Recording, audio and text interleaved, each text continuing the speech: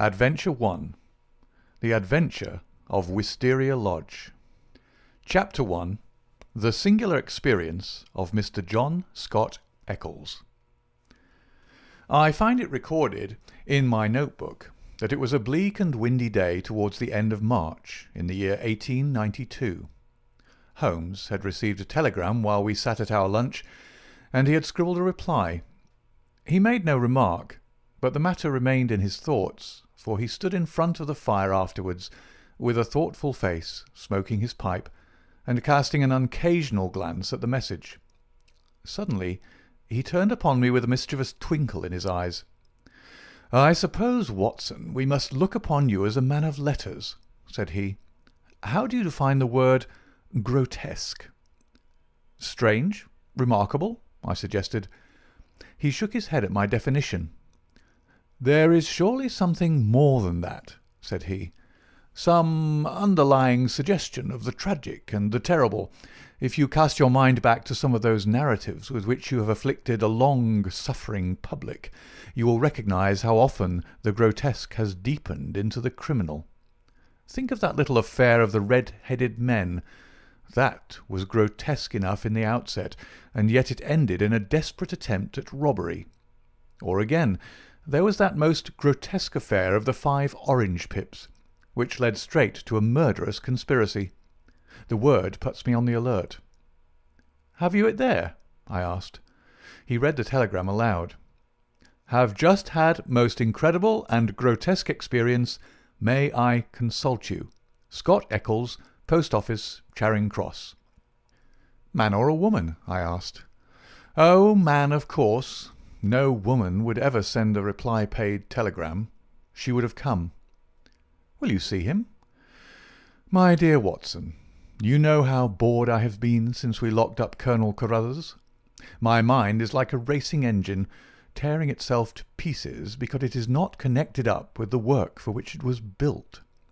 Life is commonplace. The papers are sterile. Audacity and romance seem to have passed forever from the criminal world. Can you ask me, then, whether I am ready to look into any new problem, however trivial it may prove? But here, unless I am mistaken, is our client." A measured step was heard upon the stairs, and a moment later a stout, tall, grey-whiskered and solemnly respectable person was ushered into the room. His life history was written in his heavy features and pompous manner. From his spats to his gold-rimmed spectacles, he was a conservative, a churchman, a good citizen, orthodox and conventional to the last degree. But some amazing experience had disturbed his native composure, and left its traces in his bristling hair, his flushed, angry cheeks, and his flurried, excited manner. He plunged instantly into his business. "I have had a most singular and unpleasant experience, Mr. Holmes," said he. "Never in my life have I been placed in such a situation. It is most improper, most outrageous. I must insist upon some explanation." He swelled and puffed in his anger. "Pray sit down, Mr. Scott Eccles," said Holmes in a soothing voice. "May I ask, in the first place, why you came to me at all?" "Well, sir, it did not appear to be a matter which concerned the police. And yet, when you've heard the facts, you must admit that I would not leave it where it was. Private detectives are a class with whom I have absolutely no sympathy, but none the less, having heard your name—" "Quite so. But in the second place, why did you not come at once?" Holmes glanced at his watch. "It is 2:15, he said. "Your telegram was dispatched about 1, but no one can glance at your toilet and attire without seeing that your disturbance dates from the moment of your waking." Our client smoothed down his unbrushed hair and felt his unshaven chin. "You are right, Mr. Holmes. I never gave a thought to my toilet. I was only too glad to get out of such a house. But I have been running round making inquiries before I came to you. I went to the house agents, you know, and they said that Mr. Garcia's rent was paid up all right, and that everything was in order at Wisteria Lodge." "Come, come, sir," said Holmes, laughing. "You're like my friend Dr. Watson, who has a bad habit of telling his stories wrong end foremost. Please arrange your thoughts and let me know, in their due sequence, exactly what those events are which have sent you out unbrushed and unkempt, with dress boots and waistcoat buttoned awry, in search of advice and assistance." Our client looked down with a rueful face at his own unconventional appearance. "I'm sure it must look very bad, Mr. Holmes, and I'm not aware that in my whole life such a thing has ever happened before. But I will tell you the whole queer business, and when I have done so you will admit, I am sure, that there has been enough to excuse me." But his narrative was nipped in the bud.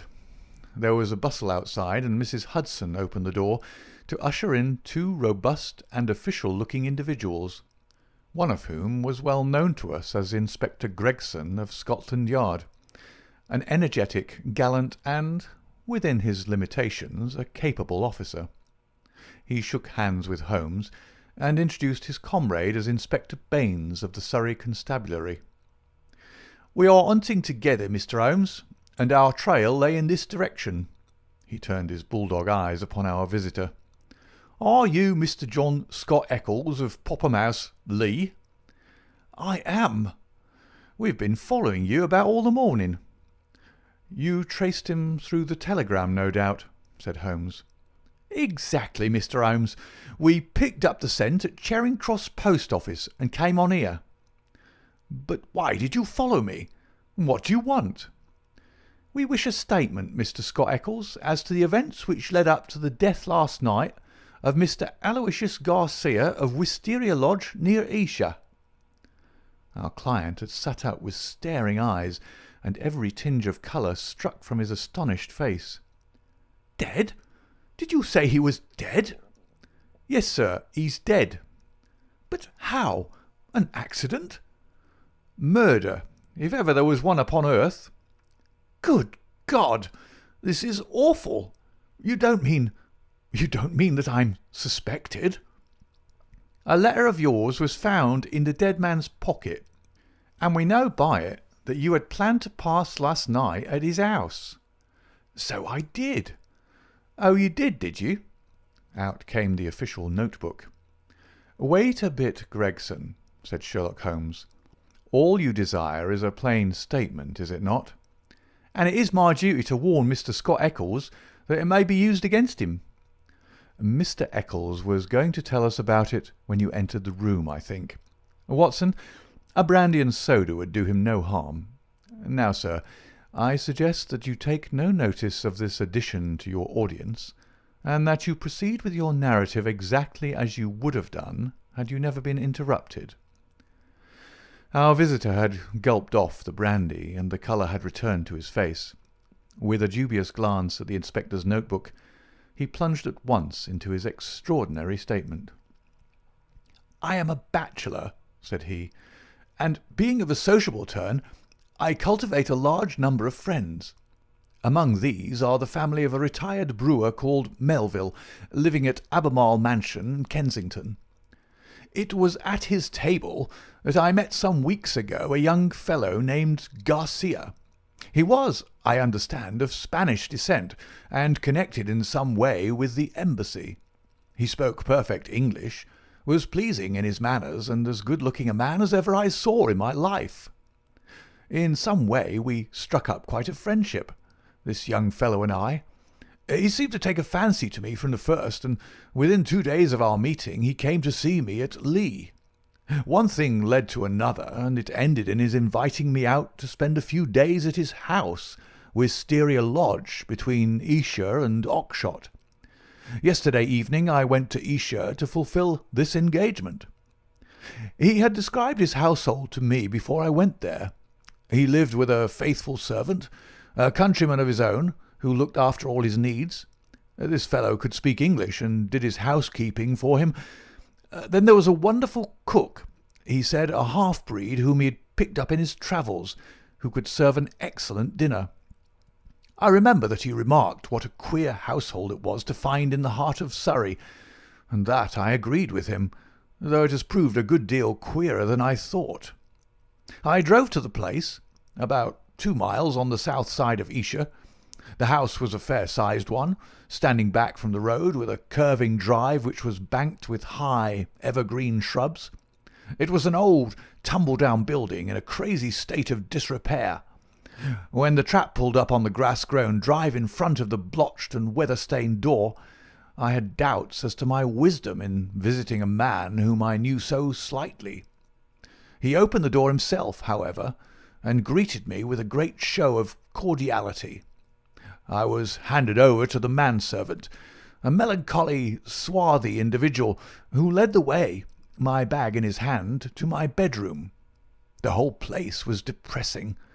Our dinner was tête-à-tête, and though my host did his best to be entertaining, his thoughts seemed to continually wander, and he talked so vaguely and wildly that I could hardly understand him. He continually drummed his fingers on the table, gnawed his nails, and gave other signs of nervous impatience.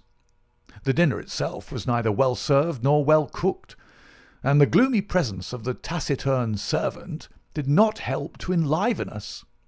I can assure you that many times in the course of the evening I wished that I could invent some excuse which would take me back to Lee. One thing comes back to my memory which may have a bearing upon the business that you two gentlemen are investigating. I thought nothing of it at the time. Near the end of dinner, a note was handed in by the servant. I noticed that after my host had read it, he seemed even more distrait and strange than ever. He gave up all pretence at conversation and sat smoking endless cigarettes, lost in his own thoughts. But he made no remark as to the contents. About 11, I was glad to go to bed. Some time later, Garcia looked in at my door. The room was dark at the time, and asked me if I had rung. I said I had not. He apologized for having disturbed me so late, saying that it was nearly 1 o'clock. I dropped off after this and slept soundly all night. And now I come to the amazing part of my tale. When I woke, it was broad daylight. I glanced at my watch, and the time was nearly 9. I had particularly asked to be called at 8, so I was very much astonished at this forgetfulness. I sprang up and rang for the servant. There was no response. I rang again and again, with the same result. Then I came to the conclusion that the bell was out of order. I huddled on my clothes and hurried downstairs in an exceedingly bad temper to order some hot water. You can imagine my surprise when I found that there was no one there. I shouted in the hall. There was no answer. Then I ran from room to room. All were deserted. My host had shown me which was his bedroom the night before, so I knocked at the door. No reply. I turned the handle and walked in. The room was empty, and the bed had never been slept in. He'd gone with the rest. The foreign host, the foreign footman, the foreign cook, all had vanished in the night. There was the end of my visit to Wisteria Lodge. Sherlock Holmes was rubbing his hands and chuckling as he added this bizarre incident to his collection of strange episodes. "Your experience is, so far as I know, perfectly unique," said he. "May I ask, sir, what you did then?" I was furious. My first idea was that I had been the victim of some absurd practical joke. I packed my things, banged the hall door behind me, and set off for Esher with my bag in my hand. I called at Allen Brothers, the chief land agents in the village, and found that it was from this firm that the villa had been rented. It struck me that the whole proceeding could hardly be for the purpose of making a fool of me, and that the main object must be to get out of the rent.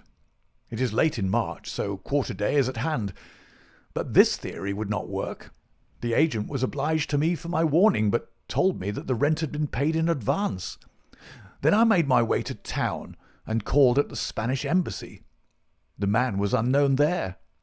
After this I went to see Melville, at whose house I had first met Garcia, but I found that he really knew rather less about him than I did. Finally, when I got your reply to my wire, I came out to you, since I gather that you are a person who gives advice in difficult cases. But now, Mr. Inspector, I understand from what you said when you entered the room that you can carry the story on, and that some tragedy had occurred. I can assure you that every word I have said is the truth, and that, outside of what I have told you, I know absolutely nothing about the fate of this man. My only desire is to help the law in every possible way." "I'm sure of it, Mr. Scott Eccles, I'm sure of it," said Inspector Gregson in a very amiable tone. "I'm bound to say that everything which you've said agrees very closely with the facts as they've come to our notice. For example, there was that note which arrived during dinner. Did you chance to observe what became of it?" "Yes, I did. Garcia rolled it up and threw it into the fire." "What do you say to that, Mr. Baines?" The country detective was a stout, puffy red man whose face was only redeemed from grossness by two extraordinarily bright eyes, almost hidden behind the heavy creases of cheek and brow. With a slow smile he drew a folded and discoloured scrap of paper from his pocket. "It was a dog grate, Mr. Holmes, and he overpitched it. I picked this out, unburned from the back of it." Holmes smiled his appreciation. "You must have examined the house very carefully to find a single pellet of paper." "I did, Mr. Holmes. It's my way. Shall I read it, Mr. Gregson?" The Londoner nodded. "The note is written upon ordinary cream-laid paper without watermark. It is a quarter sheet. The paper is cut off in 2 snips with a short bladed scissors. It's been folded over 3 times and sealed with purple wax, put on hurriedly and pressed down with some flat oval object. It is addressed to Mr. Garcia, Wisteria Lodge. It says, 'Our own colours, green and white. Green open, white shut. Main stair, first corridor, 7th right, green baize. Godspeed, D.' It is a woman's writing done with a sharp-pointed pen, but the address is either done with another pen or by someone else. It is thicker and bolder, as you see." "A very remarkable note," said Holmes, glancing it over. "I must compliment you, Mr. Baines, upon your attention to detail in your examination of it. A few trifling points might perhaps be added. The oval seal is undoubtedly a plain sleeve link. What else is of such a shape? The scissors were bent nail scissors. Short as the 2 snips are, you can distinctly see the same slight curve in each." The country detective chuckled. "I thought I had squeezed all the juice out of it, but I see there was a little over," he said. "I'm bound to say that I make nothing of the note except that there was something on hand, and that a woman, as usual, was at the bottom of it." Mr. Scott Eccles had fidgeted in his seat during this conversation. "I'm glad you found the note, since it corroborates my story," said he. "But I beg to point out that I have not yet heard what has happened to Mr. Garcia, nor what has become of his household." "As to Garcia," said Gregson, "that is easily answered. He was found dead this morning upon Oxshott Common, nearly a mile from his home. His head had been smashed to pulp by heavy blows of a sandbag or some such instrument, which had crushed rather than wounded. It is a lonely corner, and there is no house within a quarter of a mile of the spot. He had apparently been struck down first from behind, but his assailant had gone on beating him long after he was dead. It was a most furious assault. There are no footsteps, nor any clue to the criminals." "Robbed?" "No, there was no attempt at robbery." "This is very painful and terrible," said Mr. Scott Eccles in a querulous voice. "But it is really uncommonly hard on me. I had nothing to do with my host going off upon a nocturnal excursion and meeting so sad an end. How do I come to be mixed up with the case?" "Very simple, sir," Inspector Baines answered. "The only document found in the pocket of the deceased was a letter from you saying that you would be with him on the night of his death. It was the envelope of this letter which gave us the dead man's name and address. It was after 9 this morning when we reached his house and found neither you nor anyone else inside it. I wired to Mr. Gregson to run you down in London while he examined Wisteria Lodge. Then I came into town, joined Mr. Gregson, and here we are."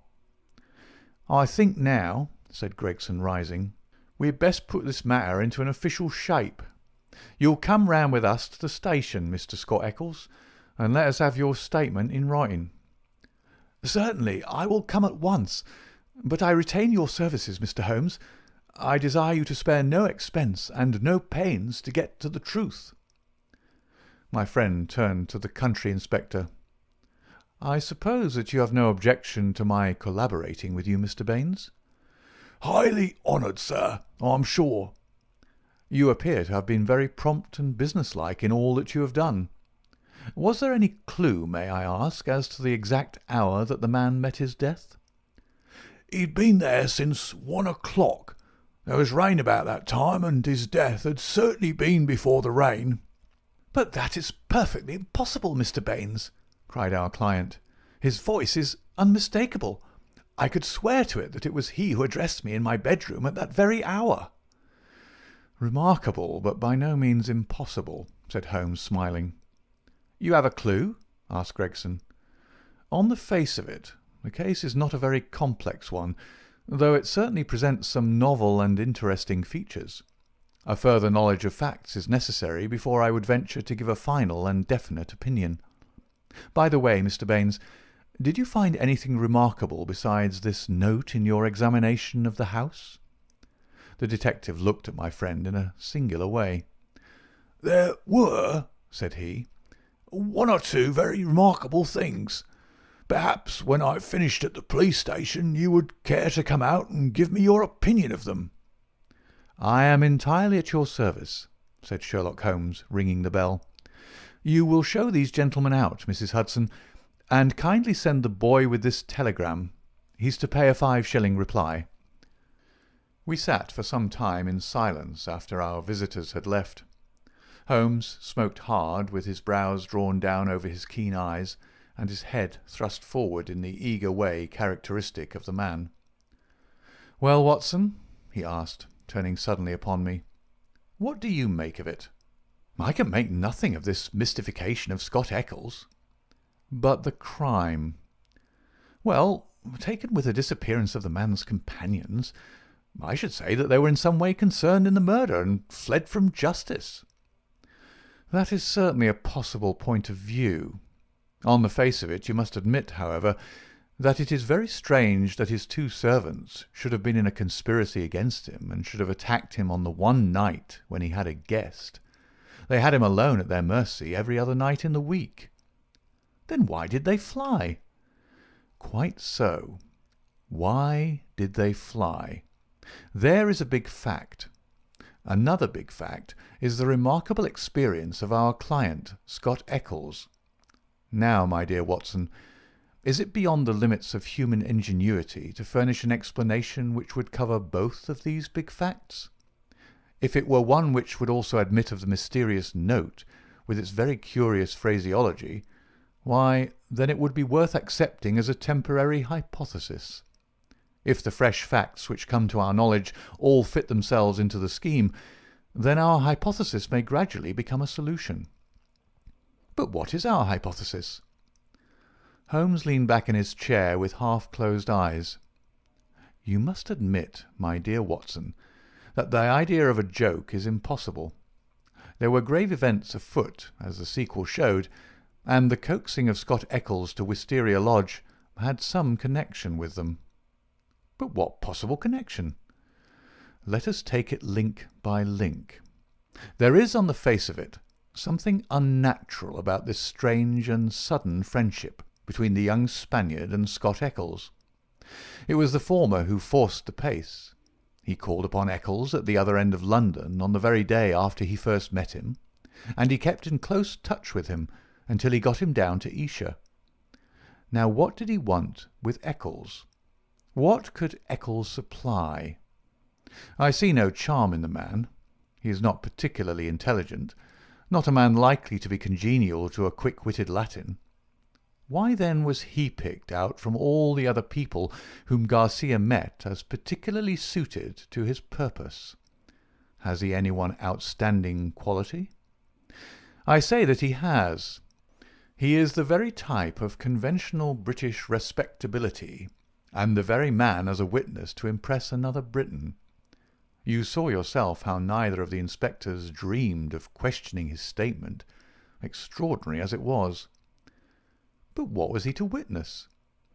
Nothing, as things turned out, but everything had they gone another way. That is how I read the matter. I see. He might have proved an alibi. Exactly, my dear Watson. He might have proved an alibi. We will suppose, for argument's sake, that the household of Wisteria Lodge are confederates in some design. The attempt, whatever it may be, is to come off, we will say, before 1 o'clock. By some juggling of the clocks, it is quite possible that they may have got Scott Eccles to bed earlier than he thought. But in any case, it is likely that when Garcia went out of his way to tell him that it was 1, it was really not more than 12. If Garcia could do whatever he had to do and be back by the hour mentioned, he had evidently a powerful reply to any accusation. Here was this irreproachable Englishman ready to swear in any court of law that the accused was in the house all the time. It was an insurance against the worst. Yes, I see that. But how about the disappearance of the others? I have not all my facts yet, but I do not think there are any insuperable difficulties. Still, it is an error to argue in front of your data. You find yourself insensibly twisting them round to fit your theories. And the message? How did it run? Our own colours, green and white. Sounds like racing. Green open, white shut. That is clearly a signal. Main stair, first corridor, 7th right, green baize. This is an assignation. We may find a jealous husband at the bottom of it all. It was clearly a dangerous quest. She would not have said Godspeed had it not been so. D. That should be our guide. The man was a Spaniard. I suggest that D stands for Dolores, a common female name in Spain. Good, Watson, very good, but quite inadmissible. A Spaniard would write to a Spaniard in Spanish. The writer of this note is certainly English. Well, we can only possess our soul in patience until this excellent inspector come back for us. Meanwhile, we can thank our lucky fate which has rescued us for a few short hours from the insufferable fatigues of idleness. An answer had arrived to Holmes's telegram before our Surrey officer had returned.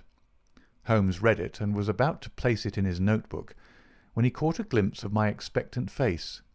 He tossed it across with a laugh. "We are moving in exalted circles," said he. The telegram was a list of names and addresses.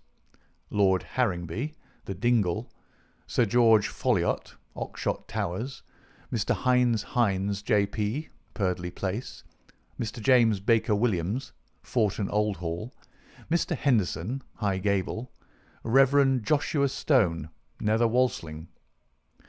"This is a very obvious way of limiting our field of operations," said Holmes.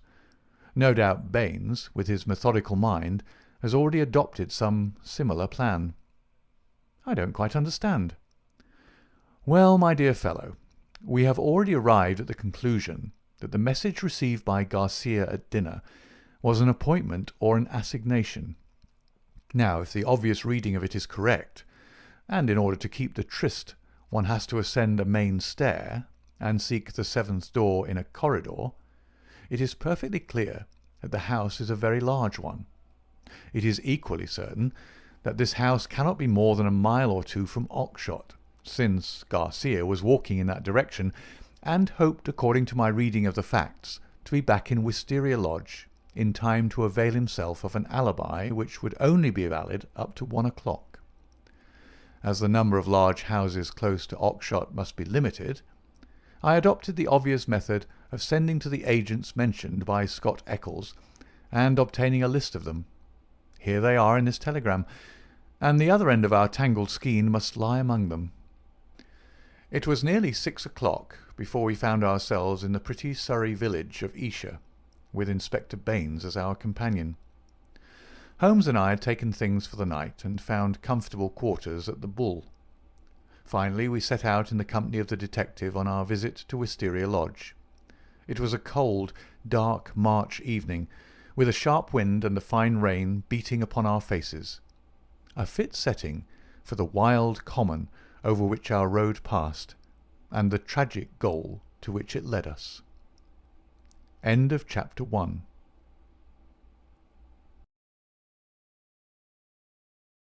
Chapter 2. The Tiger of San Pedro.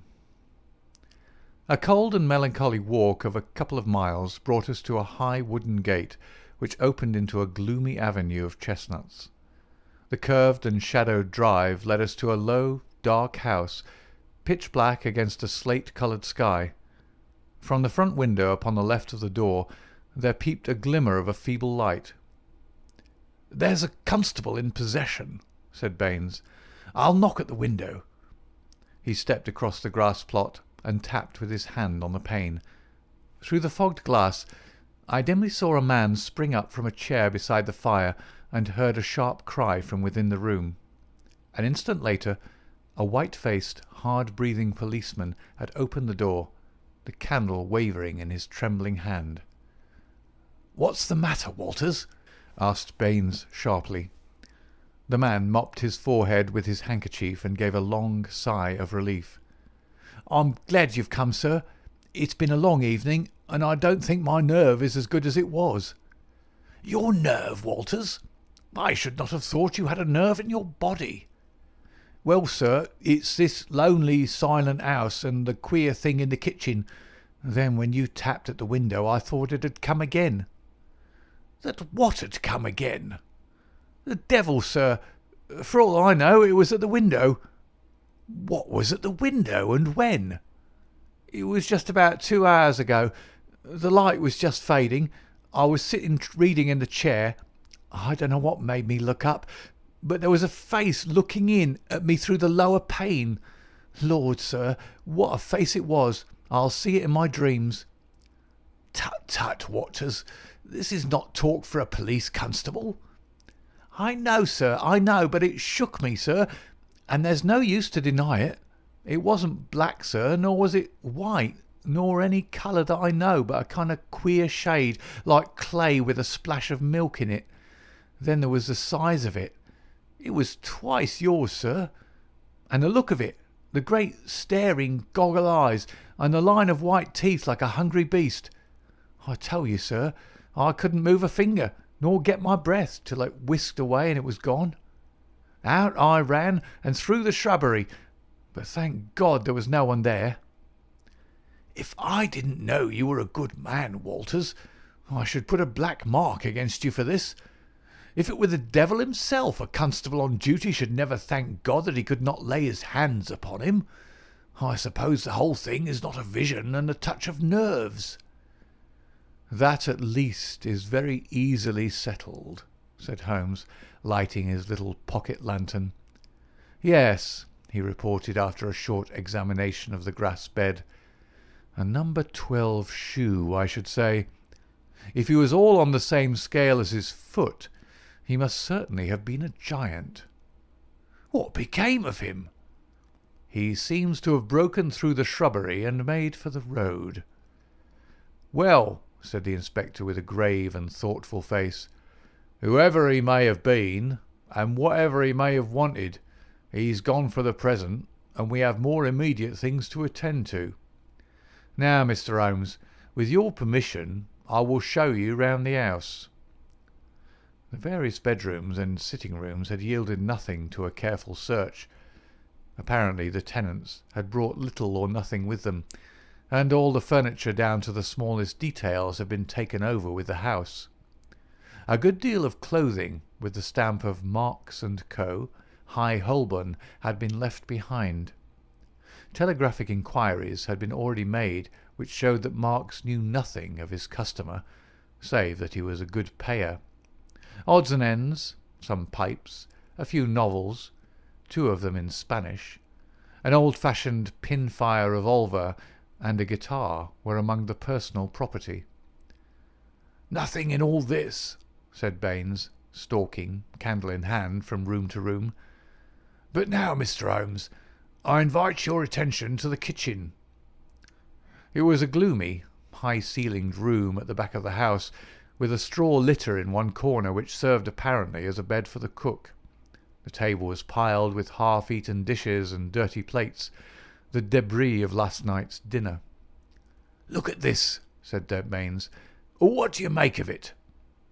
He held up his candle before an extraordinary object, which stood at the back of the dresser. It was so wrinkled and shrunken and withered that it was difficult to say what it might have been. One could but say that it was black and leathery, and that it bore some resemblance to a dwarfish human figure. At first, as I examined it, I thought that it was a mummified negro baby, and then it seemed a very twisted and ancient monkey. Finally, I was left in doubt as to whether it was animal or human. A double band of white shells were strung around the centre of it. "Very interesting, very interesting indeed," said Holmes, peering at this sinister relic. "Anything more?" In silence, Baines led the way to the sink and held forward his candle. The limbs and body of some large white bird, torn savagely to pieces with the feathers still on, were littered all over it. Holmes pointed to the wattles on the severed head. "A white cock," said he. "Most interesting. It is really a very curious case." But Mr. Baines had kept his most sinister exhibit to the last. From under the sink he drew a zinc pail which contained a quantity of blood. Then from the table he took a platter heaped with small pieces of charred bone. "Something has been killed and something has been burned. We raked all these out of the fire. We had a doctor in this morning. He says that they are not human." Holmes smiled and rubbed his hands. "I must congratulate you, Inspector, on handling so distinctive and instructive a case. Your powers, if I may say so without offence, seem superior to your opportunities." Inspector Baines's small eyes twinkled with pleasure. "You're right, Mr. Holmes. We stagnate in the provinces. A case of this sort gives a man a chance, and I hope that I shall take it. What do you make of these bones?" "A lamb, I should say, or a kid." "And the white cock?" "Curious, Mr. Baines. Very curious. I should say almost unique." "Yes, sir. There must have been some very strange people with some very strange ways in this house. One of them is dead. Did his companions follow him and kill him? If they did, we should have them, for every port is watched. But my own views are different. Yes, sir, my own views are very different." "You have a theory, then?" "And I'll work it myself, Mr. Holmes. It's only due to my own credit to do so. Your name is made. But I have still to make mine. I shall be glad to be able to say afterwards that I had solved it without your help." Holmes laughed good-humouredly. "Well, well, Inspector," said he, "do you follow your path, and I will follow mine. My results are always very much at your service if you care to apply to me for them. I think that I have seen all that I wish in this house, and that my time may be more profitably employed elsewhere. Au revoir, and good luck." I could tell by numerous subtle signs, which might have been lost upon anyone but myself, that Holmes was on a hot scent. As impassive as ever to the casual observer, there were none the less a subdued eagerness and suggestion of tension in his brightened eyes and brisker manner, which assured me that the game was afoot. After his habit he said nothing, and after mine I asked no questions. Sufficient for me to share the sport and lend my humble help to capture without distracting that intent brain with needless interruption. All would come round to me in due time. I waited, therefore, But to my ever-deepening disappointment, I waited in vain. Day succeeded day, and my friend took no step forward. One morning he spent in town, and I learned from a casual reference that he had visited the British Museum. Save for this one excursion, he spent his days in long and often solitary walks, or in chatting with a number of village gossips whose acquaintance he had cultivated. "I'm sure, Watson, a week in the country will be invaluable to you," he remarked. "It is very pleasant to see the first green shoots upon the hedges and the catkins on the hazels once again. With a spud, a tin box, and an elementary book on botany, there are instructive days to be spent." He prowled about with this equipment himself, but it was a poor show of plants which he would bring back of an evening. Occasionally, in our rambles, we came across Inspector Baines. His fat red face wreathed itself in smiles, and his small eyes glittered as he greeted my companion. He said little about the case, but from that little we gathered that he also was not dissatisfied at the course of events. I must admit, however, that I was somewhat surprised when, some 5 days after the crime, I opened my morning paper to find in large letters, "The Oxshott Mystery, a Solution. Arrest of supposed assassin." Holmes sprang in his chair as if he had been stung when I read the headlines. "By Jove!" he cried. "You don't mean that Baines has got him?" "Apparently," said I as I read the following report. "Great excitement was caused in Esher and the neighbouring district when it was learned late last night that an arrest had been effected in connection with the Oxshott murder. It will be remembered that Mr. Garcia of Wisteria Lodge was found dead on Oxshott Common, his body showing signs of extreme violence, and that on the same night his servant and his cook fled, which appeared to show their participation in the crime. It was suggested, but never proved, that the deceased gentleman may have had valuables in the house, and that their abstraction was the motive of the crime. Every effort was made by Inspector Baines, who has the case in hand, to ascertain the hiding-place of the fugitives, and he had good reason to believe that they had not gone far but were lurking in some retreat which had been already prepared. It was certain from the first, however, that they would eventually be detected, as the cook, from the evidence of one or two tradespeople who have caught a glimpse of him through the window, was a man of most remarkable appearance, being a huge and hideous mulatto with yellowish features of a pronounced negroid type. This man has been seen since the crime, for he was detected and pursued by Constable Walters on the same evening when he had had the audacity to revisit Wisteria Lodge. Inspector Baines, considering that such a visit must have some purpose in view and was likely therefore to be repeated, abandoned the house but left an ambuscade in the shrubbery. The man walked into the trap and was captured last night after a struggle in which Constable Downing was badly bitten by the savage. We understand that when the prisoner is brought before the magistrates, a remand will be applied for by the police, and that great developments are hoped from his capture. "Really, we must see Baines at once," cried Holmes, picking up his hat. "We will just catch him before he starts." We hurried down the village street, and found, as we had expected, that the inspector was just leaving his lodgings. "You've seen the paper, Mr. Holmes?" he asked, holding one out to us.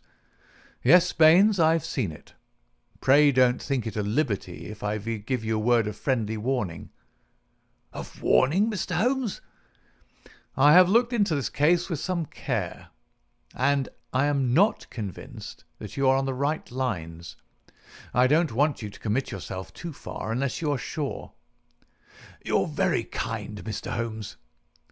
"I assure you I speak for your good." It seemed to me that something like a wink quivered for an instant over one of Mr. Baines's tiny eyes. "We agreed to work on our own lines, Mr. Holmes. That's what I'm doing." "Oh, very good," said Holmes. "Don't blame me." "No, sir. I believe you mean well by me, but we all have our own systems, Mr. Holmes. You have yours, and Maybe I have mine." "Let us say no more about it." "You're welcome always to my news. This fellow is a perfect savage, as strong as a cart-horse and as fierce as the devil. He chewed Downing's thumb nearly off before they could master him. He hardly speaks a word of English, and we can get nothing out of him but grunts." "And you think you have evidence that he murdered his late master?" "I didn't say so, Mr. Holmes. I didn't say so. We all have our little ways. You try yours, and I will try mine. That's the agreement." Holmes shrugged his shoulders as we walked away together. "I can't make the man out. He seems to be riding for a fall. Well, as he says, we must each try our own way and see what comes of it. But there's something in Inspector Baines which I can't quite understand." "Just sit down in that chair, Watson," said Sherlock Holmes when we had returned to our apartment at the Bull.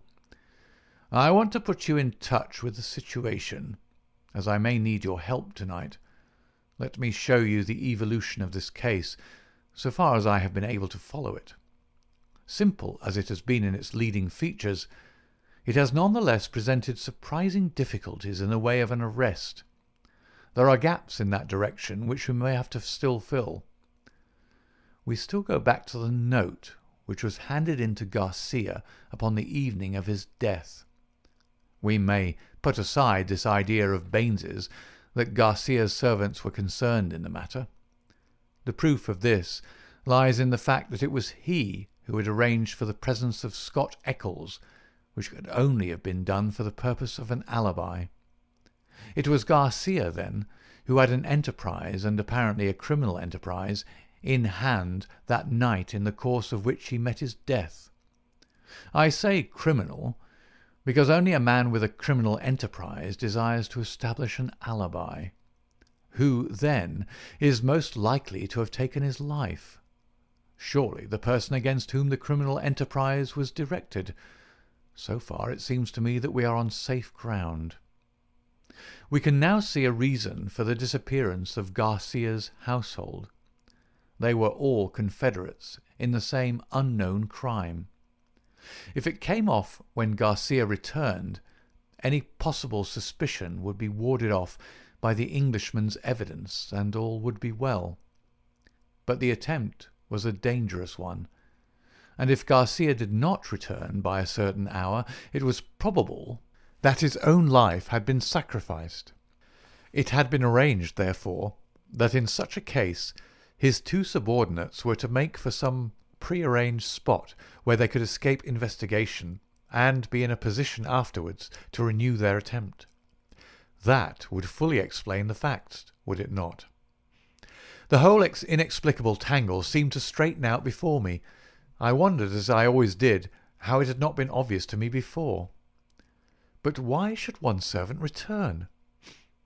We can imagine that in the confusion of flight, something precious, something which he could not bear to part with, had been left behind.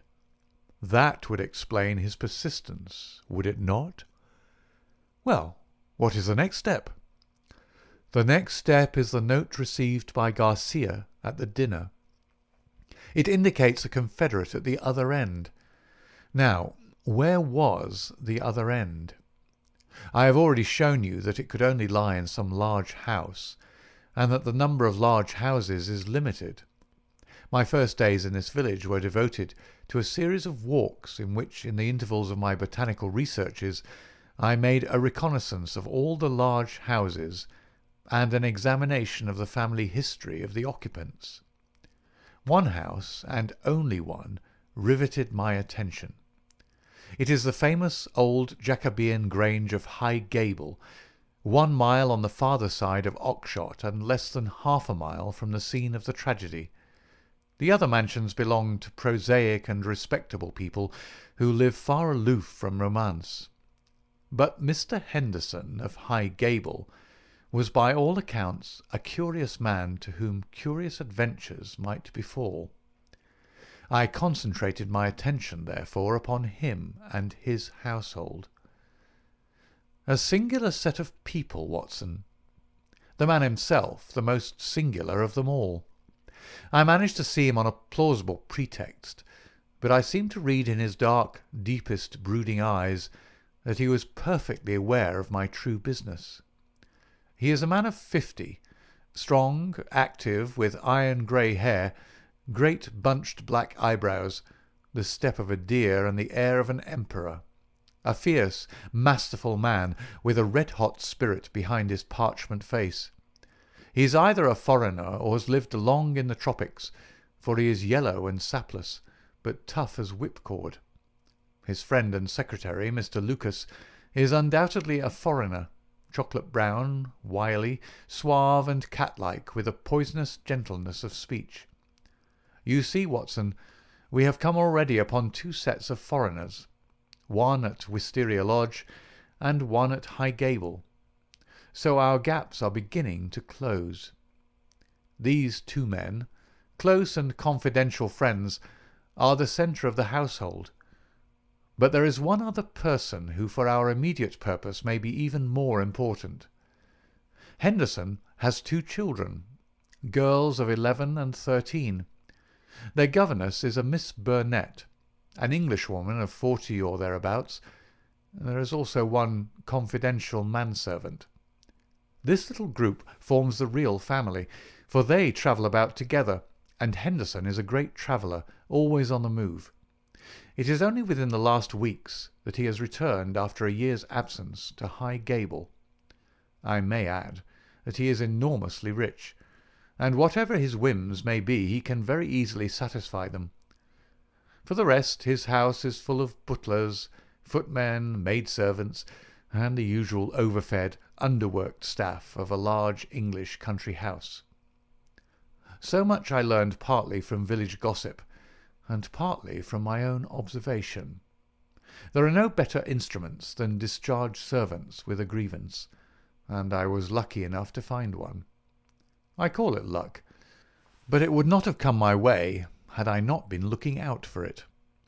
As Baines remarks, we all have our systems. It was my system which enabled me to find John Warner, late gardener of High Gable, sacked in a moment of temper by his imperious employer. He in turn had friends among the indoor servants who unite in their fear and dislike of their master. So I had my key to the secrets of the establishment. Curious people, Watson. I don't pretend to understand it all yet, but very curious people anyway. It's a double-winged house, and the servants live on one side, the family on the other. There's no link between the two, save for Henderson's own servant, who serves the family's meals. Everything is carried to a certain door, which forms the one connection. Governess and children hardly go out at all except into the garden. Henderson never by any chance walks alone. His dark secretary is like his shadow. The gossip among the servants is that their master is terribly afraid of something. "Sold his soul to the devil in exchange for money," says Warner, "and expects his creditor to come up and claim his own." Where they came from or who they are, nobody has an idea. They are very violent. Twice Henderson has lashed at folk with his dog-whip, and only his long purse and heavy compensation have kept him out of the courts. Well now, Watson, let us judge the situation by this new information. We may take it that the letter came out of this strange household and was an invitation to Garcia to carry out some attempt which had already been planned. Who wrote the note? It was someone within the citadel, and it was a woman. Who then but Miss Burnett, the governess? All our reasoning seems to point that way. At any rate, we may take it as a hypothesis and see what consequences it would entail. I may add that Miss Burnett's age and character make it certain that my first idea that there might be a love interest in our story is out of the question. If she wrote the note, she was presumably the friend and confederate of Garcia. What, then, might she be expected to do if she heard of his death? If he met it in some nefarious enterprise, her lips might be sealed. Still, in her heart she must retain bitterness and hatred against those who had killed him, and would presumably help so far as she could to have revenge upon them. Could we see her, then, and try to use her? That was my first thought. But now we come to a sinister fact. Miss Burnett has not been seen by any human eye since the night of the murder. From that evening she has utterly vanished. Is she alive? Has she perhaps met her end on the same night as the friend whom she had summoned? Or is she merely a prisoner? There is the point which we still have to decide. You will appreciate the difficulty of the situation, Watson. There is nothing upon which we can apply for a warrant. Our whole scheme might seem fantastic if laid before a magistrate. The woman's disappearance counts for nothing, since in that extraordinary household any member of it might be invisible for a week. And yet she may at the present moment be in danger of her life. All I can do is to watch the house and leave my agent Warner on guard at the gates. We can't let such a situation continue. If the law can do nothing, we must take the risk ourselves. What do you suggest? I know which is her room. It is accessible from the top of an outhouse. My suggestion is that you and I go tonight and see if we can strike at the very heart of the mystery. It was not, I must confess, a very alluring prospect. The old house with its atmosphere of murder, the singular and formidable inhabitants, the unknown dangers of the approach, and the fact that we were putting ourselves legally in a false position, all combined to damp my ardour. But there was something in the ice-cold reasoning of Holmes which made it impossible to shrink from any adventure which he might recommend. One knew that thus, and only thus, could a solution be found. I clasped his hand in silence, and the die was cast. But it was not destined that our investigation should have so adventurous an ending. It was about 5 o'clock, and the shadows of the March evening were beginning to fall, when an excited rustic rushed into our room. "They've gone, Mr. Holmes. They went by the last train. The lady broke away, and I've got her in a cab downstairs." "Excellent, Warner," cried Holmes, springing to his feet. "Watson, the gaps are closing rapidly." In the cab was a woman, half collapsed from nervous exhaustion. She bore upon her aquiline and emaciated face the traces of some recent tragedy. Her head hung listlessly upon her breast, but as she raised it and turned her dull eyes upon us, I saw that her pupils were dark dots in the centre of the broad grey iris. She was drugged with opium. "I watched at the gate, same as you advised, Mr. Holmes," said our emissary, the discharged gardener. "When the carriage came out, I followed it to the station. She was like one walking in her sleep, but when they tried to get her into the train, she came to life and struggled. They pushed her into the carriage. She fought her way out again. I took her part, got her in a cab, and here we are. I shan't forget the face at the carriage window as I led her away. I'd have a short life if I'd his way, the black-eyed, scowling yellow devil." We carried her upstairs, laid her on the sofa, and a couple of cups of the strongest coffee soon cleared her brain from the mists of the drug. Baines had been summoned by Holmes, and the situation rapidly explained to him. "Why, sir, you've got me the very evidence I want," said the inspector warmly, shaking my friend by the hand. "I was on the same scent as you from the first." "What? You were after Henderson?" "Why, Mr. Holmes, when you were crawling in the shrubbery at High Gable, I was up one of the trees in the plantation and saw you down below.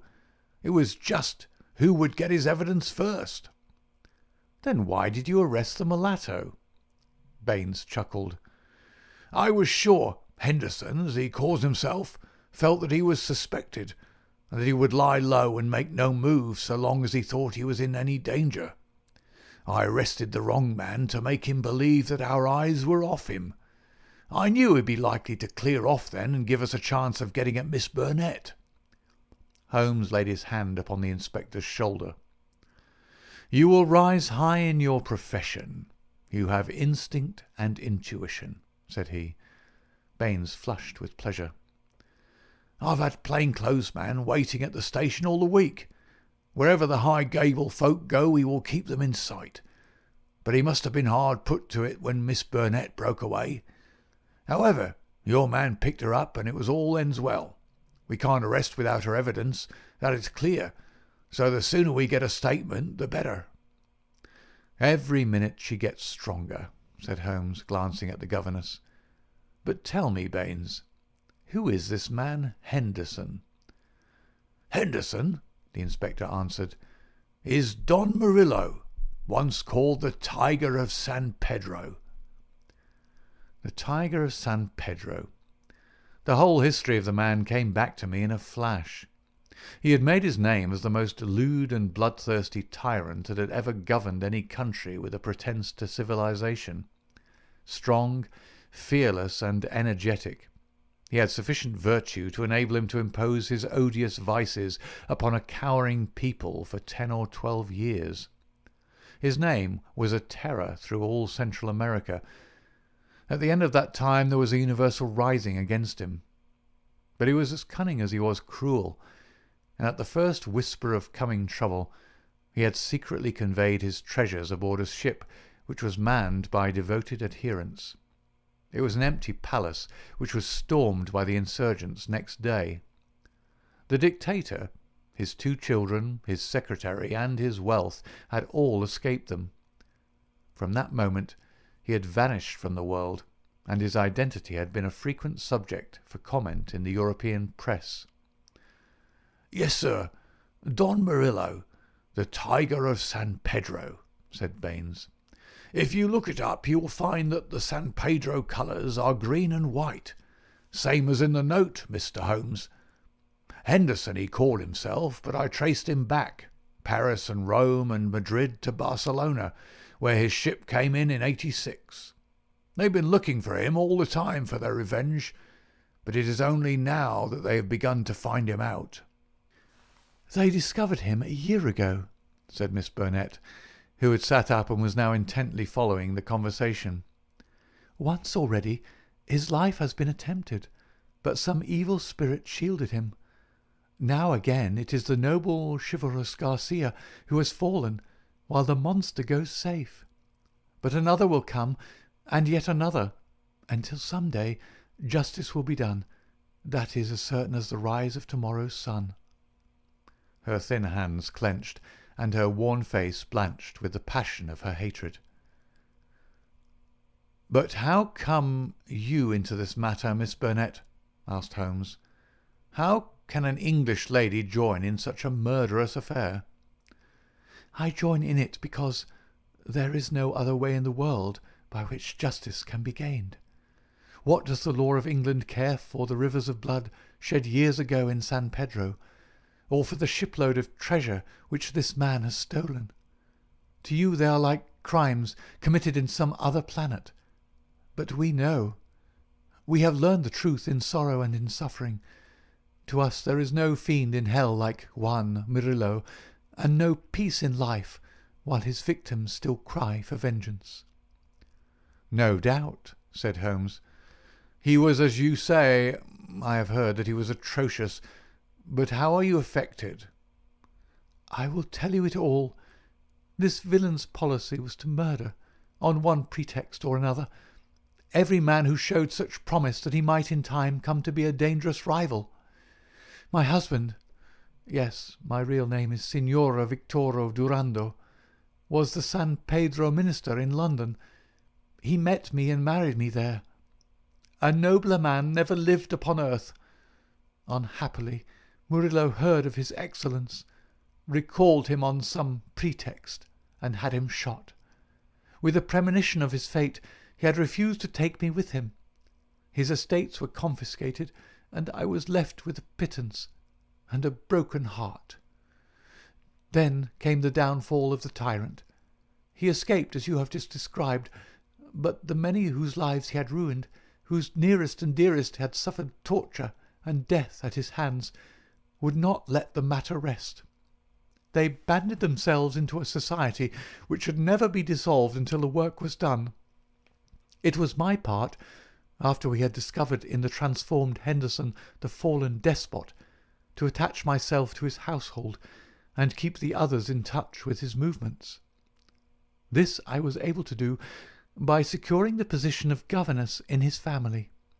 He little knew that the woman who faced him at every meal was the woman whose husband he had hurried at an hour's notice into eternity.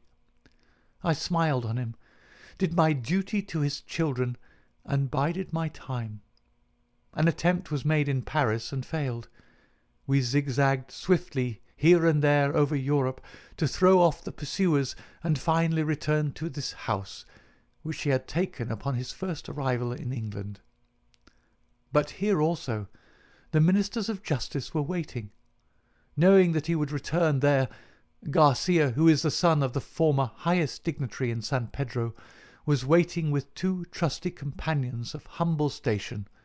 All 3 fired with the same reasons for revenge. He could do little during the day, for Murillo took every precaution, and never went out save with his satellite Lucas, or Lopez, as he was known in the days of his greatness. At night, however, he slept alone, and the avenger might find him. On a certain evening which had been prearranged, I sent my friend final instructions, for the man was forever on the alert, and continually changed his room. I was to see that the doors were open, and the signal of a green or white light in a window which faced the drive was to give notice if all was safe, or if the attempt had better be postponed. But everything went wrong with us. In some way I had excited the suspicion of Lopez the secretary. He crept up behind me and sprang upon me just as I had finished the note. He and his master dragged me to my room and held judgment upon me as a convicted traitress. Then and there they would have plunged their knives into me could they have seen how to escape the consequences of the deed. Finally, after much debate, they concluded that my murder was too dangerous, but they determined to get rid forever of Garcia. They had gagged me, and Murillo twisted my arm around until I gave him the address. I swear that he might have twisted it off had I understood what it would mean to Garcia. Lopez addressed the note which I had written, sealed it with his sleeve link, and sent it by the hand of the servant, Jose. How they murdered him I do not know, save that it was Murillo's hand who struck him down, for Lopez had remained to guard me. I believe he must have waited among the gorse bushes through which the path winds, and struck him down as he passed. At first they were of a mind to let him enter the house and to kill him as a detected burglar, but they argued that if they were mixed up in an inquiry with their own identity would at once be publicly disclosed, and they would be open to further attacks. With the death of Garcia, the pursuit might cease, since such a death might frighten others from the task. All would now have been well for them, had it not been for my knowledge of what they had done. I have no doubt that there were times when my life hung in the balance. I was confined to my room, terrorized by the most horrible threats, cruelly ill-used to break my spirit. See this stab on my shoulder, and the bruises from the end to end of my arms, and a gag was thrust into my mouth on the one occasion when I tried to call from the window. For 5 days this cruel imprisonment continued, with hardly enough food to hold body and soul together. This afternoon a good lunch was brought me, but the moment after I took it I knew that I had been drugged. In a sort of dream I remember being half led, half carried to the carriage. In the same state I was conveyed to the train.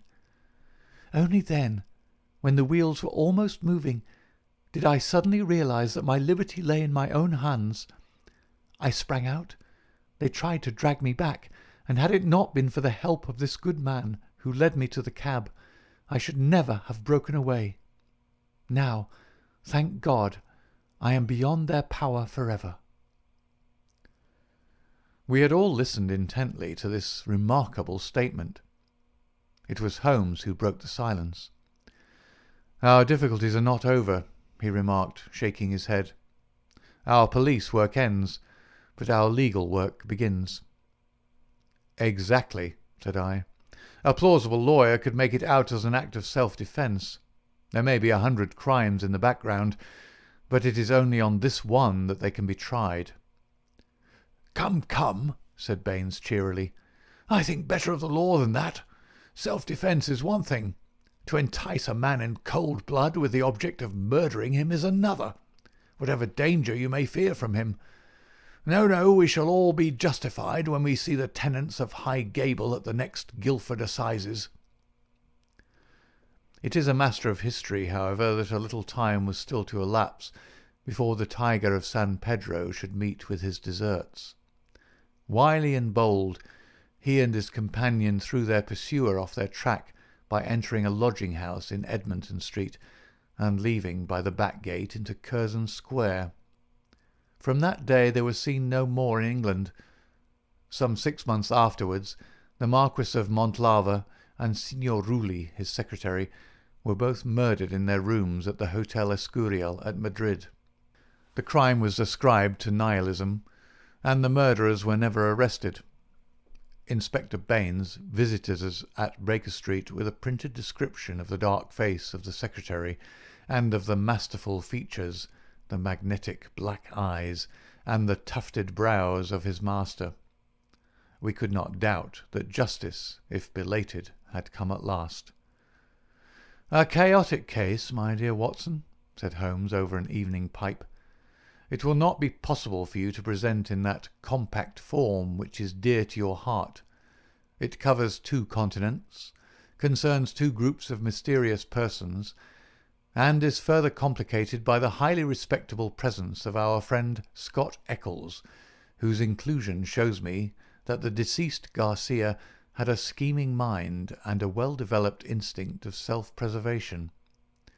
It is remarkable only for the fact that amid a perfect jungle of possibilities, we, with our worthy collaborator the inspector, have kept our close hold on the essentials, and so been guided along the crooked and winding path. Is there any point which is not quite clear to you?" "The object of the mulatto cook's return." "I think that the strange creature in the kitchen may account for it. The man was a primitive savage from the backwoods of San Pedro, and this was his fetish. When his companion and he had fled to some prearranged retreat, already occupied, no doubt, by a confederate, the companion had persuaded him to leave so compromising an article of furniture. But the mulatto's heart was with it, and he was driven back to it next day, when, on reconnoitring through the window, he found Policeman Walters in possession. He waited 3 days longer, and then his piety or his superstition drove him to try once more. Inspector Baines, who with his usual astuteness had minimized the incident before me, had really recognized its importance and had left a trap into which the creature walked. Any other point, Watson?" "The torn bird, the pail of blood, the charred bones, all the mystery of that weird kitchen." Holmes smiled as he turned up an entry in his notebook.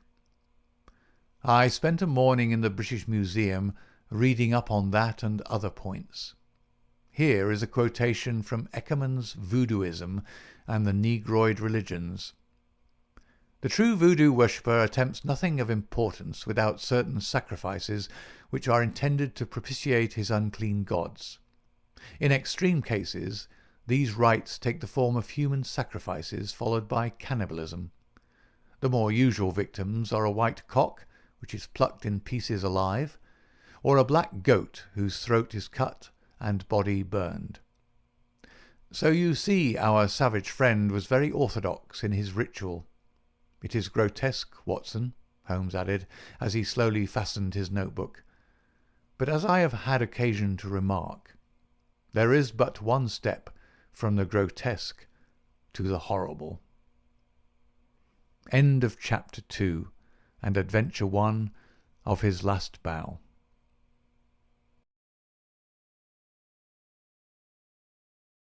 Adventure 2.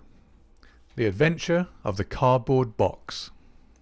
In choosing a few typical cases which illustrate the remarkable mental qualities of my friend Sherlock Holmes, I have endeavoured as far as possible to select those which presented the minimum of sensationalism while offering a fair field for his talents.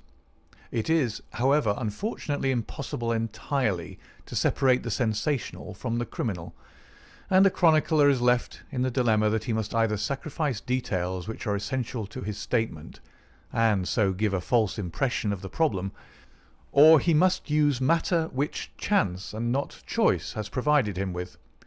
With this short preface, I shall turn to my notes of what proved to be a strange, though a peculiarly terrible chain of events.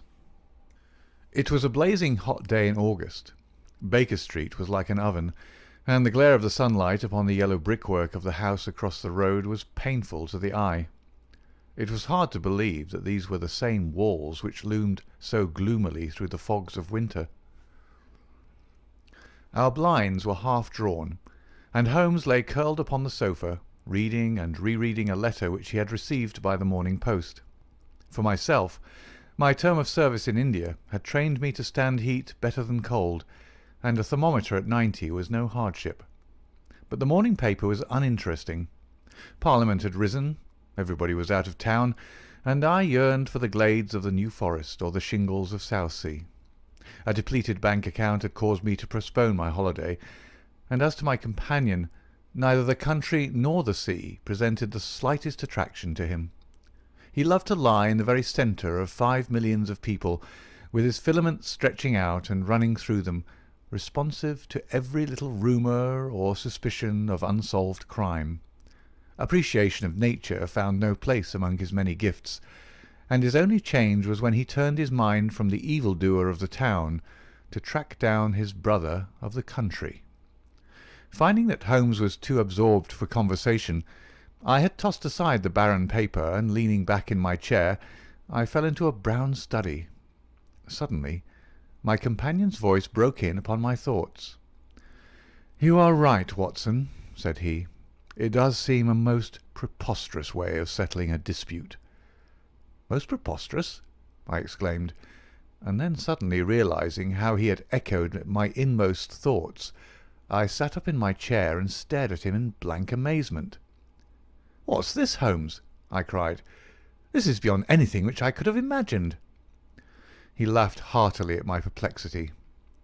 "You remember," said he, "that some little time ago when I read you the passage in one of Poe's sketches in which a close reasoner follows the unspoken thoughts of his companion, you were inclined to treat the matter as a mere tour de force of the author. On my remarking that I was constantly in the habit of doing the same thing, you expressed incredulity." "Oh, no." "Perhaps not with your tongue, my dear Watson, but certainly with your eyebrows. So when I saw you throw down your paper and enter upon a train of thought, I was very happy to have the opportunity of reading it off, and eventually of breaking into it, as a proof that I had been in rapport with you." But I was still far from satisfied. "In the example which you read to me," said I, "the reasoner drew his conclusions from the actions of the man whom he observed. If I remember right, he stumbled over a heap of stones, looked up at the stars, and so on, but I've been seated quietly in my chair, and what clues can I have given you?" "You do yourself an injustice. The features are given to man as the means by which he shall express his emotions, and yours are faithful servants." "Do you mean to say that you read my train of thoughts from my features?" "Your features, and especially your eyes. Perhaps you cannot yourself recall how your reverie commenced?" "No, I cannot." "Then I will tell you. After throwing down your paper, which was the action which drew my attention to you, you sat for half a minute with a vacant expression. Then your eyes fixed themselves upon your newly framed picture of General Gordon, and I saw by the alteration in your face that a train of thought had been started. But it did not lead very far. Your eyes flashed across to the unframed portrait of Henry Ward Beecher, which stands upon the top of your books. Then you glanced up at the wall, and of course your meaning was obvious. You were thinking that if the portrait was framed, it would just cover that bare space and correspond with Gordon's picture there." "You followed me wonderfully," I exclaimed. "So far I could hardly have gone astray. But now your thoughts went back to Beecher, and you looked hard across as if you were studying the character in his features. Then your eyes ceased to pucker, but you continued to look across, and your face was thoughtful. You were recalling the incidents of Beecher's career. I was well aware that you could not do this without thinking of the mission which he undertook on behalf of the North at the time of the Civil War, for I remember your expressing your passionate indignation at the way in which he was received by the more turbulent of our people. You felt so strongly about it that I knew you could not think of Beecher without thinking of that also. When a moment later I saw your eyes wander away from the picture, I suspected that your mind had now turned to the Civil War, and when I observed that your lips set, your eyes sparkled and your hands clenched, I was positive that you were indeed thinking of the gallantry which was shown by both sides in that desperate struggle. But then again your face grew sadder. You shook your head. You were dwelling upon the sadness and horror and useless waste of life. Your hand stole towards your own old wound, and the smile quivered on your lips, which showed me that the ridiculous side of this method of settling international questions had forced itself upon your mind. At this point I agreed with you that it was preposterous, and was glad to find that all my deductions had been correct. "Absolutely," said I, "and now that you have explained it, I confess that I am as amazed as before." "It was very superficial, my dear Watson. I assure you I should not have intruded it upon your attention had you not shown some incredulity the other day. But I have in my hands here a little problem which may prove to be more difficult of solution than my small essay in thought-reading. Have you observed in the paper a short paragraph referring to the remarkable contents of a packet sent through the post to Miss Cushing of Cross Street, Croydon?" "No, I saw nothing." "Ah, then you must have overlooked it. Just toss it over to me. Here it is, under the financial column. Perhaps you would be good enough to read it aloud." I picked up the paper, which he had thrown back to me, and read the paragraph indicated. It was headed, "A Gruesome Packet." "Miss Susan Cushing, living at Cross Street, Croydon, has been made the victim of what must be regarded as a peculiarly revolting practical joke, unless some more sinister meaning should prove to be attached to the incident. At 2 o'clock yesterday afternoon a small packet, wrapped in brown paper, was handed in by the postman. A cardboard box was inside, which was filled with coarse salt. On emptying this, Miss Cushing was horrified to find 2 human ears, apparently quite freshly severed. The box had been sent by parcel post from Belfast upon the morning before. There is no indication as to the sender, and the matter is the more mysterious as Miss Cushing, who is a maiden lady of 50, has led a most retired life and has so few acquaintances or correspondents that it is a rare event for her to receive anything through the post. Some years ago, however, when she retired at Penge, she let apartments in her house to 3 young medical students, whom she was obliged to get rid of on account of their noisy and irregular habits. The police are of opinion that this outrage may have been perpetrated upon Miss Cushing by these youths, who owed her a grudge and who hoped to frighten her by sending her these relics of the dissecting rooms. Some probability is lent to the theory by the fact that one of these students came from the north of Ireland, and, to the best of Miss Cushing's belief, from Belfast. In the meantime the matter is being actively investigated, Mr. Lestrade, one of the very smartest of our detective officers, being in charge of the case." "So much for the Daily Chronicle," said Holmes as I finished reading. "Now for our friend Lestrade. I had a note from him this morning in which he says, 'I think that this case is very much in your line. We have every hope of clearing the matter up, but we find a little difficulty in getting anything to work upon. We have, of course, wired to the Belfast post office, but a large number of parcels were handed in upon that day, and they have no means of identifying this particular one, or of remembering the sender. The box is a half-pound box of honeydew tobacco, and does not help us in any way. The medical student theory still appears to me to be the most feasible, but if you should have a few hours to spare, I should be very happy to see you out there. I shall be either at the house or in the police station all day. What say you, Watson? Can you rise superior to the heat and run down to Croydon with me on the off chance of a case for your annals? I was longing for something to do. You shall have it, then. Ring for our boots and tell them to order a cab. I'll be back in a moment when I have changed my dressing-gown and filled my cigar-case. A shower of rain fell while we were in the train, and the heat was far less oppressive in Croydon than in town.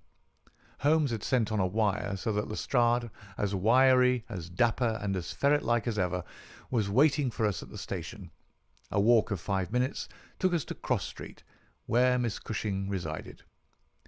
It was a very long street of 2-storey brick houses, neat and prim, with whitened stone steps and little groups of aproned women gossiping at the doors. Half-way down, Lestrade stopped and tapped at a door which was opened by a small servant girl. Miss Cushing was sitting at the front room, into which we were ushered. She was a placid-faced woman with large, gentle eyes and grizzled hair curving down over her temples on each side. A worked antimacassar lay upon her lap, and a basket of coloured silks stood upon a stool beside her.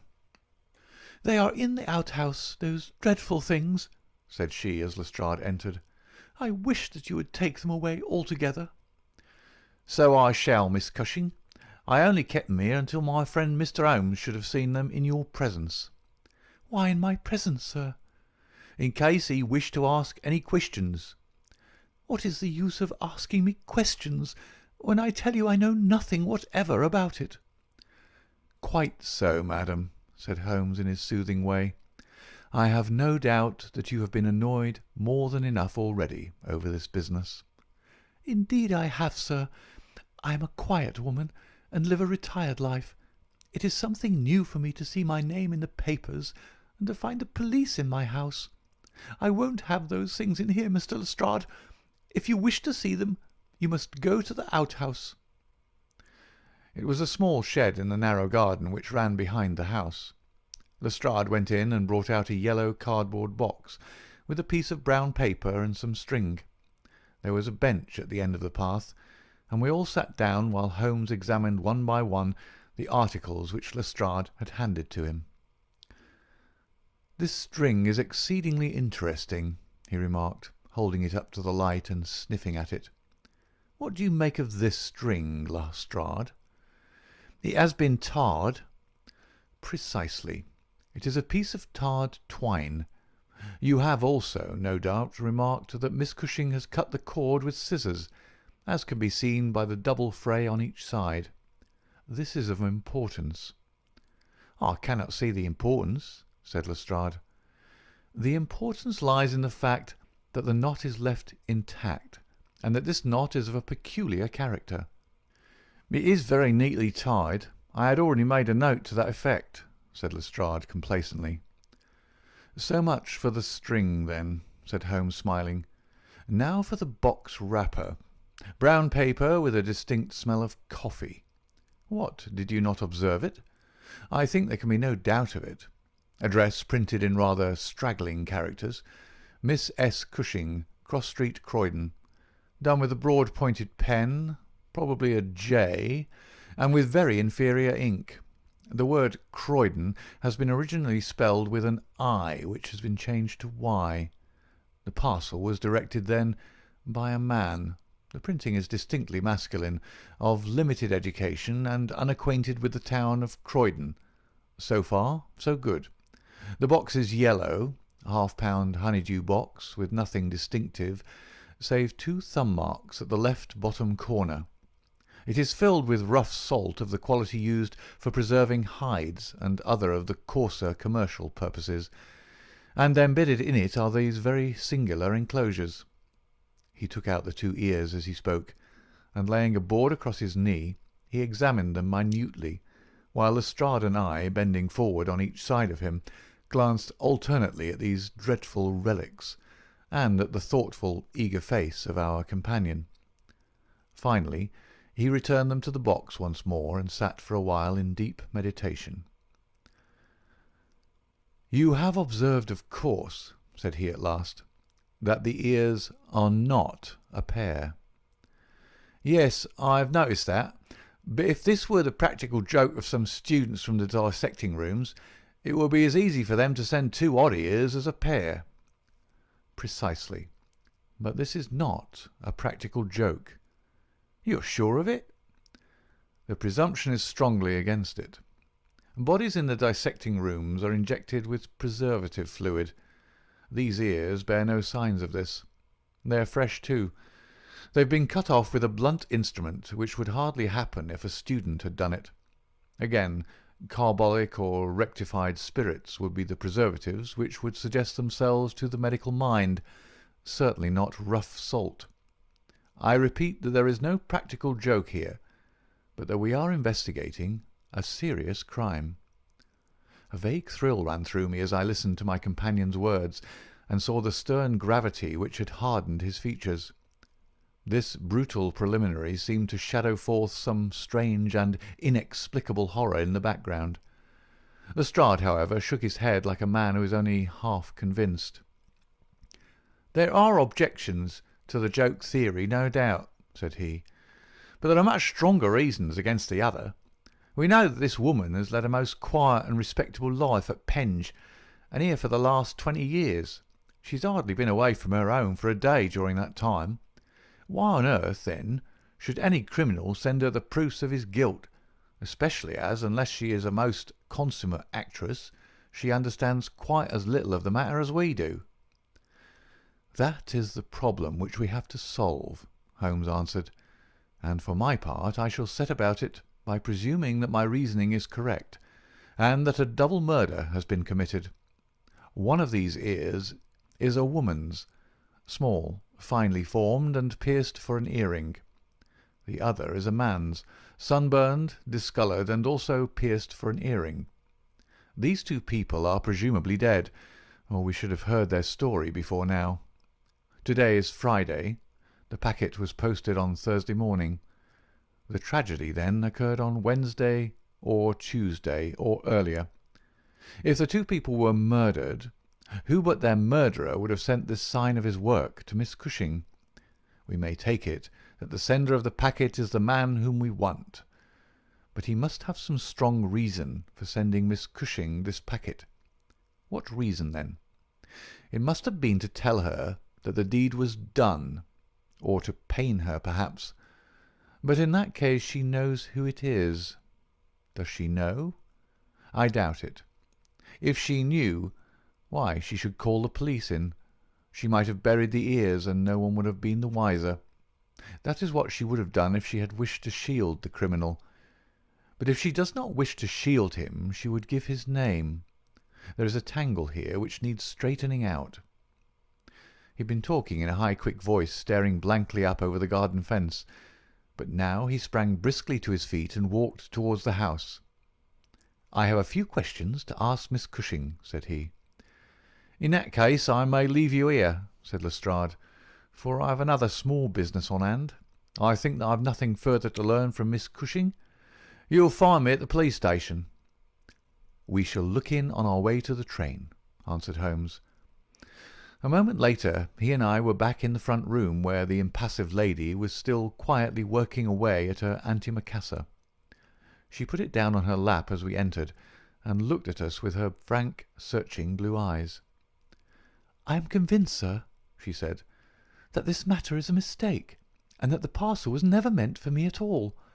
I have said this several times to the gentleman from Scotland Yard, but he simply laughs at me. I have not an enemy in the world, as far as I know, so why should anyone play me such a trick?" "I am coming to be of the same opinion, Miss Cushing," said Holmes, taking a seat beside her. "I think that it is more than probable." He paused, and I was surprised, on glancing round, to see that he was staring with singular intentness at the lady's profile. Surprise and satisfaction were both for an instant to be read upon his eager face, though when she glanced round to find out the cause of his silence, he had become as demure as ever. I stared hard myself at her flat grizzled hair, her trim cap, her little gilt earrings, her placid features, but I could see nothing which would account for my companion's evident excitement. There were one or two questions. "Oh, I'm weary of questions," cried Miss Cushing impatiently. "You have two sisters, I believe." "How could you know that?" "I observed the very instant that I entered the room that you have a portrait group of 3 ladies upon the mantelpiece, one of whom is undoubtedly yourself, while the others are so exceedingly like you that there could be no doubt of the relationship." "Yes, you are quite right. Those are my sisters, Sarah and Mary." "And here at my elbow is another portrait, taken at Liverpool, of your younger sister in the company of a man who appears to be a steward by his uniform. I observed that she was unmarried at the time." "You are very quick at observing." "That is my trade." "Well, you are quite right, but she was married to Mr. Browner a few days afterwards. He was on the South American line when that was taken, but he was so fond of her that he couldn't abide to leave her for so long, and he got into the Liverpool and London boats." "Ah, the Conqueror, perhaps?" "No, the May Day, when last I heard. Jim came down here to see me once. That was before he broke the pledge. But afterwards he would always take drink when he was ashore, and a little drink would send him stark staring mad. Ah, it was a bad day that ever he took a glass in his hand again. First he dropped me, then he quarrelled with Sarah, and now that Mary has stopped writing, we don't know how things are going with them." It was evident that Miss Cushing had come upon a subject on which she felt very deeply. Like most people who lead a lonely life, she was shy at first, but ended by becoming extremely communicative. She told us many details about her brother-in-law the steward, and then wandering off on the subject of her former lodgers, the medical students, she gave us a long account of their delinquencies, with their names and those of their hospitals. Holmes listened attentively to everything, throwing in a question from time to time. "About your second sister Sarah," said he, "I wonder, since you are both maiden ladies, that you do not keep house together." "Ah, you don't know Sarah's temper, or you'd wonder no more. I tried it when I came to Croydon, and we kept on until about 2 months ago, when we had to part. I don't want to say a word against my own sister, but she was always meddlesome and hard to please, was Sarah." "You say that she quarrelled with your Liverpool relations?" "Yes, and they were the best friends at one time. Why, she went up there to live in order to be near them, and now she has no word hard enough for Jim Browner. The last 6 months that she was here she would speak of nothing but his drinking and his ways. He had caught her meddling, I suspect, and given her a bit of his mind, and that was the start of it." "Thank you, Miss Cushing," said Holmes, rising and bowing. "Your sister Sarah lives, I think you said, at New Street, Wallington. Good-bye, and I am very sorry that you should have been troubled over a case with which, as you say, you have nothing whatever to do." There was a cab passing as we came out, and Holmes hailed it. "How far to Wallington?" he asked. "Only about a mile, sir." "Very good. Jump in, Watson. We must strike while the iron is hot. Simple as the case is, there have been one or two very instructive details in connection with it. Just pull up at a telegraph office as you pass, cabby." Holmes sent off a short wire, and for the rest of the drive lay back in the cab, with his hat tilted over his nose to keep the sun from his face. Our drive pulled up at a house which was not unlike the one which we had just quitted. My companion ordered him to wait, and had his hand upon the knocker when the door opened, and a grave young gentleman in black, with a very shiny hat, appeared on the step. "Is Miss Cushing at home?" asked Holmes. "Miss Sarah Cushing is extremely ill," said he. "She has been suffering since yesterday from brain symptoms of great severity. As her medical adviser, I cannot possibly take the responsibility of allowing anyone to see her. I should recommend you to call again in 10 days. He drew on his gloves, closed the door, and marched off down the street. "Well, if we can't, we can't," said Holmes cheerfully. Perhaps she could not or would not have told you much. I did not wish her to tell me anything. I only wanted to look at her. However, I think that I have got all that I want. Drive us to some decent hotel, cabby, where we may have some lunch, and afterwards we shall drop down upon friend Lestrade at the police station.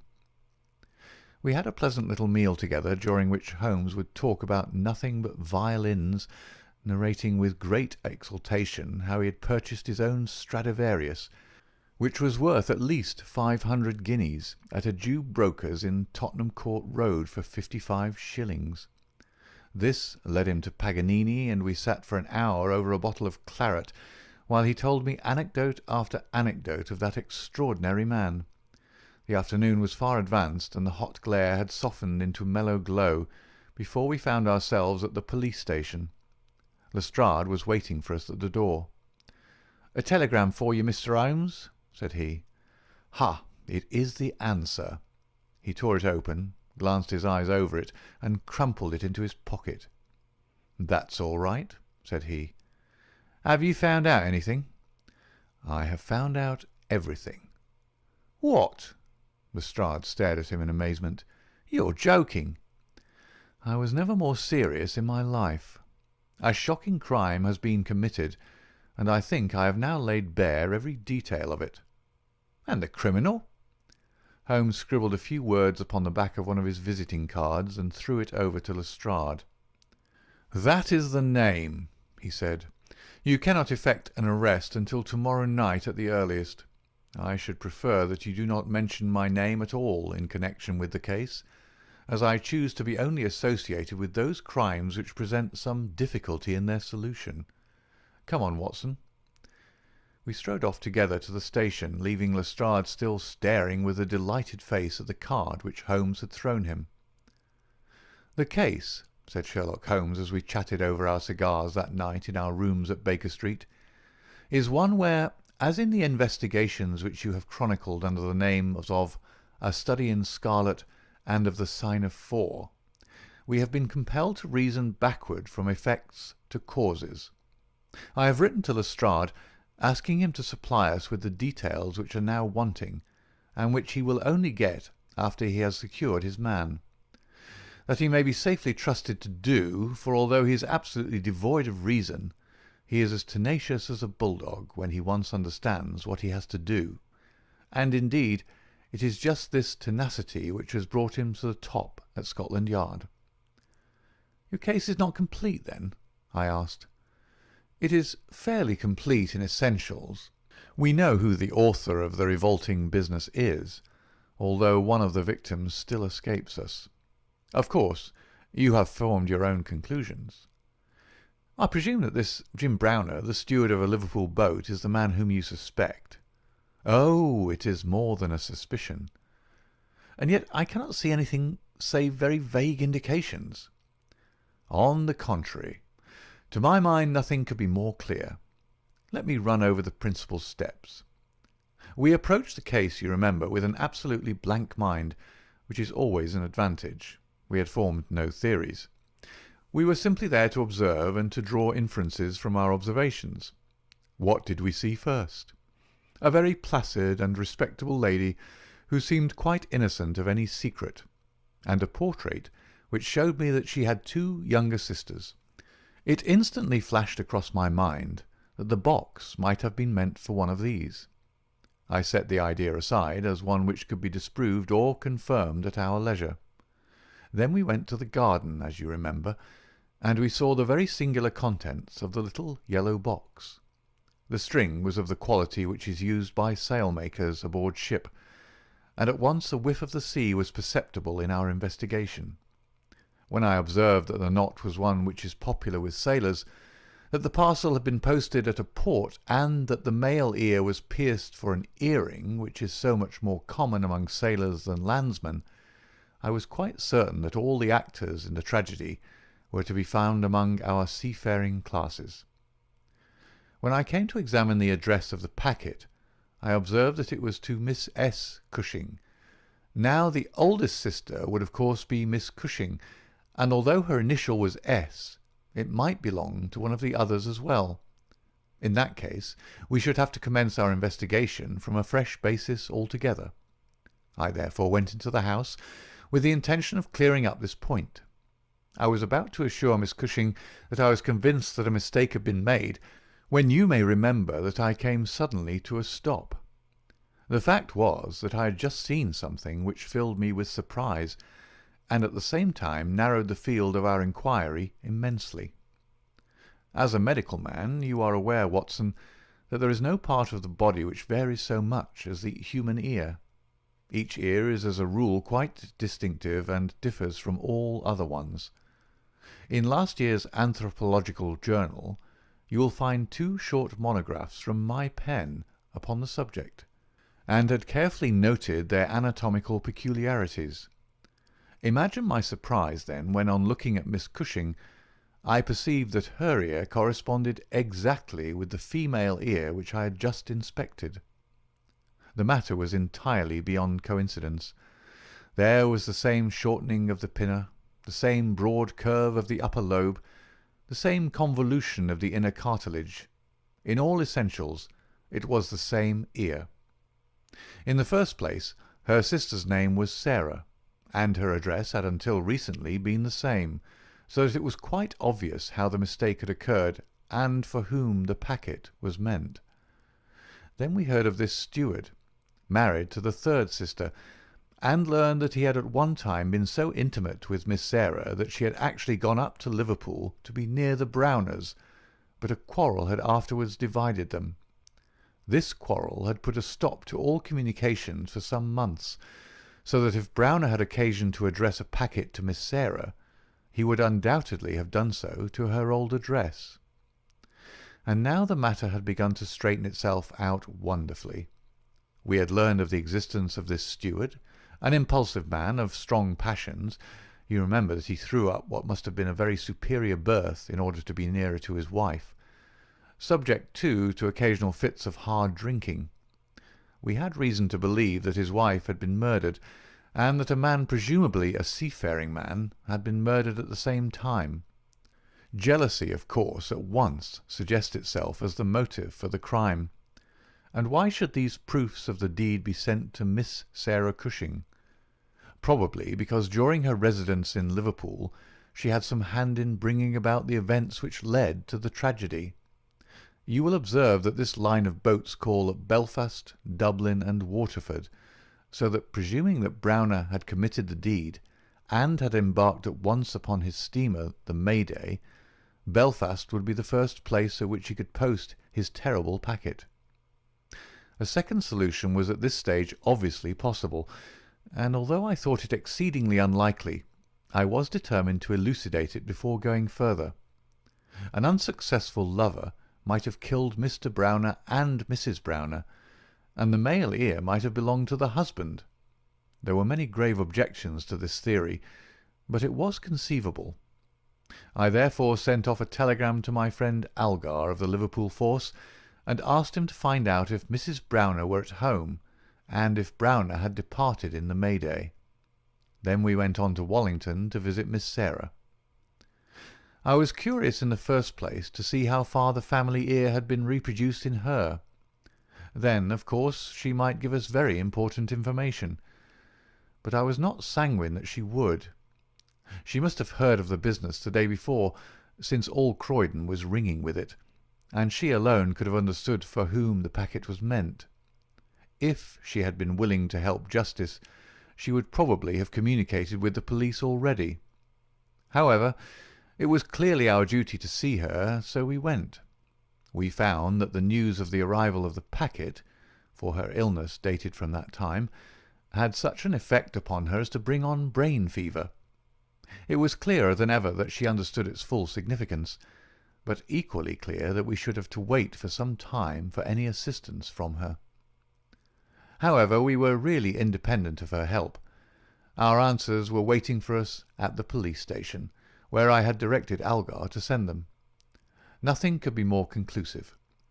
Mrs. Browner's house had been closed for more than 3 days, and the neighbours were of opinion that she had gone south to see her relatives.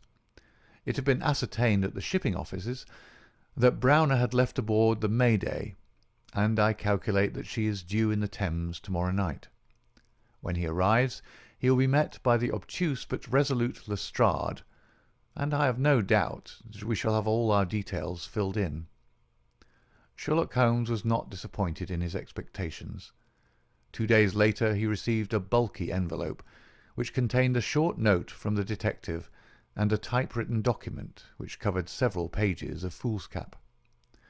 "Lestrade has got him all right," said Holmes, glancing up at me. "Perhaps it would interest you to hear what he says. My dear Mr. Holmes, in accordance with the scheme which we had formed in order to test our theories—" The "we" is rather fine, Watson, is it not?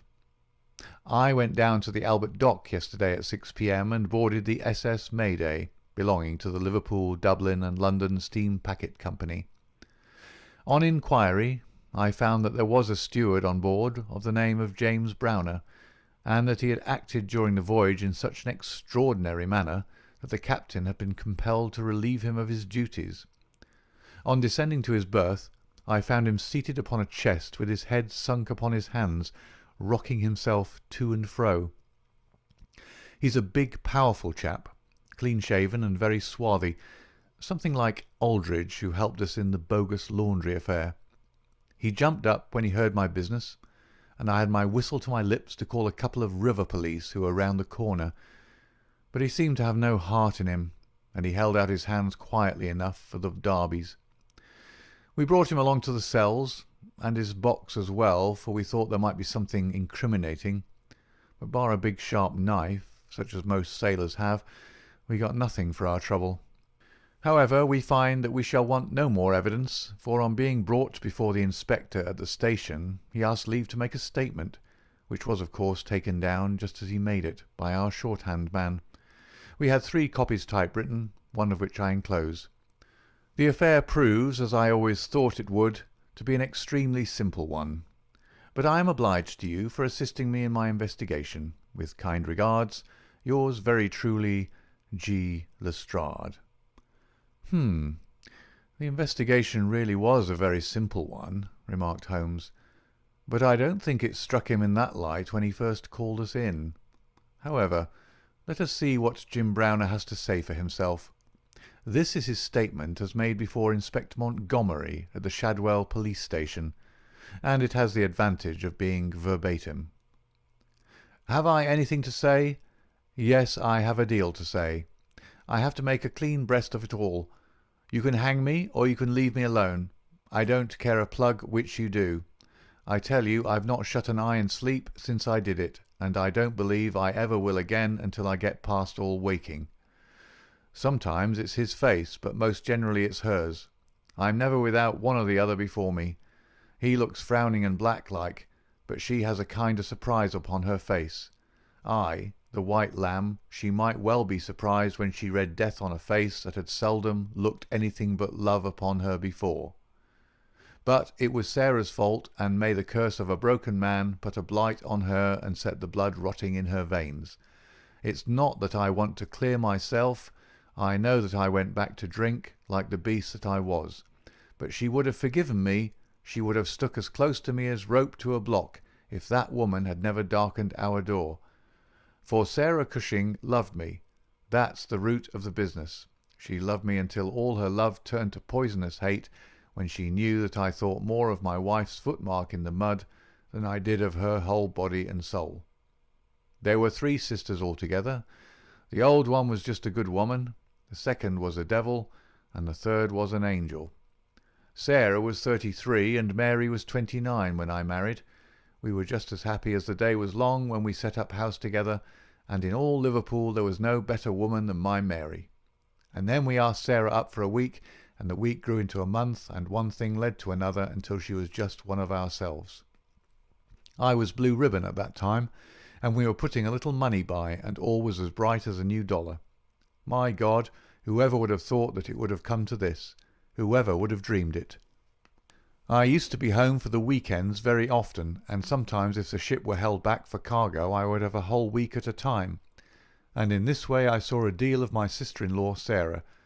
She was a fine tall woman, black and quick and fierce, with a proud way of carrying her head and a glint from her eye like a spark from a flint.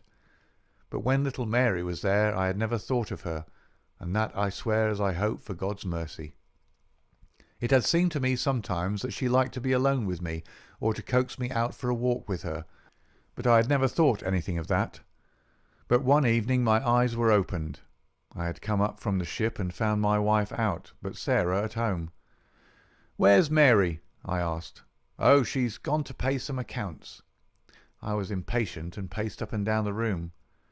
"Can't you be happy for 5 minutes without Mary, Jim?" says she. "It's a bad compliment to me that you can't be contented with my society for so short a time." "That's all right, my lass," said I, putting out my hand toward her in a kindly way, but she had it in both hers in an instant, and they burned as if they were in a fever. I looked into her eyes, and I read it all there. There was no need for her to speak, nor for me either. I frowned and drew my hand away, and she stood by my side in silence for a bit, and then put up her hand and patted me on the shoulder. "Steady, old Jim," said she, and with a kind of mocking laugh she ran out of the room. Well, from that time Sarah hated me with her whole heart and soul, and she is a woman who can hate too. I was a fool to let her go on biding with us, a besotted fool, but I never said a word to Mary, for I knew it would grieve her. Things went on much as before, but after a time I began to find that there was a bit of a change in Mary herself. She had always been so trusting and so innocent, but now she became queer and suspicious, wanting to know where I'd been, and what I'd been doing, and whom my letters were from, and what I had in my pockets, and 1,000 such follies. Day by day she grew queerer and more irritable, and we had ceaseless rows about nothing. I was fairly puzzled by it all. Sarah avoided me now, but she and Mary were just inseparable. I can see now how she was plotting and scheming and poisoning my wife's mind against me, but I was such a blind beetle that I could not understand it at the time. Then I broke my blue ribbon and began to drink again, but I think I should not have done it if Mary had been the same as ever. She had some reason to be disgusted with me now, and the gap between us began to be wider and wider. And then this Alec Fairbairn chipped in, and things became 1,000 times blacker.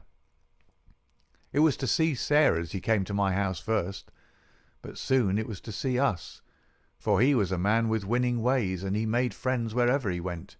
He was a dashing, swaggering chap, smart and curled, who'd seen half the world and could talk of what he'd seen. He was good company, I won't deny it, and he had wonderful polite ways with him for a sailor man, so that I think there must have been a time when he knew more of the poop than the forecastle.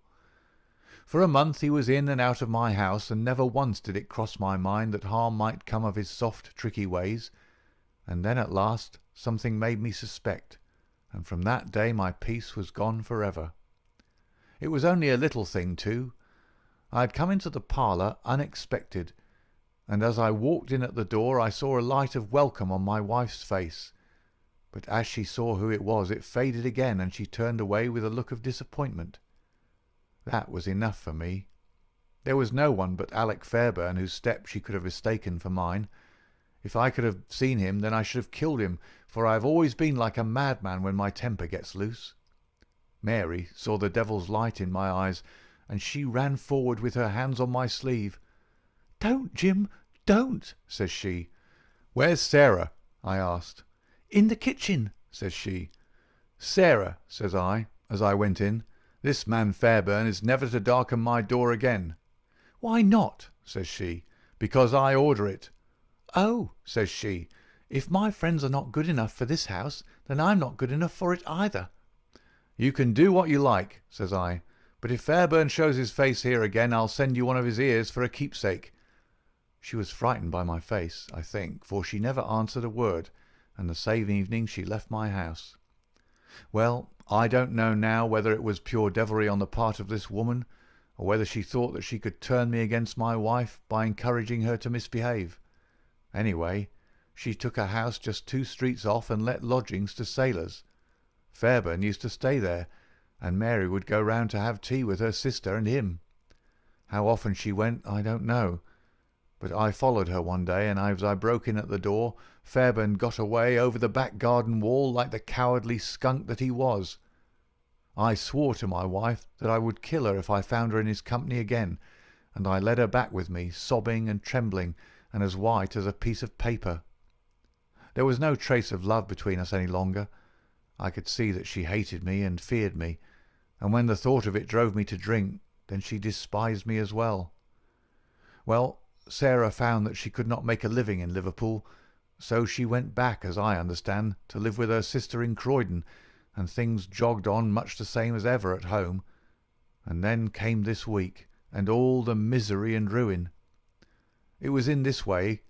We'd gone on the May Day for a round voyage of 7 days, but a hogshead got loose and started one of our plates, so we had to get back into port for 12 hours. I left the ship and came home, thinking what a surprise it would be for my wife, and hoping that maybe she would be glad to see me so soon. The thought was in my head as I turned into my own street, and at that moment a cab passed me, and there she was, sitting by the side of Fairbairn, the two chatting and laughing, with never a thought for me as I stood watching them from the footpath. I tell you, and I give you my word for it, that from that moment I was not my own master, and it is all like a dim dream when I look back on it. I've been drinking hard of late, and the two things together fairly turned my brain. There's something throbbing in my head now, like a docker's hammer, but that morning I seemed to have all Niagara whizzing and buzzing in my ears. It was just as if they'd been given into my hands. There was a bit of a haze, and you could not see more than a few 100 yards. I hired a boat for myself, and I pulled after them. I could see the blur of their craft, but they were going nearly as fast as I, and they must have been a long mile from the shore before I caught them up. The haze was like a curtain all round us, and there we were, 3 in the middle of it. My God, shall I ever forget their faces when they saw who was in the boat that was closing in upon them? She screamed out. He swore like a madman and jabbed at me with an oar, for he must have seen death in my eyes. I got past it, and got one in with my stick that crushed his head like an egg. I would have spared her, perhaps, for all my madness, but she threw her arms round him, crying out to him and calling him Alec. I struck again, and she lay stretched beside him. I was like a wild beast then that had tasted blood. If Sarah had been there, by the Lord, she would have joined them. I pulled out my knife, and well, there, I've said enough. It gave me a kind of savage joy when I thought how Sarah would feel when she had such signs as these of what her meddling had brought about. Then I tied the bodies into the boat, stove a plank, and stood by until they had sunk. I knew very well that the owner would think that they had lost their bearings in the haze and had drifted off out to sea. I cleaned myself up, got back to land, and joined my ship without a soul having a suspicion of what had passed. That night I made up the packet for Sarah Cushing, and next day I sent it from Belfast. There you have the whole truth of it. You can hang me or do what you like with me, but you cannot punish me as I have been punished already.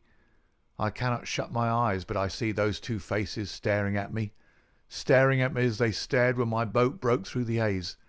I killed them quick, but they're killing me slow, and if I have another night of it, I shall be either mad or dead before morning. You won't put me alone into a cell, sir. For pity's sake don't, and may you be treated in your day of agony as you treat me now."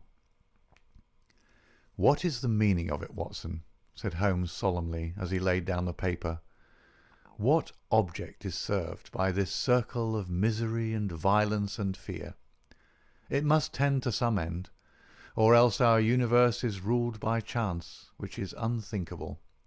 But what end? There is the great standing perennial problem to which human reason is as far from an answer as ever." End of The Adventure of the Cardboard Box.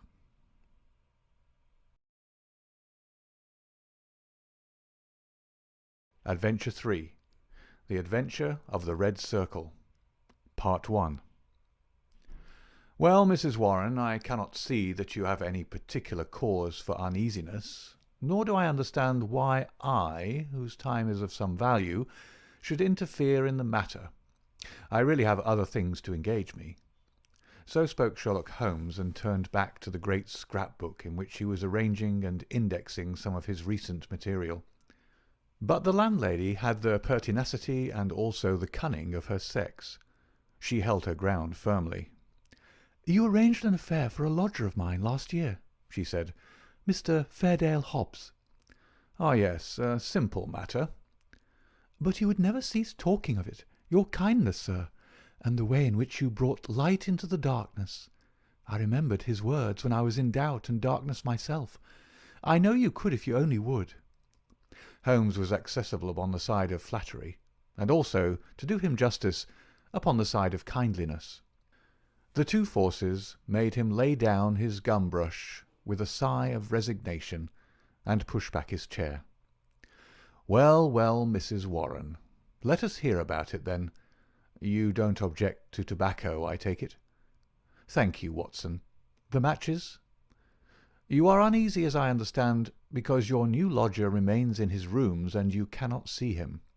Why, bless you, Mrs. Warren, if I were your lodger you often would not see me for weeks on end." "No doubt, sir. But this is different. It frightens me, Mr. Holmes. I can't sleep for fright. To hear his quick step moving here and moving there from early morning to late at night, and yet never to catch so much as a glimpse of him.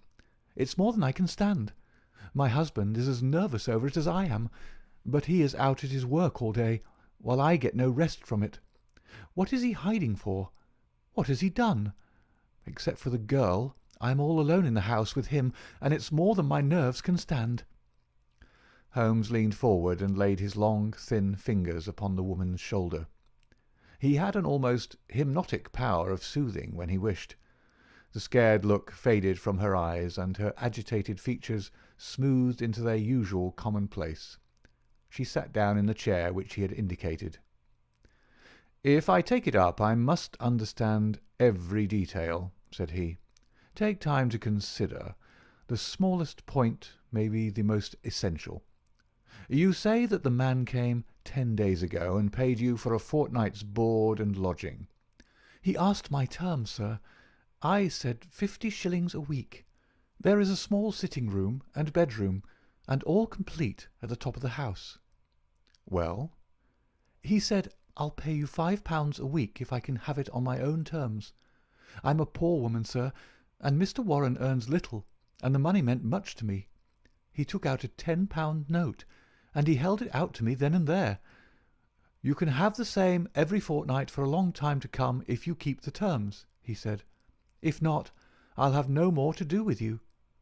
"What were the terms?" "Well, sir, they were that he was to have a key of the house. That was all right. Lodgers often have them. Also that he was to be left entirely to himself, and never upon any excuse to be disturbed." "Nothing wonderful in that, surely?" "Not in reason, sir. But this is out of all reason. He's been there for 10 days, and neither Mr. Warren nor I, nor the girl, has once set eyes upon him. We can hear that quick step of his, pacing up and down, night, morning, and noon, but except on that first night he had never once gone out of the house." "Oh, he went out the first night, did he?" "Yes, sir, and returned very late, after we were all in bed. He told me after he had taken the rooms that he would do so, and asked me not to bar the door. I heard him come up the stair after midnight." "But his meals?" "It was his particular direction that we should always, when he rang, leave his meal upon a chair outside his door. Then he rings again when he was finished, and we take it down from the same chair. If he wants anything else, he prints it on a slip of paper and leaves it." "Prints it?" "Yes, sir, prints it in pencil. Just the word, nothing more. Here's the one I brought to show you. Soap. Here's another. Match. This is the one he left the first morning. Daily Gazette. I leave that paper with his breakfast every morning." "Dear me, Watson," said Holmes, staring with great curiosity at the slips of foolscap which the landlady had handed to him. This is certainly a little unusual. Seclusion I can understand. But why print? Printing is a clumsy process. Why not write? What would it suggest, Watson? That he desired to conceal his handwriting. But why? What can it matter to him that his landlady should have a word of his writing? Still, it may be as you say.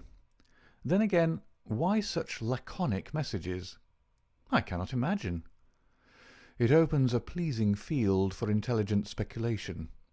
The words are written with a broad-pointed, violet-tinted pencil of a not unusual pattern. You will observe that the paper is torn away at the side, here after the printing was done, so that the S of soap is partly gone. Suggestive, Watson, is it not? Of caution? Exactly. There was evidently some mark, some thumbprint, something which might give a clue to the person's identity. Now, Mrs. Warren, you say that the man was of middle size, dark and bearded.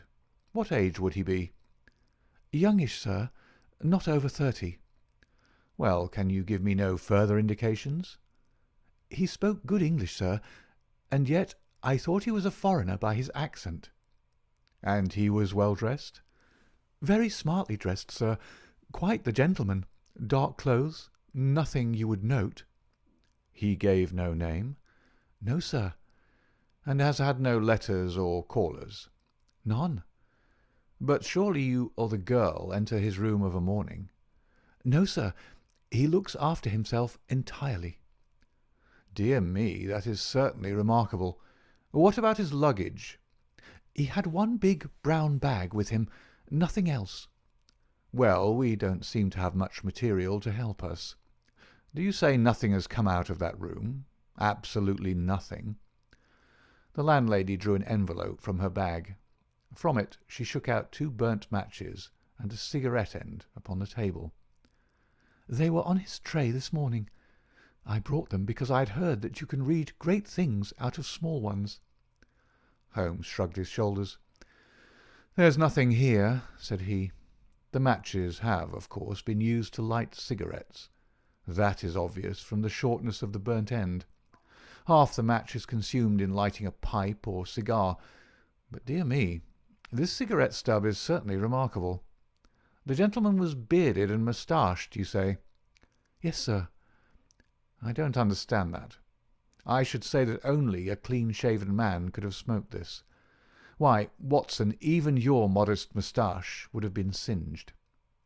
"A holder?" I suggested. No, the end is matted. I suppose there could not be 2 people in your rooms, Mrs. Warren?" "No, sir. He eats so little that I often wonder it can keep life in one." "Well, I think we must wait for a little more material. After all, you have nothing to complain of. You have received your rent, and he is not a troublesome lodger, though he is certainly an unusual one. He pays you well, and if he chooses to lie concealed it is no direct business of yours. We have no excuse for an intrusion upon his privacy until we have some reason to think that there is a guilty reason for it. I've taken up the matter, and I won't lose sight of it. Report to me if anything fresh occurs, and rely upon my assistance if it should be needed."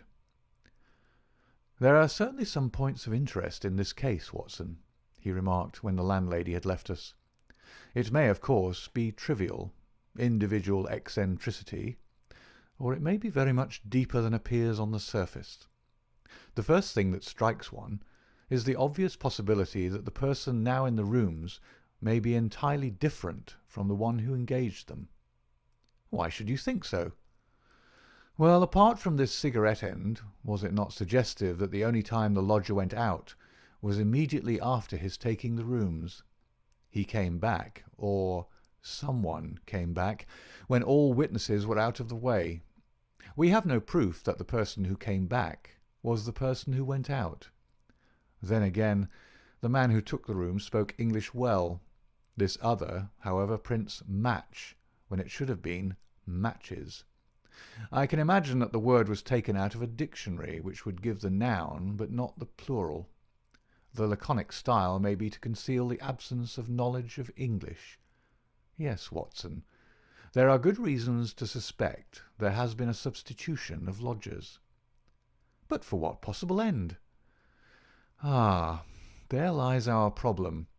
There is one rather obvious line of investigation. He took down the great book in which, day by day, he filed the agony column of the various London journals. "Dear me," said he, turning over the pages, "what a chorus of groans, cries, and bleatings! What a rag-bag of singular happenings! But surely the most valuable hunting ground that ever was given to a student of the unusual. This person is alone, and cannot be approached by letter without a breach of that absolute secrecy which is desired. How is any news or any message to reach him from without? Obviously by advertisement through a newspaper. There seems no other way, and fortunately we need concern ourselves with one paper only. Here are the Daily Gazette extracts of the last fortnight. Lady with a black boa at Prince's Skating Club. That we may pass. Surely Jimmy will not break his mother's heart. That appears to be irrelevant. If the lady who fainted on Brixton bus, she does not interest me. Every day my heart longs, bleat, Watson, unmitigated bleat. Ah, this is a little more possible. Listen to this. Be patient, we'll find some sure means of communications. Meanwhile this column, G. That is 2 days after Mrs. Warren's lodger arrived. It sounds plausible, does it not? The mysterious one could understand English, even if he could not print it. Let us see if we can pick up the trace again. Yes, here we are. 3 days later. Am making successful arrangements. Patience and prudence. The clouds will pass. G. Nothing for a week after that. Then comes something much more definite. The path is clearing.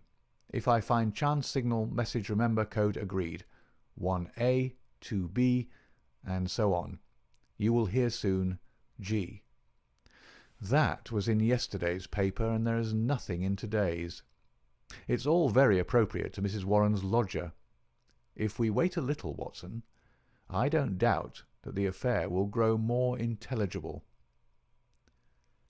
So it proved, for in the morning I found my friend standing on the hearthrug with his back to the fire, and a smile of complete satisfaction upon his face. "How's this, Watson?" he cried, picking up the paper from the table. "High red house with white stone facings. 3rd floor, 2nd window left. After dusk, G. That is definite enough. I think after breakfast we must make a little reconnaissance of Mrs. Warren's neighbourhood. Ah, Mrs. Warren, what news do you bring us this morning?" Our client had suddenly burst into the room with an explosive energy which told of some new and momentous development. "It's a police matter, Mr. Holmes," she cried. "I'll have no more of it. He shall pack out of there with his baggage. I would have gone straight up and told him so, only I thought it was but fair to you to take your opinion first. But I'm at the very end of my patience, and when it comes to knocking my old man about—" "Knocking Mr. Warren about?" "Using him roughly, anyway." "But who used him roughly?" "Ah, that's what we want to know. It was this morning, sir. Mr. Warren is a timekeeper at Morton and Waylight's in Tottenham Court Road. He has to be out of the house before 7. Well, this morning he had not gone 10 paces down the road when 2 men came up behind him, threw a coat over his head, and bundled him into a cab that was beside the curb. They drove him an hour, and then opened the door and shot him out. He lay in the roadway so shaken in his wits that he never saw what became of the cab. When he picked himself up, he found he was on Hampstead Heath, so he took a bus home, and there he lies now on his sofa, while I came straight round to tell you what had happened." "Most interesting," said Holmes. "Did he observe the appearance of these men? Did he hear them talk?" "No, he is clean dazed. He just knows that he was lifted up as if by magic, and dropped as if by magic. 2 at least were in it, and maybe 3. "And you connect this attack with your lodger?" "Well, we've lived there 15 years. and no such happenings ever came before. I've had enough of him. Money's not everything. I'll have him out of my house before the day is done." "Wait a bit, Mrs. Warren. Do nothing rash. I begin to think that this affair may be very much more important than appeared at first sight. It is clear now that some danger is threatening your lodger. It is equally clear that his enemies, lying in wait for him near your door, mistook your husband for him in the foggy morning light. On discovering their mistake, they released him. What they would have done had it not been a mistake, we can only conjecture." "Well, what am I to do, Mr. Holmes?" "I have a great fancy to see this lodger of yours, Mrs. Warren." "I don't see how that is to be managed, unless you break in the door. I always hear him unlock it as I go down the stair after I leave the tray." "He has to take the tray in. Surely we could conceal ourselves and see him do it." The landlady thought for a moment. "Well, sir, there's the box-room opposite. I could arrange a looking-glass, maybe, and if you were behind the door—" "Excellent," said Holmes. "When does he lunch?" "About 1, sir." "Then Dr. Watson and I will come round in time. For the present, Mrs. Warren, good-bye." At 12:30 we found ourselves upon the steps of Mrs. Warren's house, a high, thin, yellow brick edifice in Great Orme Street, a narrow thoroughfare at the north-east side of the British Museum. Standing as it does near the corner of the street, it commands a view down Howe Street with its more pretentious houses. Holmes pointed with a chuckle to one of these, a row of residential flats, which projected so that they could not fail to catch the eye. "See, Watson," said he, "high red house with stone facings. There is the signal station, all right. We know the place and we know the code, so surely our task should be simple. There's a to let card in that window. It is evidently an empty flat to which the confederate has access. Well, Mrs. Warren, what now?" "I have it all ready for you. If you will both come up and leave your boots below on the landing, I'll put you there now." It was an excellent hiding-place which she had arranged. The mirror was so placed that, seated in the dark, we could very plainly see the door opposite. We had hardly settled down in it, and Mrs. Warren left us, when a distant tinkle announced that our mysterious neighbour had rung. Presently the landlady appeared with the tray, laid it down upon a chair beside the closed door, and then, treading heavily, departed. Crouching together in the angle of the door, we kept our eyes fixed upon the mirror. Suddenly, as the landlady's footsteps died away, there was the creak of a turning key, the handle revolved, and 2 thin hands darted out and lifted the tray from the chair. An instant later it was hurriedly replaced, and I caught a glimpse of a dark, beautiful, horrified face glaring at the narrow opening of the box-room. Then the door crashed to, the key turned once more, and all was silence. Holmes twitched my sleeve, and together we stole down the stair. "I will call again in the evening," said he to the expectant landlady. "I think, Watson, we can discuss this business better in our own quarters." "My surmise, as you saw, proved to be correct," said he, speaking from the depths of his easy-chair. "There has been a substitution of lodgers. What I did not foresee is that we should find a woman, and no ordinary woman, Watson." "She saw us." "Well, she saw something to alarm her, that is certain. The general sequence of events is pretty clear, is it not? A couple seek refuge in London from a very terrible and instant danger. The measure of that danger is the rigour of their precautions. The man, who has some work which he must do, desires to leave the woman in absolute safety while he does it. It is not an easy problem, but he solved it in an original fashion, and so effectively that her presence was not even known to the landlady who supplies her with food. The printed messages, as is now evident, were to prevent her sex being discovered by her writing. The man cannot come near the woman, or he will guide their enemies to her. Since he cannot communicate with her direct, he has recourse to the agony column of a paper. So far all is clear. But what is at the root of it? Ah, yes, Watson. Severely practical as usual. What is at the root of it all? Mrs. Warren's whimsical problem enlarges somewhat and assumes a more sinister aspect as we proceed. This much we can say, that it is no ordinary love escapade. You saw the woman's face at the sign of danger. We have heard, too, of the attack upon the landlord, which was undoubtedly meant for the lodger. These alarms, and the desperate need for secrecy, argue that the matter is one of life or death. The attack upon Mr. Warren further shows that the enemy, whoever they are themselves not aware of the substitution of the female lodger for the male. It is very curious and complex, Watson. Why should you go further in it? What have you to gain from it? What indeed? It is art for art's sake, Watson. I suppose when you doctored you found yourself studying cases without thought of a fee? For my education, Holmes. Education never ends, Watson. It is a series of lessons with the greatest for the last. This is an instructive case. There is neither money nor credit in it, and yet one would wish to tidy it up. When dusk comes, we should find ourselves one stage advanced in our investigation. When we returned to Mrs. Warren's rooms, the gloom of a London winter evening had thickened into one grey curtain, a dead monotone of colour, broken only by the sharp yellow squares of the windows and the blurred halos of the gas lamps. As we peered from the darkened sitting-room of the lodging-house, one more dim light glimmered high up through the obscurity. "Someone is moving in that room," said Holmes in a whisper, his gaunt and eager face thrust forward to the window-pane. "Yes, I can see his shadow. There he is again. He has a candle in his hand. Now he is peering across.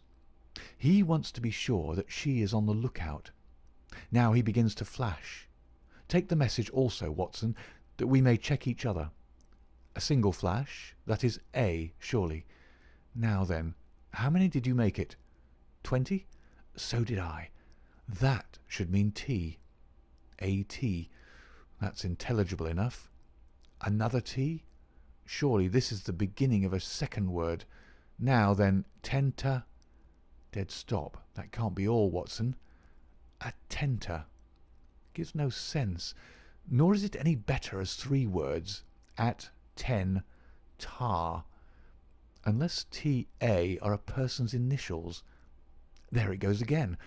What's that? A-T-T-E. Why, it is the same message over again. Curious, Watson, very curious. Now he's off once more. A-T. Why, he is repeating it for the 3rd time. A-T-T-E-N-T-A, attenta, 3 times. How often will he repeat it? No, that seems to be the finish. He is withdrawn from the window. What do you make of it, Watson? A cipher message, Holmes. My companion gave a sudden chuckle of comprehension. And not a very obscure cipher, Watson, said he. Why, of course. It is Italian. The A means that it is addressed to a woman. Beware, beware, beware. How's that, Watson? I believe you've hit it. No doubt of it. It is a very urgent message, thrice repeated to make it more so. But beware of what? Wait a bit. He's coming to the window once more. Again we saw the dim silhouette of a crouching man and the whisk of the small flame across the window as the signals were renewed. They came more rapidly than before, so rapid that it was hard to follow them. Pericolo. Pericolo, eh? What's that, Watson? Danger, isn't it? Yes, by Jove, it's a danger signal. Here he goes again. Hello, what on earth? The light had suddenly gone out. The glimmering square of window had disappeared, and the 3rd floor formed a dark band round the lofty building with its tiers of shining casements. That last warning cry had been suddenly cut short. How, and by whom? The same thought occurred on the instant to us both. Holmes sprang up from where he crouched by the window. "This is serious, Watson," he cried. "There is some devilry going forward. Why should such a message stop in such a way? I should put Scotland Yard in touch with this business, and yet it is too pressing for us to leave. Shall I go for the police? We must define the situation a little more clearly. It may bear some more innocent interpretation. Come, Watson, let us go across ourselves and see what we can make of it." End of The Adventure of the Red Circle, Part 1.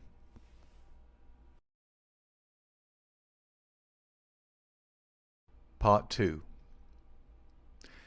As we walked rapidly down Howe Street, I glanced back at the building which we'd left. There, dimly outlined at the top window, I could see the shadow of a head, a woman's head, gazing tensely, rigidly out into the night, waiting with breathless suspense for the renewal of that interrupted message. At the doorway of the Howe Street flats, a man, muffled in a cravat and greatcoat, was leaning against the railing. He started as the hall light fell upon our faces. "Holmes!" he cried. "Why, Gregson," said my companion as he shook hands with the Scotland Yard detective. "Journeys end with lovers' meetings.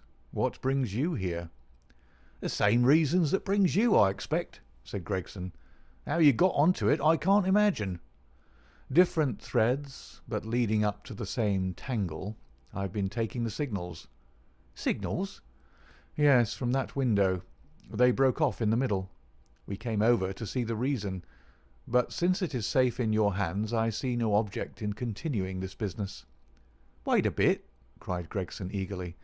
"I'll do you this justice, Mr. Holmes, that I was never in a case yet that I didn't feel stronger for having you on my side.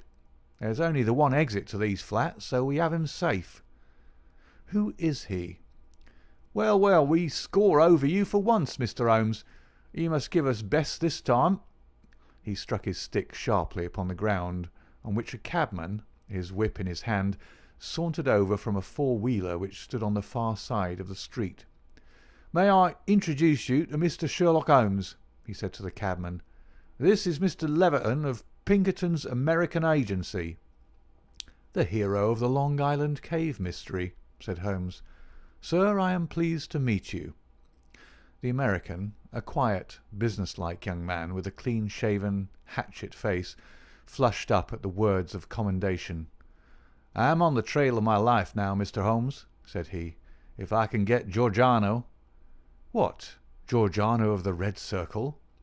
"Oh, he has a European fame, has he? Well, we've learned all about him in America.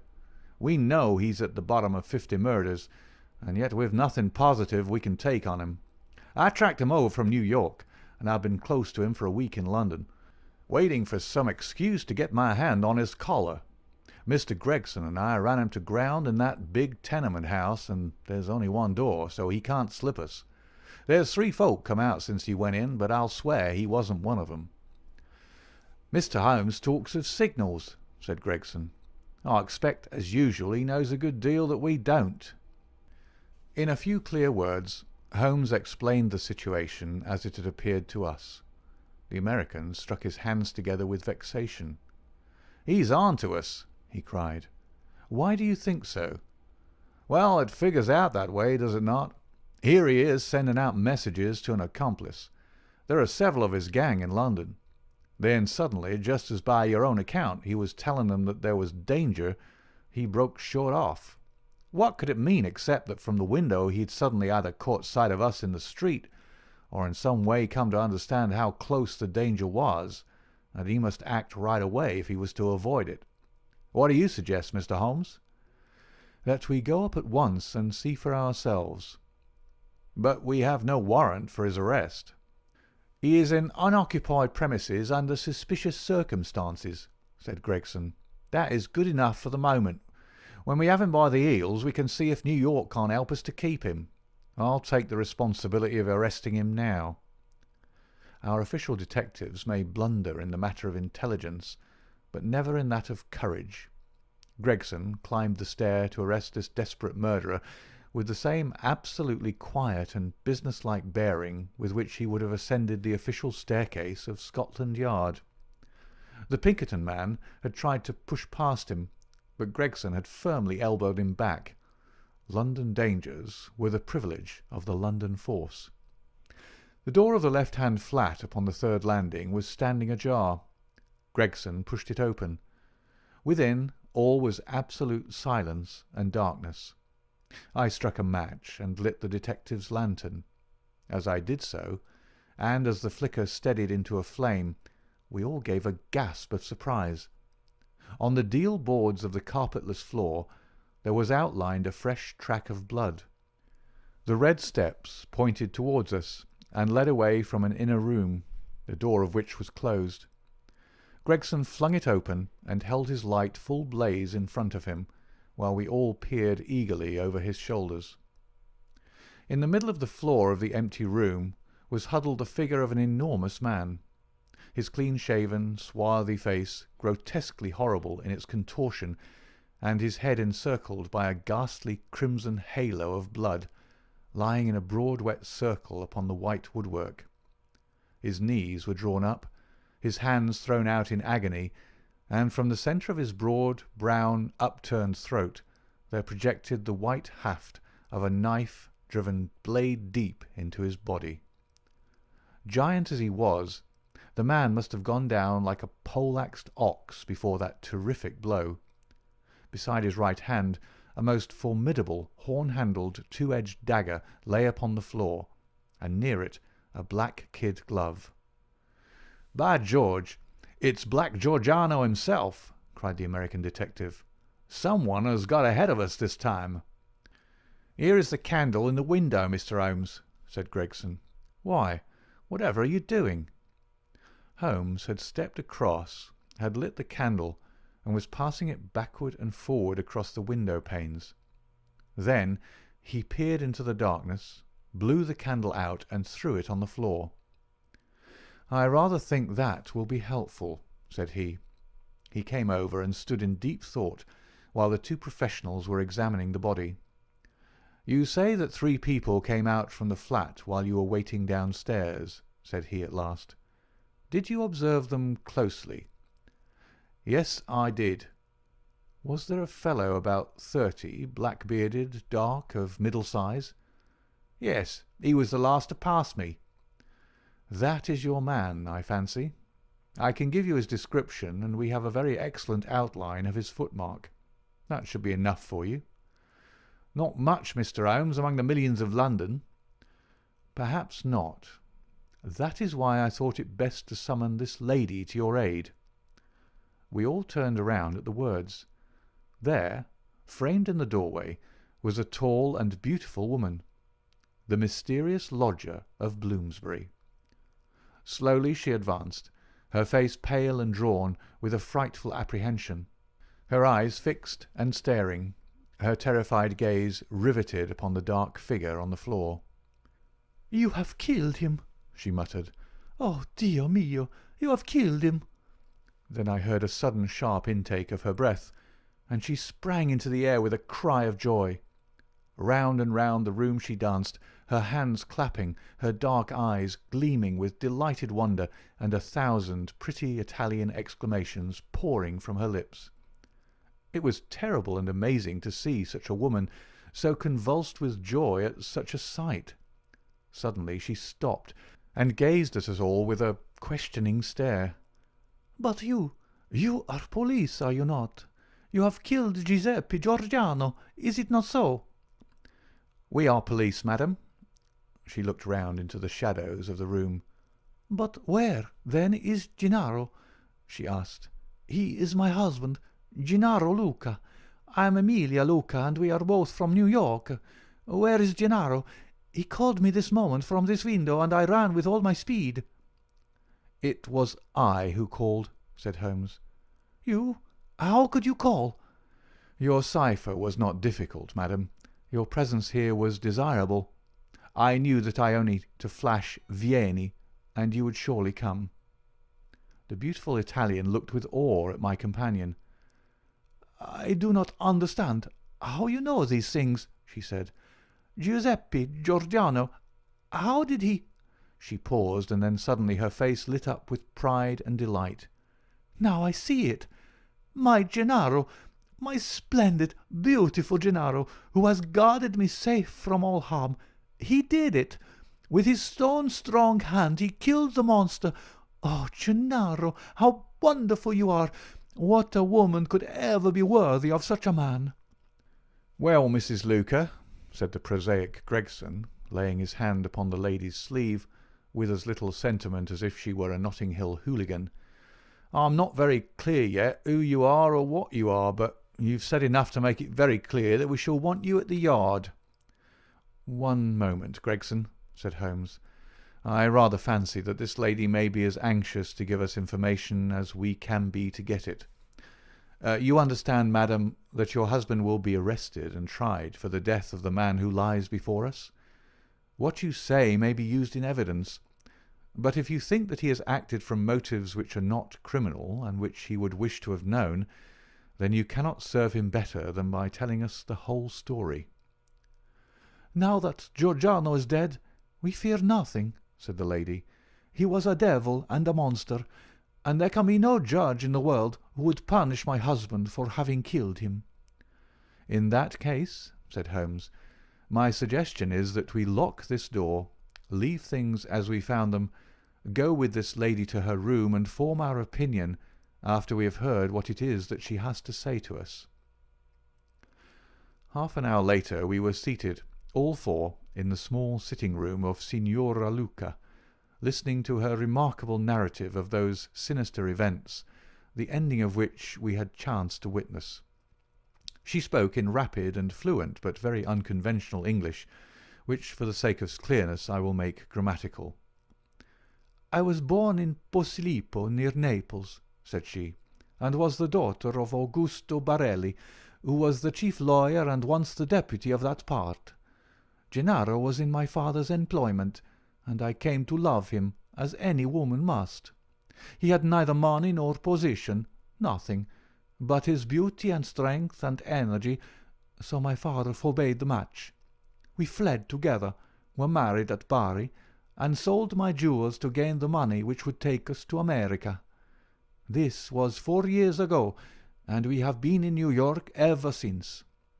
Fortune was very good to us at first. Gennaro was able to do a service to an Italian gentleman.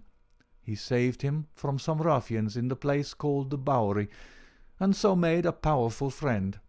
His name was Tito Castalotti, and he was the senior partner of the great firm of Castolotti and Zamba, who are the chief fruit importers of New York. Signor Zamba is an invalid, and our new friend Castolotti has all power within the firm, which employs more than 300 men. He took my husband into his employment, made him head of a department, and showed his good will toward him in every way. Signor Castolotti was a bachelor, and I believe that he felt as if Gennaro was his son, and both my husband and I loved him as if he were our father. We had taken and furnished a little house in Brooklyn, and our whole future seemed assured, when that black cloud appeared which was soon to overspread our sky. One night, when Gennaro returned from his work, he brought a fellow countryman back with him. His name was Giordano, and he had come also from Posillipo. He was a huge man, as you can testify, for you have looked upon his corpse.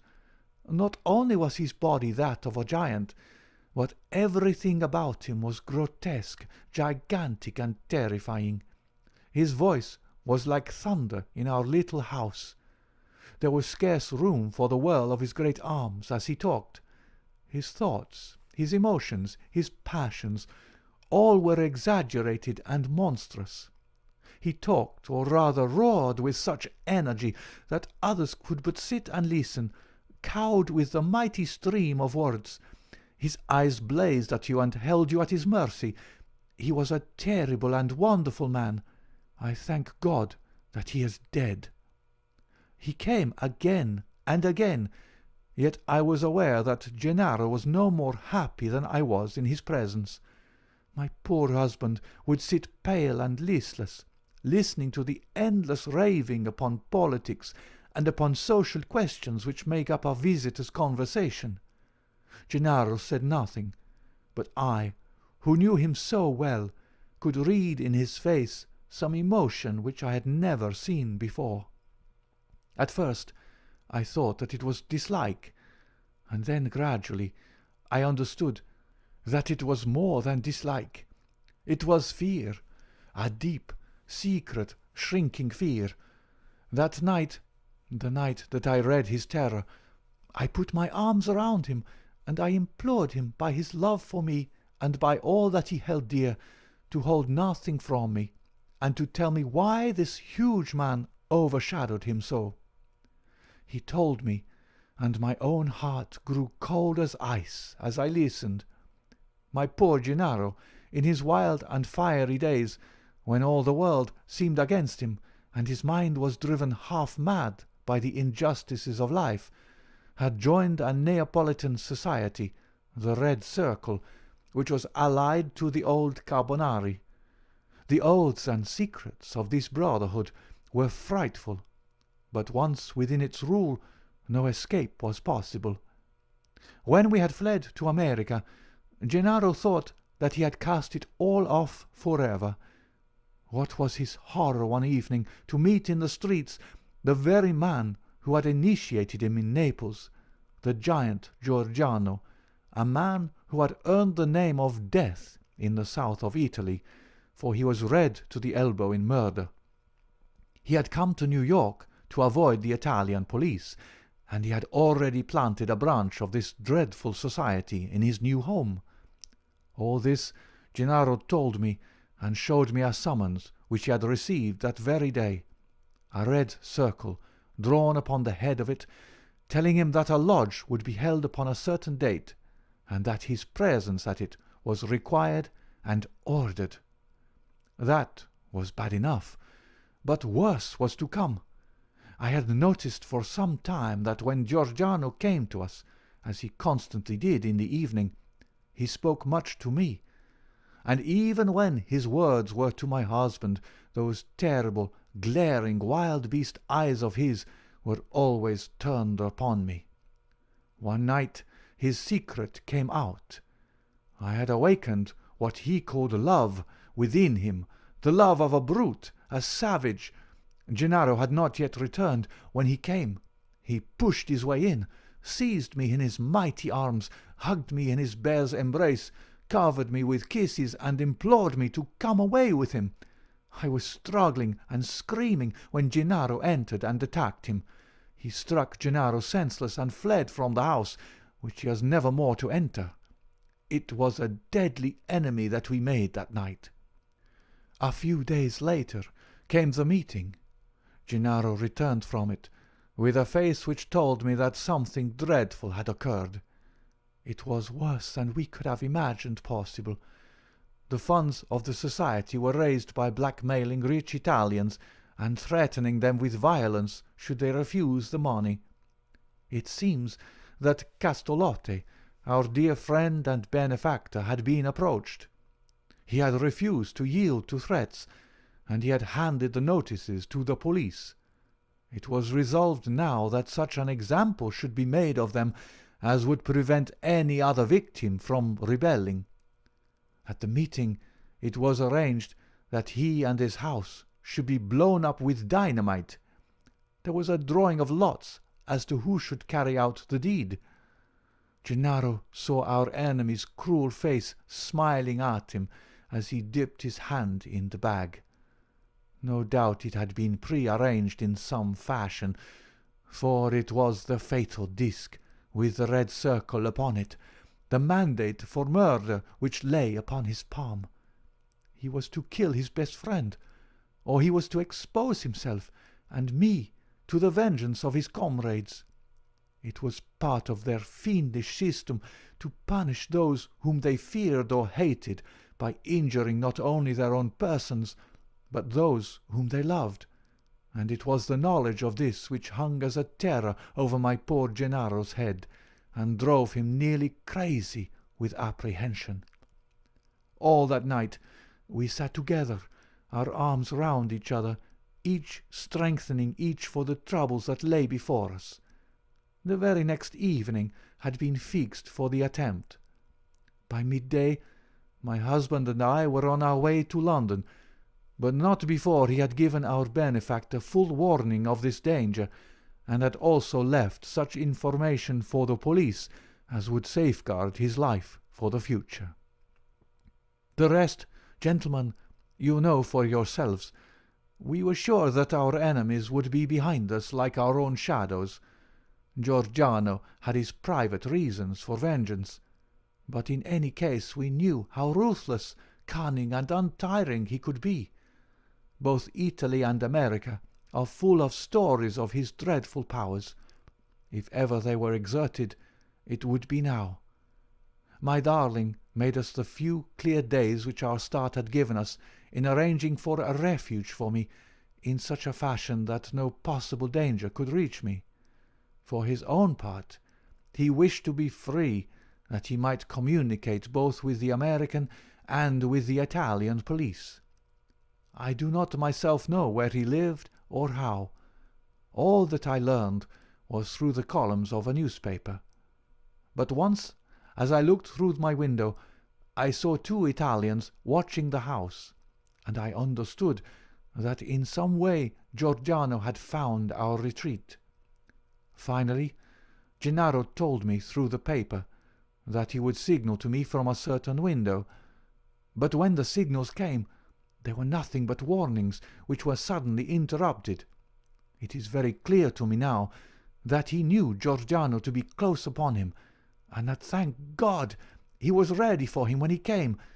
And now, gentlemen, I would ask you whether we have anything to fear from the law, or whether any judge upon earth would condemn my Gennaro for what he has done." "Well, Mr. Gregson," said the American, looking across at the official, "I don't know what your British point of view may be, but I guess that in New York this lady's husband will receive a pretty general vote of thanks." "She will have to come with me and see the chief," Gregson answered. "If what she says is corroborated, I do not think she or her husband has much to fear. But what I can't make head or tail of, Mr. Holmes, is how on earth you got yourself mixed up in the matter." "Education, Gregson, education. Still seeking knowledge at the old university. Well, Watson, you have one more specimen of the tragic and grotesque to add to your collection. By the way, it is not 8 o'clock, and a Wagner night at Covent Garden. If we hurry, we might be in time for the second act." End of Part 2 of The Adventure of the Red Circle.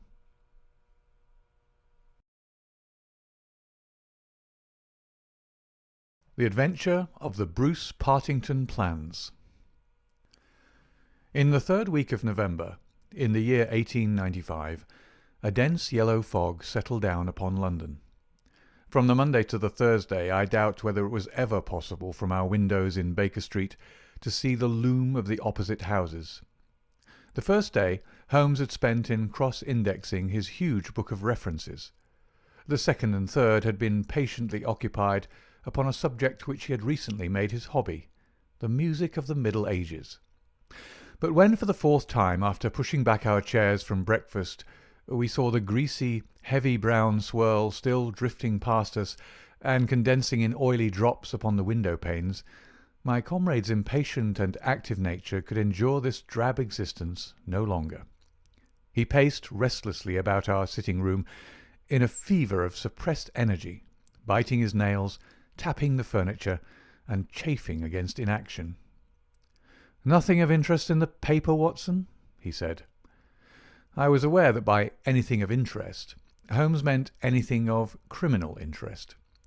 There was the news of a revolution, of a possible war, and of an impending change of government, but these did not come within the horizon of my companion. I could see nothing recorded in the shape of crime which was not commonplace and futile. Holmes groaned and resumed his restless meanderings. "The London criminal is certainly a dull fellow," said he in the querulous voice of the sportsman whose game has failed him. "Look out this window, Watson. See how the figures loom up, are dimly seen, and then blend once more into the cloud bank. The thief or the murderer could roam London on such a day as the tiger does the jungle, unseen until he pounces, and then evident only to his victim. "There have," said I, "been numerous petty thefts." Holmes snorted his contempt. "This great and sombre stage is set for something more worthy than that," said he. "It is fortunate for this community that I am not a criminal." "It is indeed," said I heartily. "Suppose that I were Brooks or Woodhouse, or any of the 50 men who have good reason for taking my life, how long could I survive against my own pursuit? A summons, a bogus appointment, and all would be over. It is well they don't have days of fog in the Latin countries, the countries of assassination. By Jove! Here comes something at last to break our dead monotony." It was the maid with a telegram. Holmes tore it open and burst out laughing. "Well, well, what next?" said he. "Brother Mycroft is coming round." "Why not?" I asked. "Why not? It is as if you met a tram-car coming down a country lane. Mycroft has his rails, and he runs on them. His Pall Mall lodgings, the Diogenes Club, Whitehall, that is his cycle. Once and only once he's been here. What upheaval can possibly have derailed him? Does he not explain?" Holmes handed me his brother's telegram. "Must see you over Cadogan West. Coming at once. Mycroft." "Cadogan West? I've heard that name." "It recalls nothing to my mind, but that Mycroft should break out in this erratic fashion. A planet might as well leave its orbit. By the way, do you know what Mycroft is?" I had some vague recollection of an explanation at the time of the adventure of the Greek interpreter. "You told me that he had some small office under the British government." Holmes chuckled. "I do not know quite so well in those days.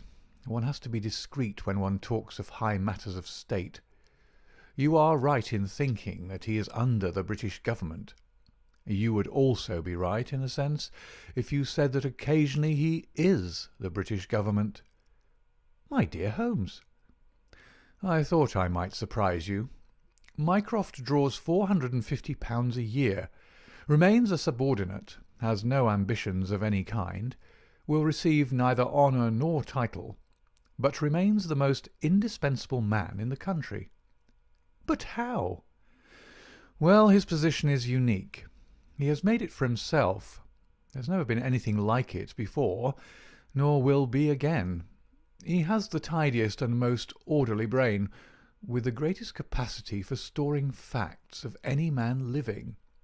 The same great powers which I have turned to the detection of crime he has used for this particular business. The conclusions of every department are passed to him, and he is the central exchange, the clearing house which makes out the balance. All other men are specialists, but his specialism is omniscience. We will suppose that a minister needs information as to a point which involves the Navy, India, Canada, and the bimetallic question. He could get his separate advices from various departments upon each, but only Mycroft can focus them all, and say offhand how each factor would affect the other. They began by using him as a short-cut, a convenience, and now he's made himself an essential. In that great brain of his, everything is pigeon-holed and can be handed out in an instant. Again and again his word has decided the national policy. He lives in it. He thinks of nothing else, save when, as an intellectual exercise, he unbends if I call upon him and ask him to advise me on one of my little problems. But Jupiter is descending today. What on earth can it mean? Who is Cadogan West, and what is he to Mycroft? "I have it!" I cried, and plunged among the litter of papers upon the sofa. Yes, here he is, sure enough. Cadogan West was the young man who was found dead on the Underground on Tuesday morning." Holmes sat up at attention, his pipe half-way to his lips. "This must be serious, Watson. A death which has caused my brother to alter his habits can be no ordinary one. What in the world can he have to do with it? The case was featureless, as I remember it. The young man had apparently fallen out of the train and killed himself. He had not been robbed, and there was no particular reason to suspect violence. Is that not so?" "There has been an inquest," said I, "and a good many fresh facts have come out. Looked at more closely, I should certainly say that it was a curious case." "Judging by its effect on my brother, I should think it must be a most extraordinary one." He snuggled down in his armchair. "Now, Watson, let us have the facts. The man's name was Arthur Cadogan West. He was 27 years of age, unmarried, and a clerk at Woolwich Arsenal. Government employ, behold the link with brother Mycroft. He left Woolwich suddenly on Monday night, was last seen by his fiancée, Miss Violet Westbury, whom he left abruptly in the fog about 7:30 that evening. There was no quarrel between them, and she can give no motive for his action. The next thing heard of him was when his dead body was discovered by a plate-layer named Mason, just outside Aldgate Station on the Underground system in London." "When?" "The body was found at 6 on Tuesday morning. It was lying wide of the metals upon the left hand of the track as one goes eastward, at a point close to the station, where the line emerges from the tunnel in which it runs. The head was badly crushed, an injury which might well have been caused by a fall from the train. The body could only have come on the line in that way. Had it been carried down from any neighbouring street, it must have passed the station barriers, where a collector is always standing. This point seems absolutely certain." "Very good. The case is definite enough. The man, dead or alive, either fell or was precipitated from a train. So much is clear to me. Continue." "The trains which traverse the lines of rail beside which the body was found are those which run from west to east, some being purely metropolitan and some from Willesden and outlying junctions. It can be stated for certain that this young man, when he met his death, was travelling in this direction at some late hour of the night, but at what point he entered the train it is impossible to state. His ticket, of course, would show that. There was no ticket in his pockets." "No ticket? Dear me, Watson, this really is a very singular. According to my experience, it is not possible to reach the platform of a metropolitan train without exhibiting one's ticket. Presumably, then, the young man had one. Was it taken from him in order to conceal the station from which he came? It is possible. Or did he drop it in the carriage? That is also possible. But the point is of curious interest. I understand that there was no sign of robbery." "Apparently not. There is a list here of his possessions. His purse contained £2.15. He had also a cheque-book on the Woolwich branch of the Capital and Counties Bank. Through this his identity was established. There were also 2 dress circle tickets for the Woolwich Theatre, dated for that very evening. Also a small packet of technical papers." Holmes gave an exclamation of satisfaction. "There we have it at last, Watson. British Government, Woolwich, Arsenal, technical papers, brother Mycroft. The chain is complete. But here he comes, if I am not mistaken, to speak for himself." A moment later the tall and portly form of Mycroft Holmes was ushered into the room. Heavily built and massive, there was a suggestion of uncouth physical inertia in the figure, but above this unwieldy frame there was perched a head so masterful in its brow, so alert in its steel-grey, deep-set eyes, so firm in its lips, and so subtle in its play of expression, that after the first glance one forgot the gross body and remembered only the dominant mind. At his heels came our dear old friend Lestrade of Scotland Yard, thin and austere. The gravity of both their faces foretold some weighty quest. The detective shook hands without a word. Mycroft Holmes struggled out of his overcoat and subsided into an armchair. "A most annoying business, Sherlock," said he.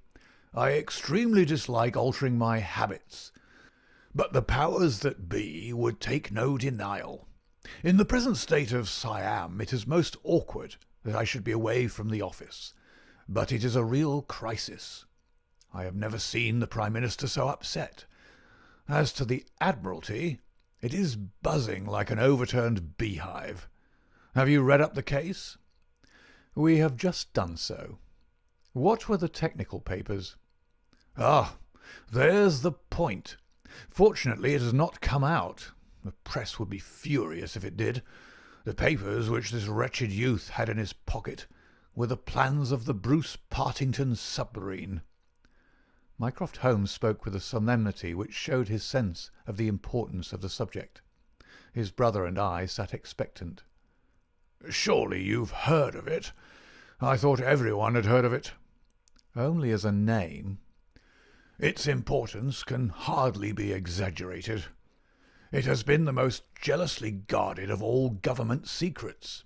You may take it from me that naval warfare becomes impossible within the radius of a Bruce Partington's operation. 2 years ago a very large sum was smuggled through the estimates, and was expended in acquiring a monopoly of the invention. Every effort has been made to keep the secret.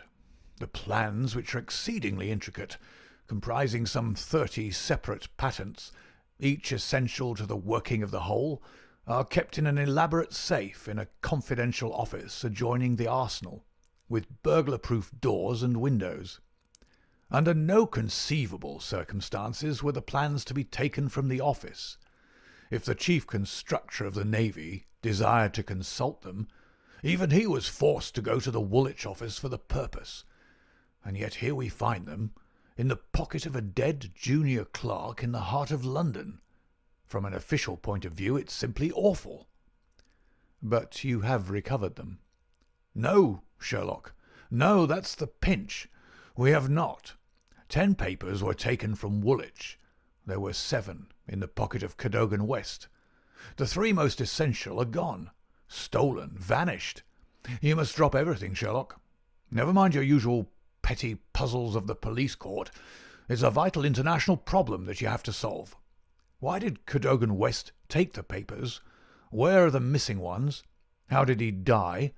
How came his body where it was found? How can the evil be set right? Find an answer to all these questions, and you will have done good service for your country." "Why do you not solve it yourself, Mycroft? You can see as far as I." "Possibly, Sherlock. But it is a question of getting details. Give me your details, and from an armchair I'll return you an excellent expert opinion. But to run here and run there, to cross-question railway guards and lie on my face with a lens to my eye, it is not my métier. No, you're the one man who can clear the matter up, if you have a fancy to see your name in the next honours list." My friend smiled and shook his head. "I play the game for the game's own sake," said he, "but the problem certainly presents some points of interest, and I shall be very pleased to look into it. Some more facts, please." "I have jotted down the more essential ones upon this sheet of paper, together with a few addresses which you'll find of service. The actual official guardian of the papers is the famous government expert, Sir James Walter, whose decorations and subtitles fill 2 lines of a book of reference. He's grown grey in the service, is a gentleman, a favoured guest in the most exalted houses, and above all a man whose patriotism is beyond suspicion. He is one of 2 who have a key of the safe. I may add that the papers were undoubtedly in the office during working hours on Monday, and that Sir James left for London about 3 o'clock, taking his key with him. He was at the house of Admiral Sinclair at Berkeley Square during the whole of the evening when this incident occurred." "Has the fact been verified?" "Yes. His brother, Colonel Valentine Walter, has testified to his departure from Woolwich, and Admiral Sinclair to his arrival in London. So Sir James is no longer a direct factor in the problem." "Who was the other man with the key?" "The senior clerk and draftsman, Mr. Sidney Johnson. He's a man of 40, married with 5 children. He is a silent, morose man, but he has on the whole an excellent record in the public service. He is unpopular with his colleagues, but a hard worker. According to his own account, corroborated only by the word of his wife, he was at home the whole of Monday evening after office hours, and his key has never left the watch chain upon which it hangs. Tell us about Cadogan West. He has been 10 years in the service, and has done good work. He has the reputation of being hot-headed and imperious, but a straight, honest man. We have nothing against him. He was next Sidney Johnson in the office. His duties brought him into daily personal contact with the plans. No one else had the handling of them. Who locked up the plans that night? Mr. Sidney Johnson, the senior clerk. Well, it is surely perfectly clear who took them away. They are actually found upon the person of this junior clerk, Cadogan West. That seems final, does it not? It does, Sherlock, and yet it leaves so much unexplained. In the first place, why did he take them? I presume they were of value. He could have got several thousands for them very easily. Can you suggest any possible motive for taking the papers to London except to sell them? No, I cannot. Then we must take that as our working hypothesis. Young West took the papers. Now this could only be done by having a false key. Several false keys. He had to open the building and the room. He had, then, several false keys. He took the papers to London to sell the secret, intending no doubt to have the plans themselves back in the safe next morning before they were missed. While in London, on this treasonable mission, he met his end. How? We will suppose that he was travelling back to Woolwich when he was killed and thrown out of the compartment. Aldgate, where the body was found, is considerably past the station London Bridge, which would be his route to Woolwich. Many circumstances could be imagined under which he would pass London Bridge. There was someone in the carriage, for example, with whom he was having an absorbing interview. This interview led to a violent scene in which he lost his life. Possibly he tried to leave the carriage, fell out on the line, and so met his end. The other closed the door. There was a thick fog, and nothing could be seen. No better explanation can be given with our present knowledge. And yet consider, Sherlock, how much you leave untouched. We will suppose, for argument's sake, that young Cadogan West had determined to convey these papers to London. He would naturally have made an appointment with the foreign agent and kept his evening clear. Instead of that, he took 2 tickets for the theatre, escorted his fiancée halfway there, and then suddenly disappeared. "A blind?" said Lestrade, who had sat listening with some impatience to the conversation. A very singular one. That is objection number 1. Objection number 2. We will suppose that he reaches London and sees the foreign agent. He must bring back the papers before morning, or the loss will be discovered. He took away 10. Only 7 were in his pocket. What had become of the other 3? He certainly would not leave them of his own free will. Then again, where is the price of his treason? One would have expected to find a large sum of money in his pocket. "It seems me perfectly clear," said Lestrade. "I have no doubt at all as to what occurred. He took the papers to sell them. He saw the agent.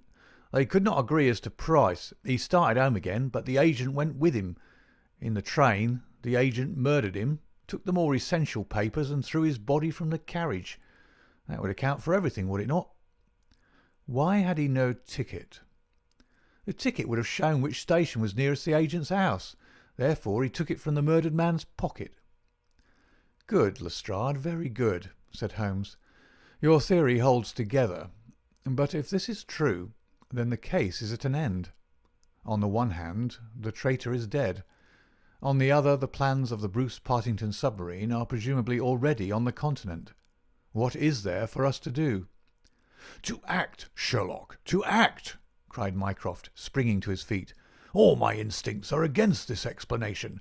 Use your powers. Go to the scene of the crime. See the people concerned. Leave no stone unturned. In all your career you have never had so great a chance of serving your country." "Well, well," said Holmes, shrugging his shoulders. "Come, Watson, and you, Lestrade, could you favour us with your company for an hour or two? We will begin our investigation by a visit to Aldgate Station. Good-bye, Mycroft. I shall let you have a report before evening, but I warn you in advance that you have little to expect." An hour later, Holmes, Lestrade, and I stood upon the Underground Railroad at the point where it emerges from the tunnel immediately before Aldgate Station. A courteous, red-faced old gentleman represented the railway company. "This is where the young man's body lay," said he, indicating a spot about 3 feet from the metals. "It could not have fallen from above, for these, as you see, are all blank walls. Therefore it could only have come from a train, and that train, so far as we can trace it, must have passed about midnight on Monday." "Have the carriages been examined for any sign of violence?" "There are no such signs, and no ticket has been found." "No record of a door being found open?" "None."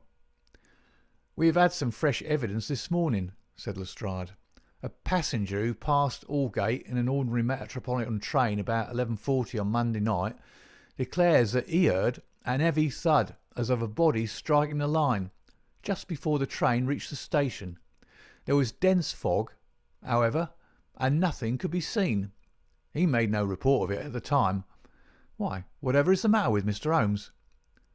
My friend was standing with an expression of strained intensity upon his face, staring at the railway metals where they curved out of the tunnel.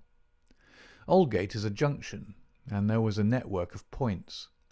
On these his eager, questioning eyes were fixed, and I saw on his keen, alert face that tightening of the lips, that quiver of the nostrils, and concentration of the heavy, tufted brows, which I knew so well.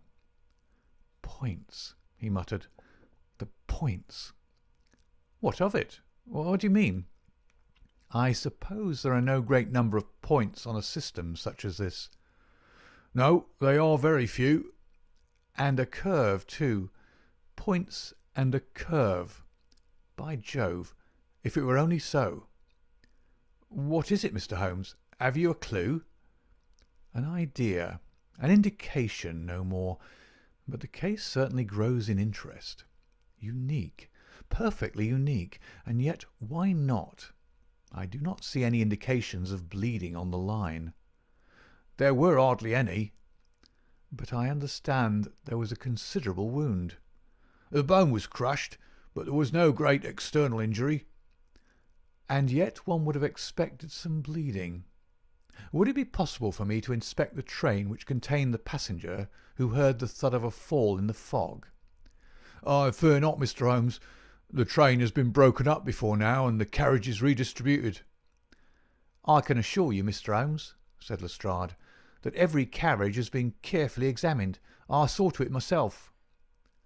It was one of my friend's most obvious weaknesses that he was impatient with less alert intelligences than his own.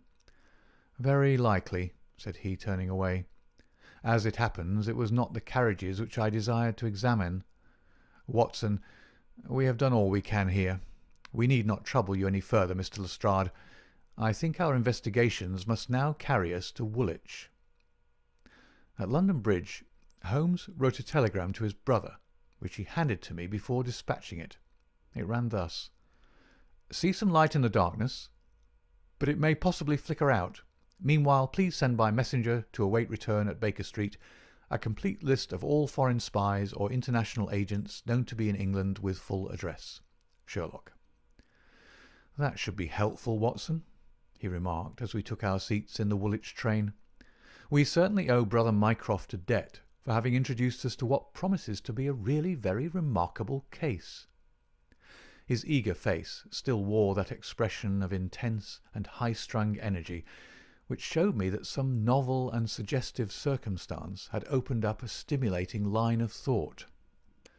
See the foxhound with hanging ears and drooping tail as it lolls about the kennels, and compare it with the same hound as, with gleaming eyes and straining muscles, it runs upon a breast-high scent.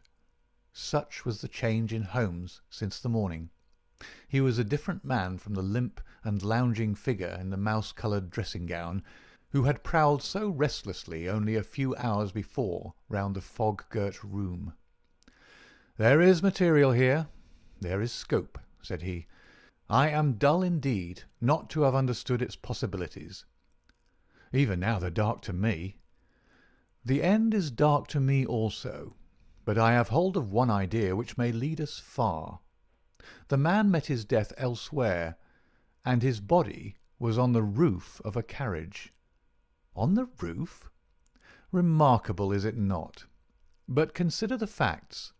Is it a coincidence that it is found at the very point where the train pitches and sways as it comes round on the points? Is not that the place where an object upon the roof might be expected to fall off? The points would affect no object inside the train. Either the body fell from the roof, or a very curious coincidence has occurred.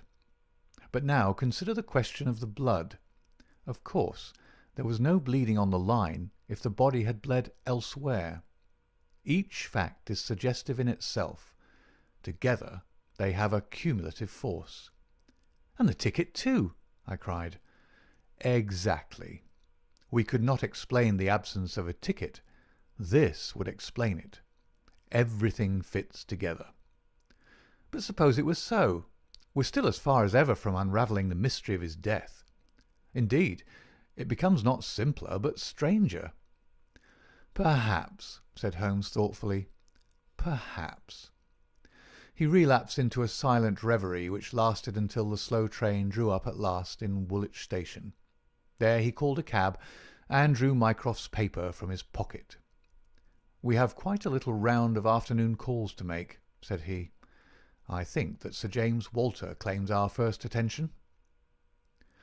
The house of the famous official was a fine villa, with green lawns stretching down to the Thames. As we reached it, the fog was lifting, and a thin, watery sunshine was breaking through. A butler answered our ring. "Sir James, sir," said he with a solemn face. "Sir James died this morning." "Good heavens!" cried Holmes in amazement. "How did he die?" "Perhaps you would care to step in, sir, and see his brother, Colonel Valentine." "Yes, we'd best do so." We were ushered into a dim-lit drawing-room, where an instant later we were joined by a very tall, handsome, light-bearded man of 50, the younger brother of the dead scientist. His wild eyes, stained cheeks, and unkempt hair all spoke of the sudden blow which had fallen upon the household. He was hardly articulate as he spoke of it. "It was this horrible scandal," said he. "My brother, Sir James, was a man of very sensitive honour, and he could not survive such an affair. It broke his heart.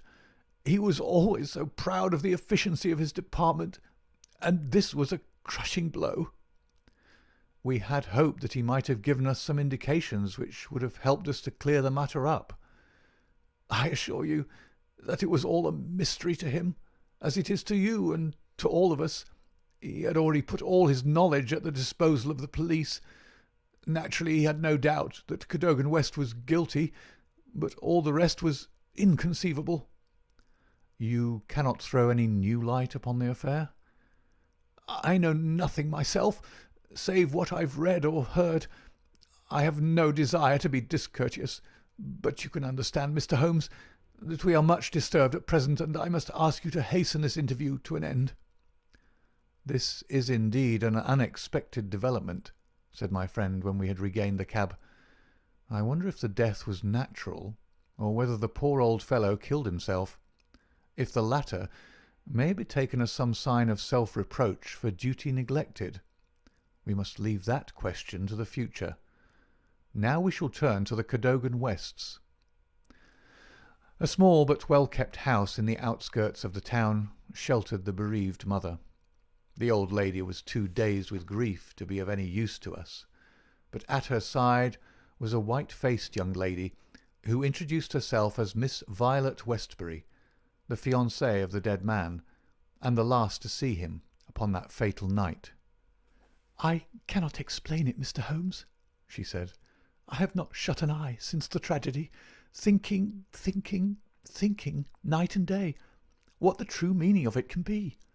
Arthur was the most single-minded, chivalrous, patriotic man upon earth. He would have cut his right hand off before he would sell a state secret confided to his keeping. It is absurd, impossible, preposterous to anyone who knew him." "But the facts, Miss Westbury?" Yes, I admit I cannot explain them." "Was he in any want of money?" "No, his needs were very simple, and his salary ample. He had saved a few hundreds, and we were to marry at the New Year." "No signs of any mental excitement? Come, Miss Westbury, be absolutely frank with us." The quick eye of my companion had noticed some change in her manner. She coloured and hesitated. "Yes," she said at last. "I had a feeling that there was something on his mind." "For long?" "Only for the last week or so. He was thoughtful and worried. Once I pressed him about it. He admitted that there was something, and that it was concerned with his official life. 'It is too serious for me to speak about even to you,' said he. I could get nothing more." Holmes looked grave. "Go on, Miss Westbury. Even if it seems to tell against him, go on. We cannot say what it may lead to." "Indeed, I have nothing more to tell. Once or twice it seemed to me that he was on the point of telling me something. He spoke one evening of the importance of the secret, and I have some recollection that he said that no doubt foreign spies would pay a great deal to have it." My friend's face grew graver still. "Anything else?" "He said that we were slack about such matters, that it would be easy for a traitor to get the plans." "Was it only recently that he made such remarks?" "Yes, quite recently." "Now tell us of that last evening." "We were to go to the theatre. The fog was so thick that a cab was useless. We walked, and our way took us close to the office. Suddenly he darted away into the fog." "Without a word?" "He gave an exclamation, that was all. I waited, but he never returned. Then I walked home. Next morning, after the office opened, they came to inquire. About 12 o'clock we heard the terrible news. Oh, Mr. Holmes, if you could only save his honour! It was so much to him." Holmes shook his head sadly. "Come, Watson," said he. "Our ways lie elsewhere. Our next station must be the office from which the papers were taken." "It was black enough before against this young man, but our inquiries make it blacker," he remarked as the cab lumbered off. "His coming marriage gives a motive for the crime. He naturally wanted money. The idea was in his head since he spoke about it. He nearly made the girl an accomplice in the treason by telling her his plans. It is all very bad." "But surely, Holmes, character goes for something. Then again, why should he leave the girl in the street and dart away to commit a felony?" "Exactly. There are certain objections, but it is a formidable case which they have to meet." Mr. Sidney Johnson, the senior clerk, met us at the office, and received us with that respect which my companion's card always commanded. He was a thin, gruff, bespectacled man of middle age, his cheeks haggard and his hands twitching from the nervous strain to which he had been subjected. "It is bad, Mr. Holmes, very bad. Have you heard of the death of the chief?" "We have just come from his house." "The place is disorganized. The chief dead, Cadogan West dead, our papers stolen, and yet, when we closed our door on Monday evening, we were as efficient an office as any in the government service.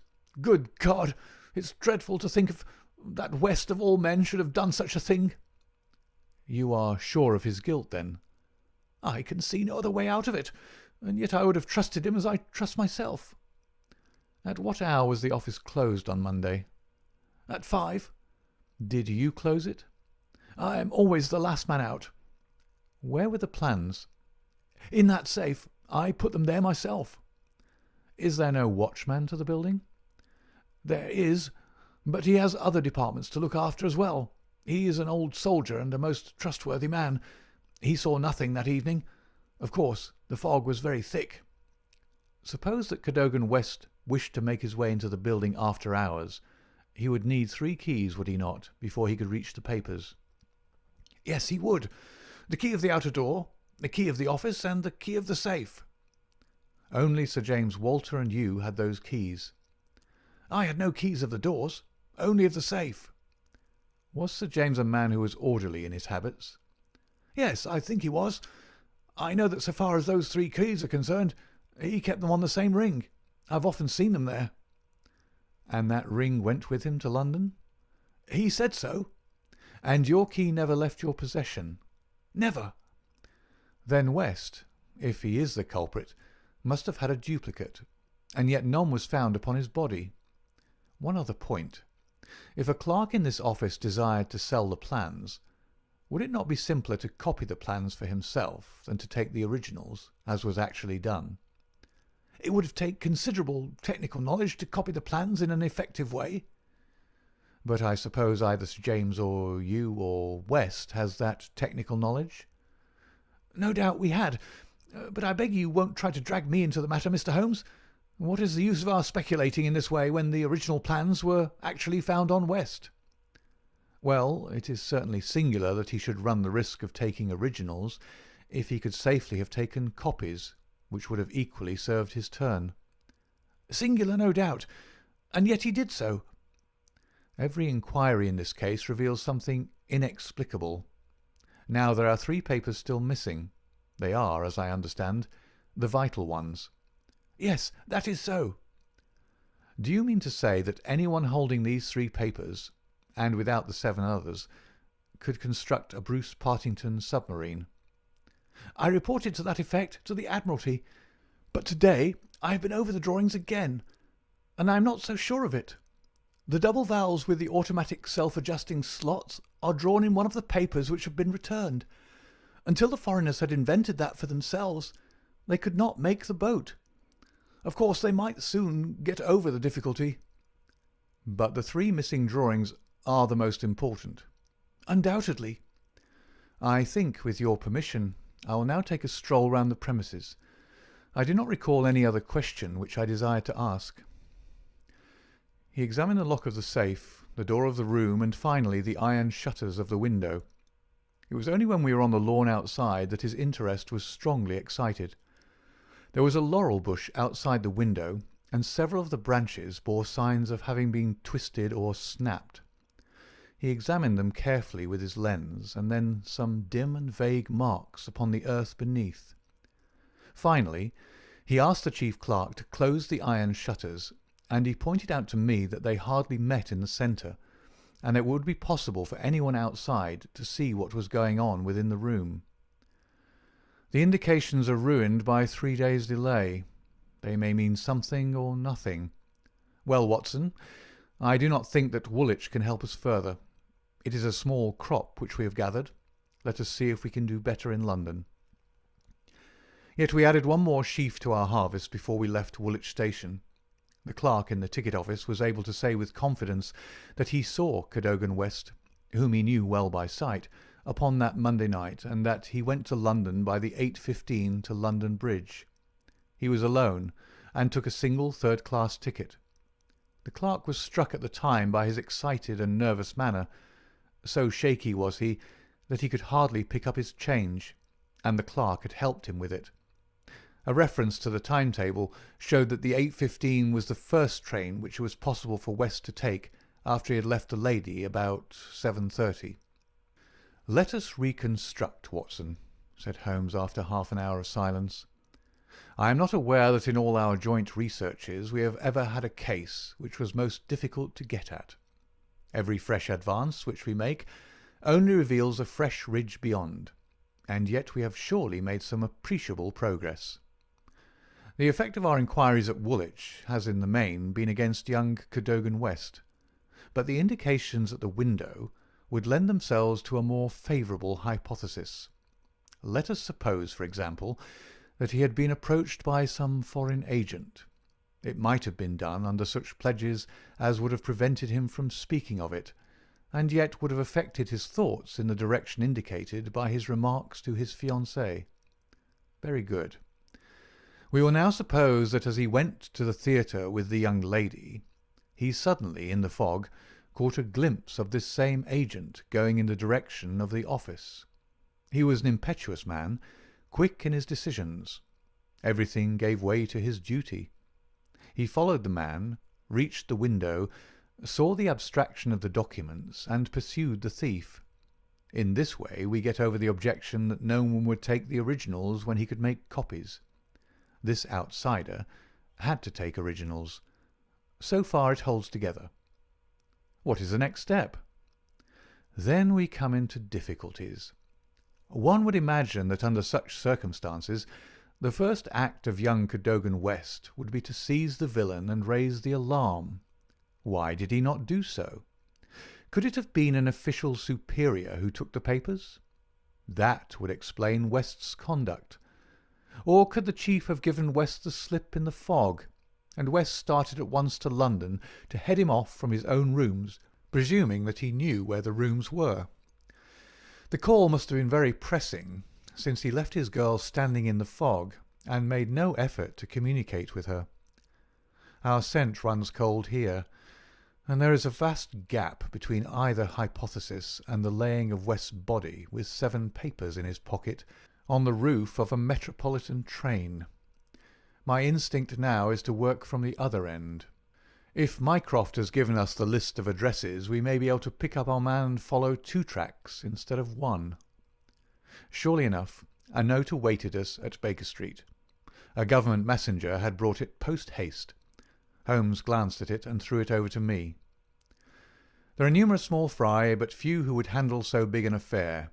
The only men worth considering are Adolphe Meyer of 13 Great George Street, Westminster, Louis Larothière of Camden Mansions, Notting Hill, and Hugo Oberstein, 13 Caulfield Gardens, Kensington. The latter was known to be in town on Monday, and is now reported as having left. Glad to hear you have seen some light. The Cabinet awaits your final report with the utmost anxiety. Urgent representations have arrived from the very highest quarter. The whole force of the state is at your back if you should need it. Mycroft. "I'm afraid," said Holmes, smiling, "that all the Queen's horses and all the Queen's men cannot avail in this matter." He had spread out his big map of London and leaned eagerly over it. "Well, well," said he presently with an exclamation of satisfaction. "Things are turning a little in our direction at last. Why, Watson, I do honestly believe that we are going to pull it off after all." He slapped me on the shoulder with a sudden burst of hilarity. "I'm going out now. It is only a reconnaissance. I'll do nothing serious without my trusted comrade and biographer at my elbow. Do you stay here, and the odds are that you will see me again in an hour or 2. If time hangs heavy, get foolscap and a pen, and begin your narrative of how we saved the state." I felt some reflection of his elation in my own mind, for I knew well that he would not depart so far from his usual austerity of demeanour unless there was good cause for exultation. All the long November evening I waited, filled with impatience for his return. At last, shortly after 9 o'clock, there arrived a messenger with a note. "I'm dining at Goldini's restaurant, Gloucester Road, Kensington. Please come at once and join me there. Bring with you a jemmy, a dark lantern, a chisel, and a revolver. S.H." It was a nice equipment for a respectable citizen to carry through the dim, fog-draped streets. I stowed them all discreetly away in my overcoat, and drove straight to the address given. There sat my friend at a little round table near the door of the garish Italian restaurant. "Have you had something to eat? Then join me in a coffee and curaçao. Try one of the proprietor's cigars. They are less poisonous than one would expect. Have you the tools?" "They're here in my overcoat." "Excellent. Let me give you a short sketch of what I have done, with some indication of what we are about to do. Now it must be evident to you, Watson, that this young man's body was placed on the roof of the train. That was clear from the instant that I determined the fact that it was from the roof and not from a carriage that he had fallen. Could it not have been dropped from a bridge? I should say it was impossible. If you examine the roofs you will find that they are slightly rounded, and there is no railing around them. Therefore, we can say for certain that young Cadogan West was placed on it. How could he be placed there? That was the question which we had to answer. There is only one possible way. You are aware that the underground runs clear of tunnels at some points in the West End. I had a vague memory that as I have travelled by it, I have occasionally seen windows just above my head. Now suppose that a train halted under such a window. Would there be any difficulty in laying a body upon the roof? It seems most improbable. We must fall back upon the old axiom that when all other contingencies fail, whatever remains, however improbable, must be the truth. Here all other contingencies have failed. When I found that the leading international agent, who had just left London, lived in a row of houses which abutted upon the underground, I was so pleased that you were a little astonished at my sudden frivolity. Oh, that was it, was it? Yes, that was it. Mr. Hugo Oberstein of 13 Caulfield Gardens had become my objective. I began my operations at Gloucester Road Station, where a very helpful official walked with me along the track, and allowed me to satisfy myself not only that the back-stair windows of Caulfield Gardens open up on the line, but the even more essential fact that, owing to the intersection of one of the larger railways, the underground trains are frequently held motionless for some minutes at that very spot. Splendid, Holmes! You've got it! So far, Watson. We advance, but the goal is afar. Well, having seen the back of Caulfield Gardens, I visited the front, and satisfied myself that the bird was indeed flown. It is a considerable house, unfurnished, so far as I could judge, in the upper rooms. Oberstein lived there with a single valet, who was probably a confederate entirely in his confidence. We must bear in mind that Oberstein has gone to the Continent to dispose of his booty, but not with any idea of flight, for he had no reason to fear a warrant, and the idea of an amateur domiciliary visit would certainly never occur to him. Yet that is precisely what we are about to make. Could we not get a warrant and legalise it?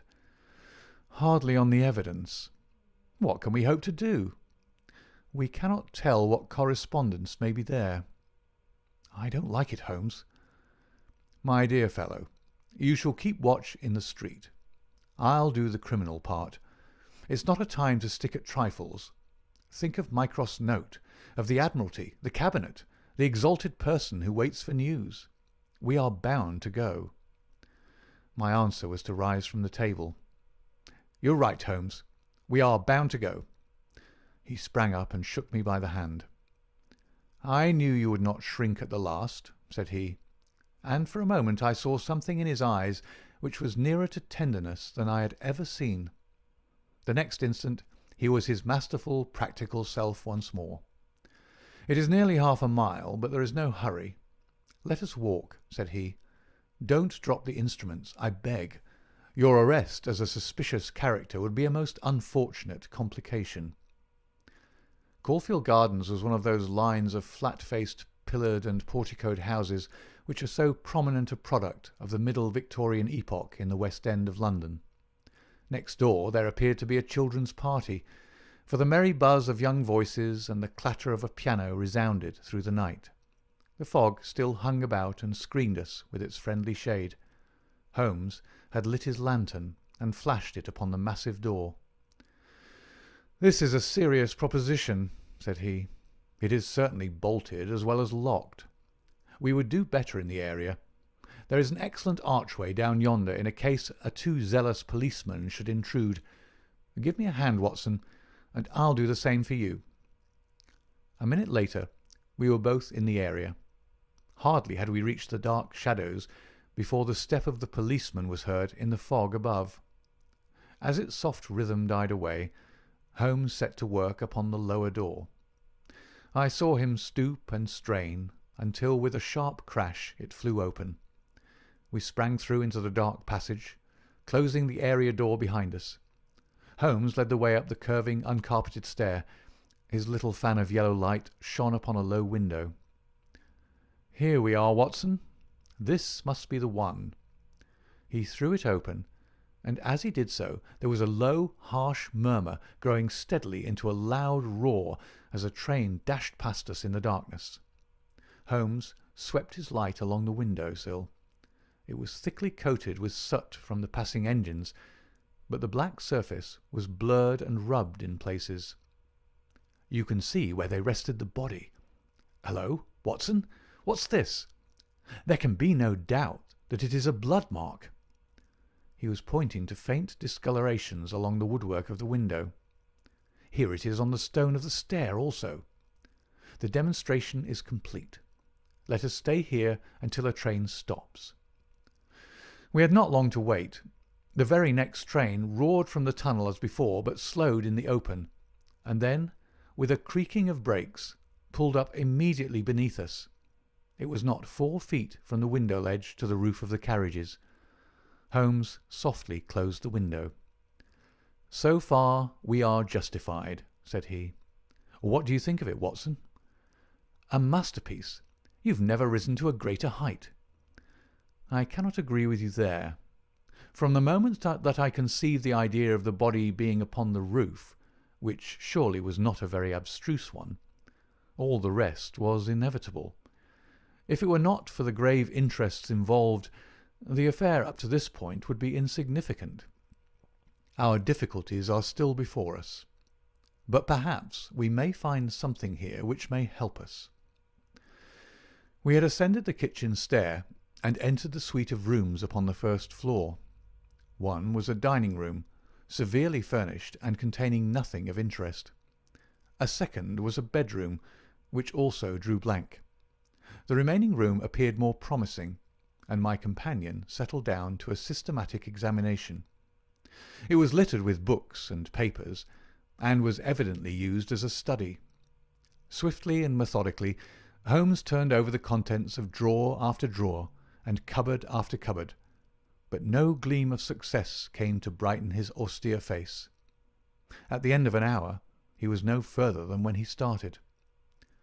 "The cunning dog has covered his tracks," said he. "He's left nothing to incriminate him.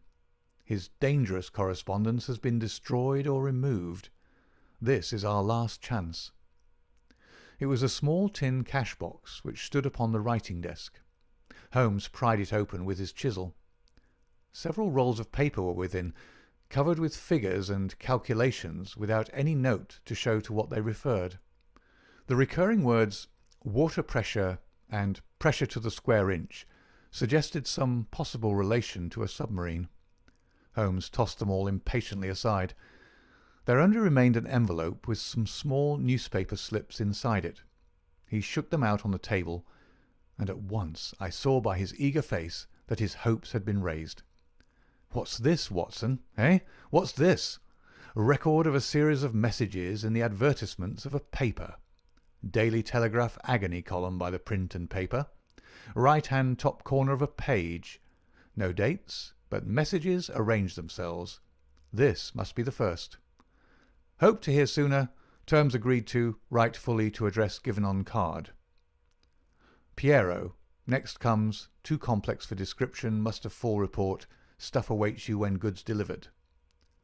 Piero.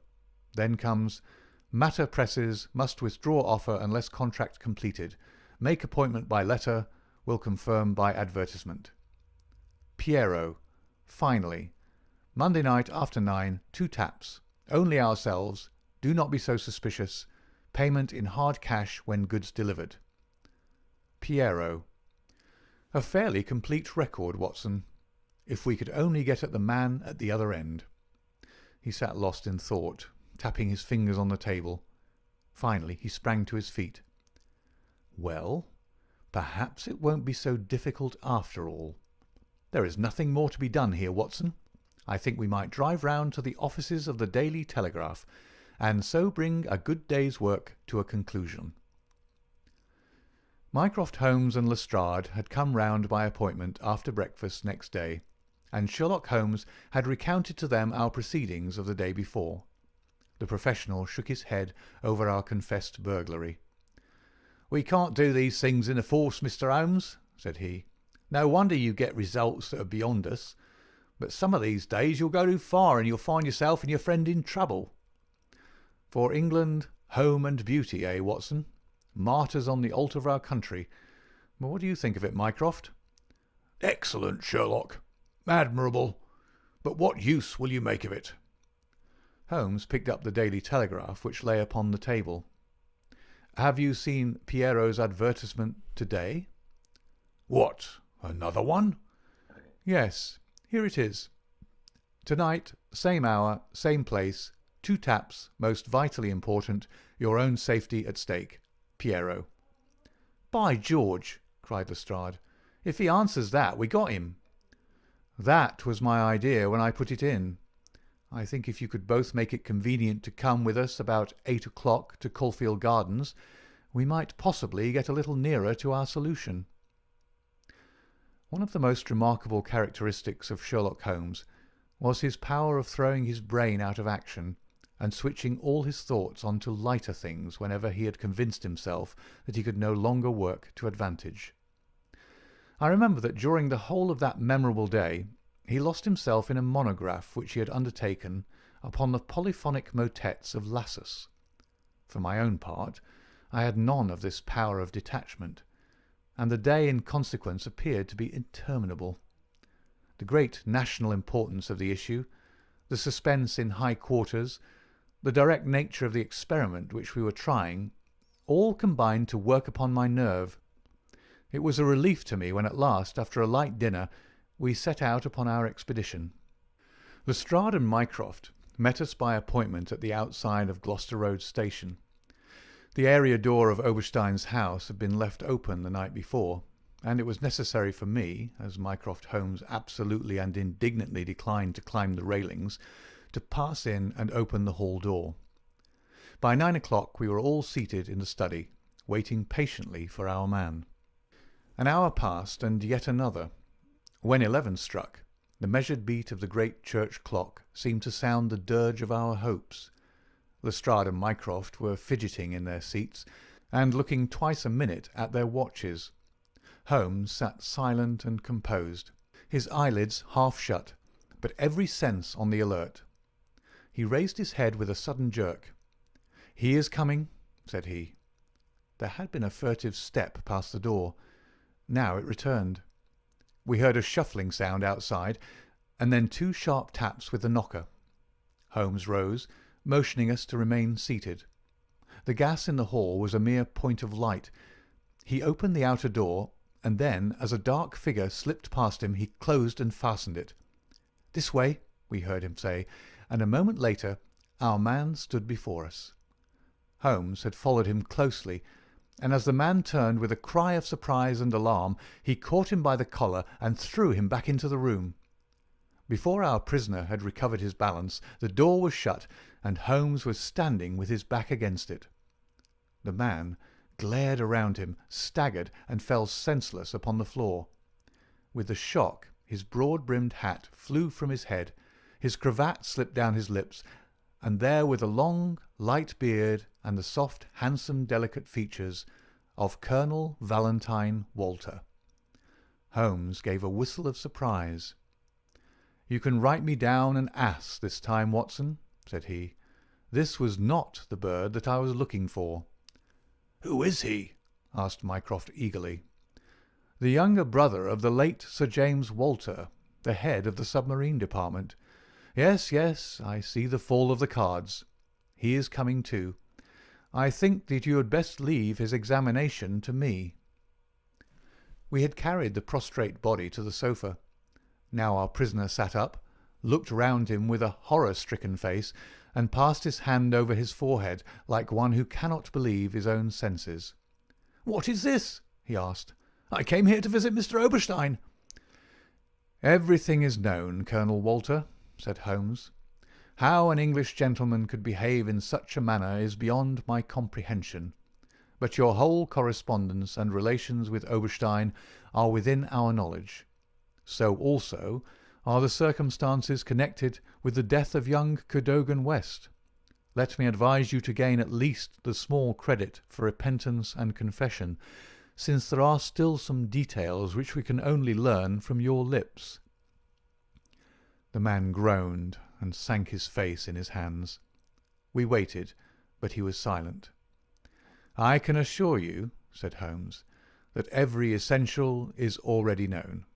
We know that you were pressed for money, that you took an impress of the keys which your brother held, and that you entered into a correspondence with Oberstein, who answered your letters through the advertisement columns of the Daily Telegraph. We are aware that you went down to the office in the fog on Monday night, but that you were seen and followed by young Cadogan West, who had probably some previous reason to suspect you. He saw your theft, but could not give the alarm, as it was just possible that you were taking the papers to your brother in London. Leaving all his private concerns, like the good citizen that he was, he followed you closely in the fog and kept at your heels until you reached this very house. There he intervened, and then it was, Colonel Walter, that to treason you added the more terrible crime of murder." "I did not! I did not! Before God I swear that I did not!" cried our wretched prisoner. "Tell us then how Cadogan West met his end before you laid him upon the roof of a railway carriage." "I will! I swear to you that I will. I did the rest. I confess it. It was just as you say. A stock exchange debt had to be paid. I needed the money badly. Oberstein offered me 5,000. It was to save myself from ruin. But as to murder, I am as innocent as you." "What happened then?" "He had his suspicions before, and he followed me as you describe. I never knew it until I was at the very door. It was thick fog, and one could not see 3 yards. I had given 2 taps, and Oberstein had come to the door. The young man rushed up and demanded to know what we were about to do with the papers. Oberstein had a short life-preserver. He always carried it with him. As West forced his way after us into the house, Oberstein struck him on the head. The blow was a fatal one. He was dead within 5 minutes. There he lay in the hall, and we were at our wits' end what to do. Then Oberstein had this idea about the trains which halted under his back window. But first he examined the papers which I had brought. He said that 3 of them were essential, and that he must keep them. 'You cannot keep them,' said I. 'There will be a dreadful row at Woolwich if they're not returned.' 'I must keep them,' said he, 'for they're so technical that it is impossible in the time to make copies.' 'Then they must all go back together tonight,' said I. He thought for a little, and then he cried out that he had it. 'Three I will keep,' said he. 'The others we will stuff into the pocket of this young man. When he was found, the whole business will assuredly be put to his account.' I could see no other way out of it, so we did as he suggested. We waited half an hour at the window before a train stopped. It was so thick that nothing could be seen, and we had no difficulty in lowering West's body onto the train. That was the end of the matter, so far as I was concerned." "And your brother?" "He said nothing, but he had caught me once with his keys, and I think that he suspected. I read in his eyes that he suspected. As you know, he never held up his head again." There was silence in the room. It was broken by Mycroft Holmes. "Can you not make reparation? It would ease your conscience and possibly your punishment." "What reparation can I make?" "Where is Oberstein with the papers?" "I do not know." "Did he give you no address?" "He said that letters to the Hôtel du Louvre, Paris, would eventually reach him." "Then reparation is still within your power," said Sherlock Holmes. "I will do anything I can. I owe this fellow no particular goodwill. He's been my ruin and my downfall." "Here are paper and pen. Sit at this desk and write to my dictation. Direct the envelope to the address given. That is right. Now the letter.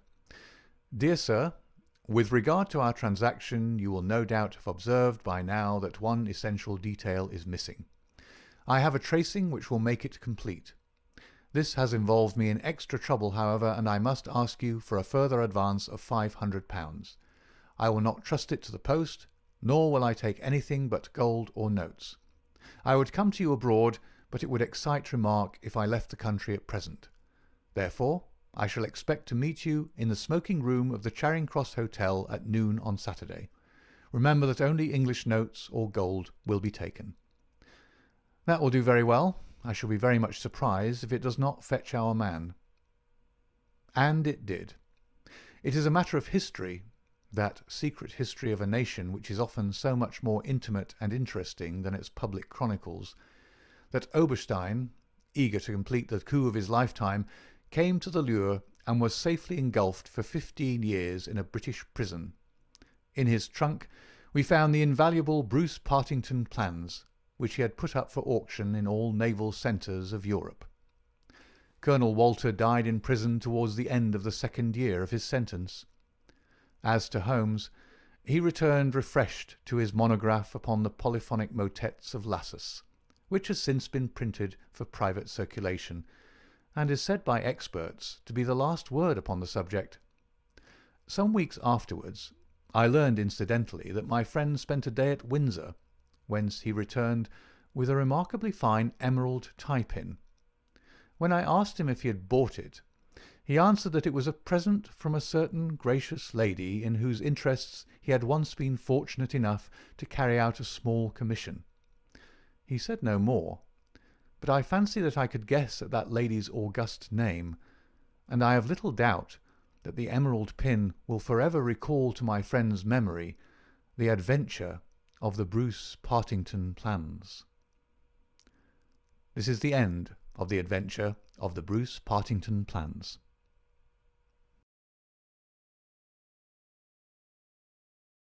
Adventure 5. The Adventure of the Dying Detective. Mrs. Hudson, the landlady of Sherlock Holmes, was a long-suffering woman. Not only was her first-floor flat invaded at all hours by throngs of singular and often undesirable characters, but her remarkable lodger showed an eccentricity and irregularity in his life which must have sorely tried her patience.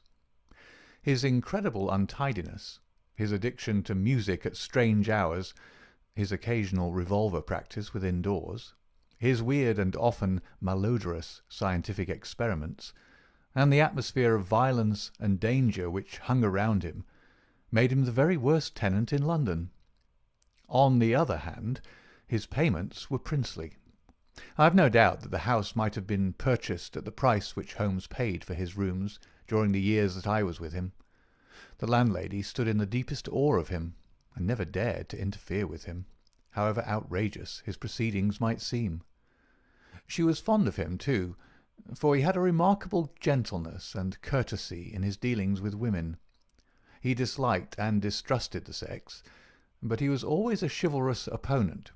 Knowing how genuine was her regard for him, I listened earnestly to her story when she came to my rooms in the second year of my married life, and told me of the sad condition to which my poor friend was reduced.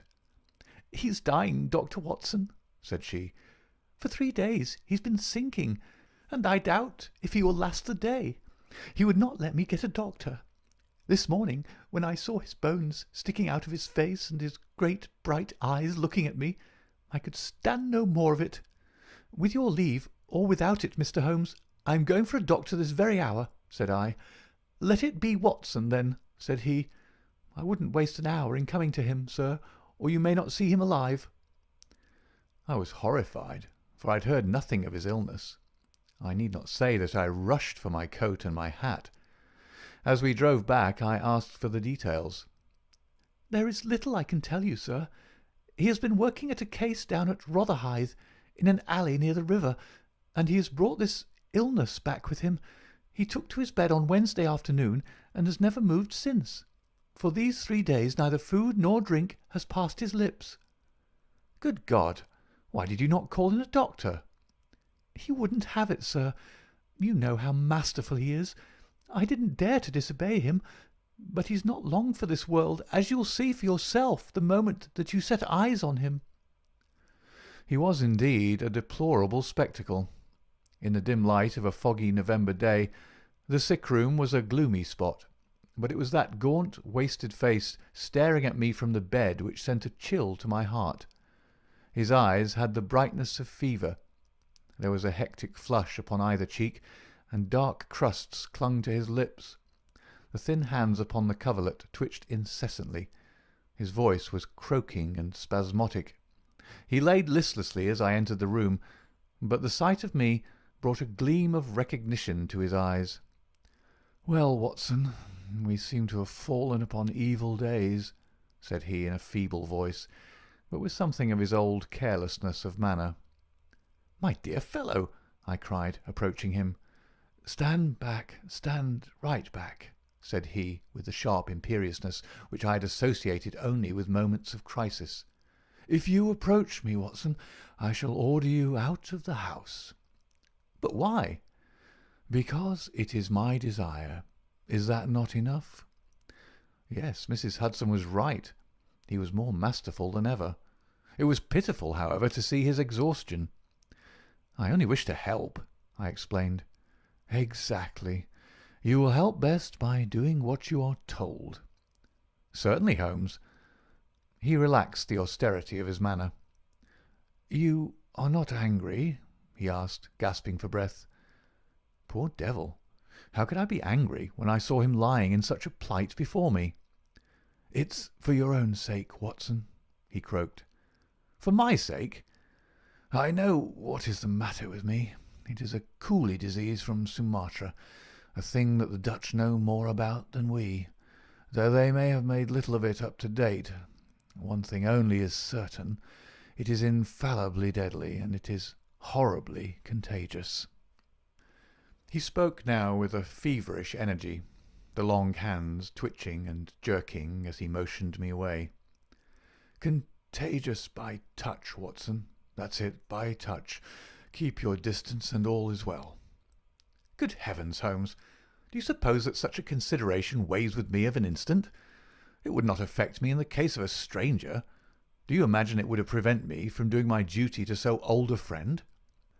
Again I advanced, but he repulsed me with a look of furious anger. "If you will stand there, I will talk.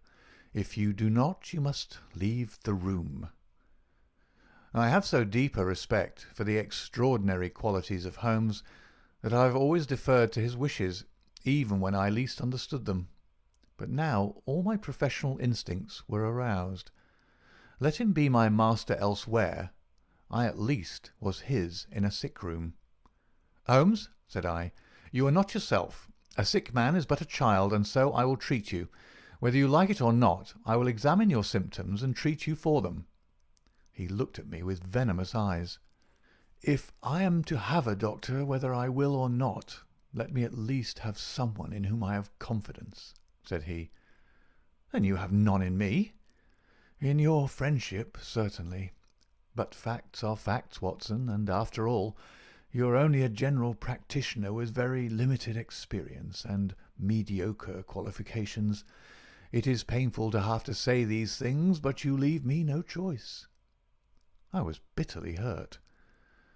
"Such a remark is unworthy of you, Holmes.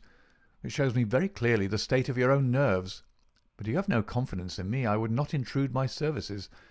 Let me bring Sir Jasper Meek or Penrose Fisher, or any of the best men in London. But someone you must have, and that is final. If you think that I am going to stand here and see you die without either helping you myself or bringing anyone else to help you, then you have mistaken your man." "You mean well, Watson," said the sick man with something between a sob and a groan. "Shall I demonstrate your own ignorance? What do you know, pray, of Tapanuli fever? What do you know of the Black Formosa corruption?" "I have never heard of either." "There are many problems of disease, many strange pathological possibilities in the East, Watson." He paused after each sentence to collect his failing strength. "I have learned so much during some recent researches which have a medico-criminal aspect. It was in the course of them that I contracted this complaint. You can do nothing." "Possibly not. But I happen to know that Dr. Ainstree, the greatest living authority upon tropical disease, is now in London. All remonstrance is useless, Holmes. I am going this instant to fetch him." I turned resolutely to the door. Never have I had such a shock. In an instant, with a tiger spring, the dying man had intercepted me. I heard the sharp snap of a twisted key. The next moment he had staggered back to his bed, exhausted and panting after his one tremendous outflame of energy. "You won't take the key from me by force, Watson. I've got you, my friend. Here you are, and here you will stay until I will otherwise. But I'll humour you." All this in little gasps, with terrible struggles for breath between. "You've only my own good at heart. Of course, I know that very well. You shall have your way, but give me time to get my strength. Not now, Watson. Not now. It's 4 o'clock. At 6 you can go." "This is insanity, Holmes." "Only 2 hours, Watson. I promise you will go at 6. Are you content to wait?" "I seem to have no choice." "None in the world, Watson, thank you. I need no help in arranging the clothes. You will please keep your distance. Now, Watson, there is one other condition that I would make. You will seek help not from the man you mention, but from the one that I choose." "By all means." "The first 3 sensible words that you have uttered since you entered this room, Watson. You will find some books over there. I am somewhat exhausted. I wonder how a battery feels when it pours electricity into a non-conductor. At 6, Watson, we resume our conversation." But it was destined to be resumed long before that hour, and in circumstances which give me a shock hardly second to that caused by his spring to the door. I had stood for some minutes looking at the silent figure in the bed. His face was almost covered by the clothes, and he appeared to be asleep. Then, unable to settle down to reading, I walked slowly round the room, examining the pictures of celebrated criminals with which every wall was adorned. Finally, in my aimless perambulation, I came to the mantelpiece. A litter of pipes, tobacco pouches, syringes, penknives, revolver cartridges, and other debris was scattered over it. In the midst of these was a small black and white ivory box with a sliding lid. It was a neat little thing, and I had stretched out my hand to examine it more closely when it was a dreadful cry that he gave, a yell which might have been heard down the street. My skin went cold and my hair bristled at that horrible scream. As I turned, I caught a glimpse of a convulsed face and frantic eyes. I stood paralysed with a little box in my hand. "Put it down, down, this instant, Watson. This instant, I pray." His head sank back upon the pillow, and he gave a deep sigh of relief as I replaced the box upon the mantelpiece. "I hate to have my things touched, Watson. You know that I hate it. You fidget me beyond endurance. You, a doctor, you are enough to drive a patient into an asylum. Sit down, man, and let me have my rest." The incident left a most unpleasant impression upon my mind. The violent and causeless excitement, followed by this brutality of speech, so far removed from his usual suavity, showed me how deep was the disorganization of his mind. Of all ruins, that of a noble mind is the most deplorable. I sat in silent dejection until the stipulated time had passed. He seemed to have been watching the clock as well as I, for it was hardly 6 before he began to talk, with the same feverish animation as before. "Now, Watson," said he, "have you any change in your pocket?" "Yes." "Any silver?" "A good deal." "How many half-crowns?" "I have 5. "Oh, too few, too few. How very unfortunate, Watson.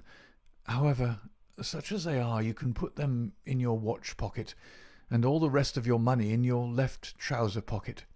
Thank you. It will balance you so much better like that." This was raving insanity. He shuddered and again made a sound between a cough and a sob.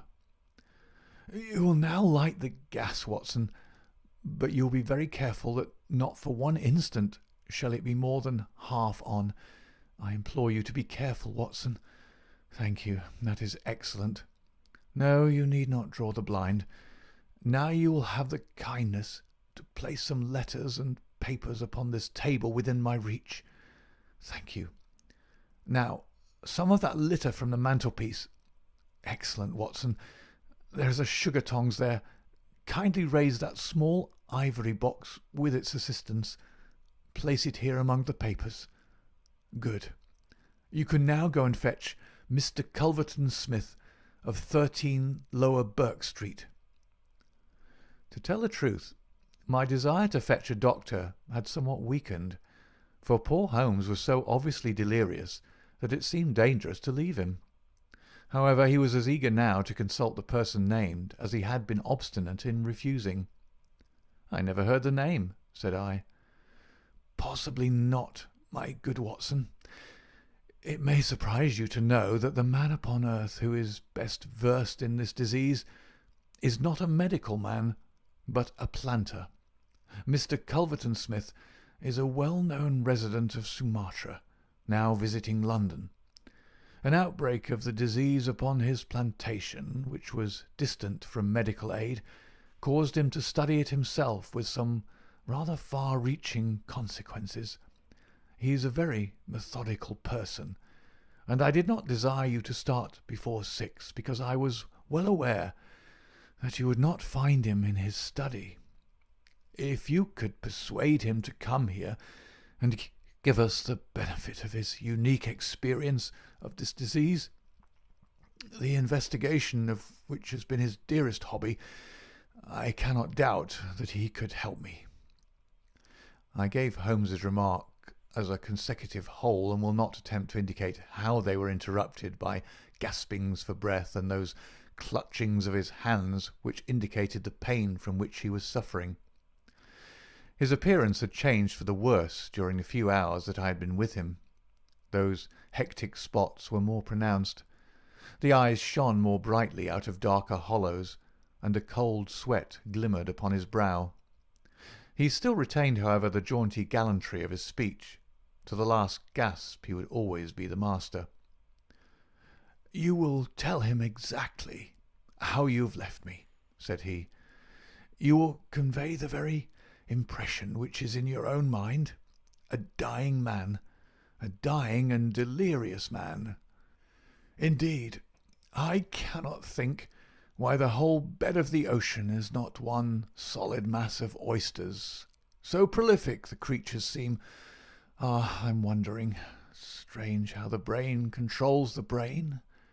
What was I saying, Watson?" "My directions for Mr. Culverton Smith." Yes, I remember. My life depends upon it. Plead with him, Watson. There is no good feeling between us. His nephew, Watson, I had suspicions of foul play, and I allowed him to see it. The boy died horribly. He has a grudge against me. You will soften him, Watson. Beg him, pray him, get him here by any means. He can save me, only he. I will bring him in a cab if I have to carry him down to it." "You will do nothing of the sort. You will persuade him to come, and then you will return in front of him. Make any excuse so as not to come with him. Don't forget, Watson, you won't fail me. You never did fail me. No doubt there are natural enemies which limit the increase of the creatures. You and I, Watson, we have done our part. Shall the world then be overrun by oysters? No, no, horrible. You will convey all that is in your mind." I left him full of the image of this magnificent intellect, babbling like a foolish child. He had handed me the key, and with a happy thought I took it with me, lest he should lock himself in. Mrs. Hudson was waiting, trembling and weeping, in the passage. Behind me, as I passed from the flat, I heard Holmes's high, thin voice in some delirious chant. Below, as I stood whistling for a cab, a man came on me through the fog. "How is Mr. Holmes, sir?" he asked. It was an old acquaintance, Inspector Morton of Scotland Yard, dressed in unofficial tweeds. "He's very ill," I answered. He looked at me in a most singular fashion. Had it not been too fiendish, I could have imagined that the gleam of the fanlight showed exultation in his face. "I heard some rumour of it," said he. The cab had driven up, and I left him. Lower Burke Street proved to be a line of fine houses lying in the vague borderland between Notting Hill and Kensington. The particular one at which my cabman pulled up had an air of smug and demure respectability in its old-fashioned iron railings, its massive folding door, and its shining brasswork. All was in keeping with a solemn butler who appeared framed in the pink radiance of a tinted electrical light behind him. "Yes, Mr. Culverton-Smith is in, Dr. Watson. Very good, sir. I'll take up your card." My humble name and title did not appear to impress Mr. Culverton-Smith. Through the half-open door I heard a high, petulant, penetrating voice. "Who is this person? What does he want?"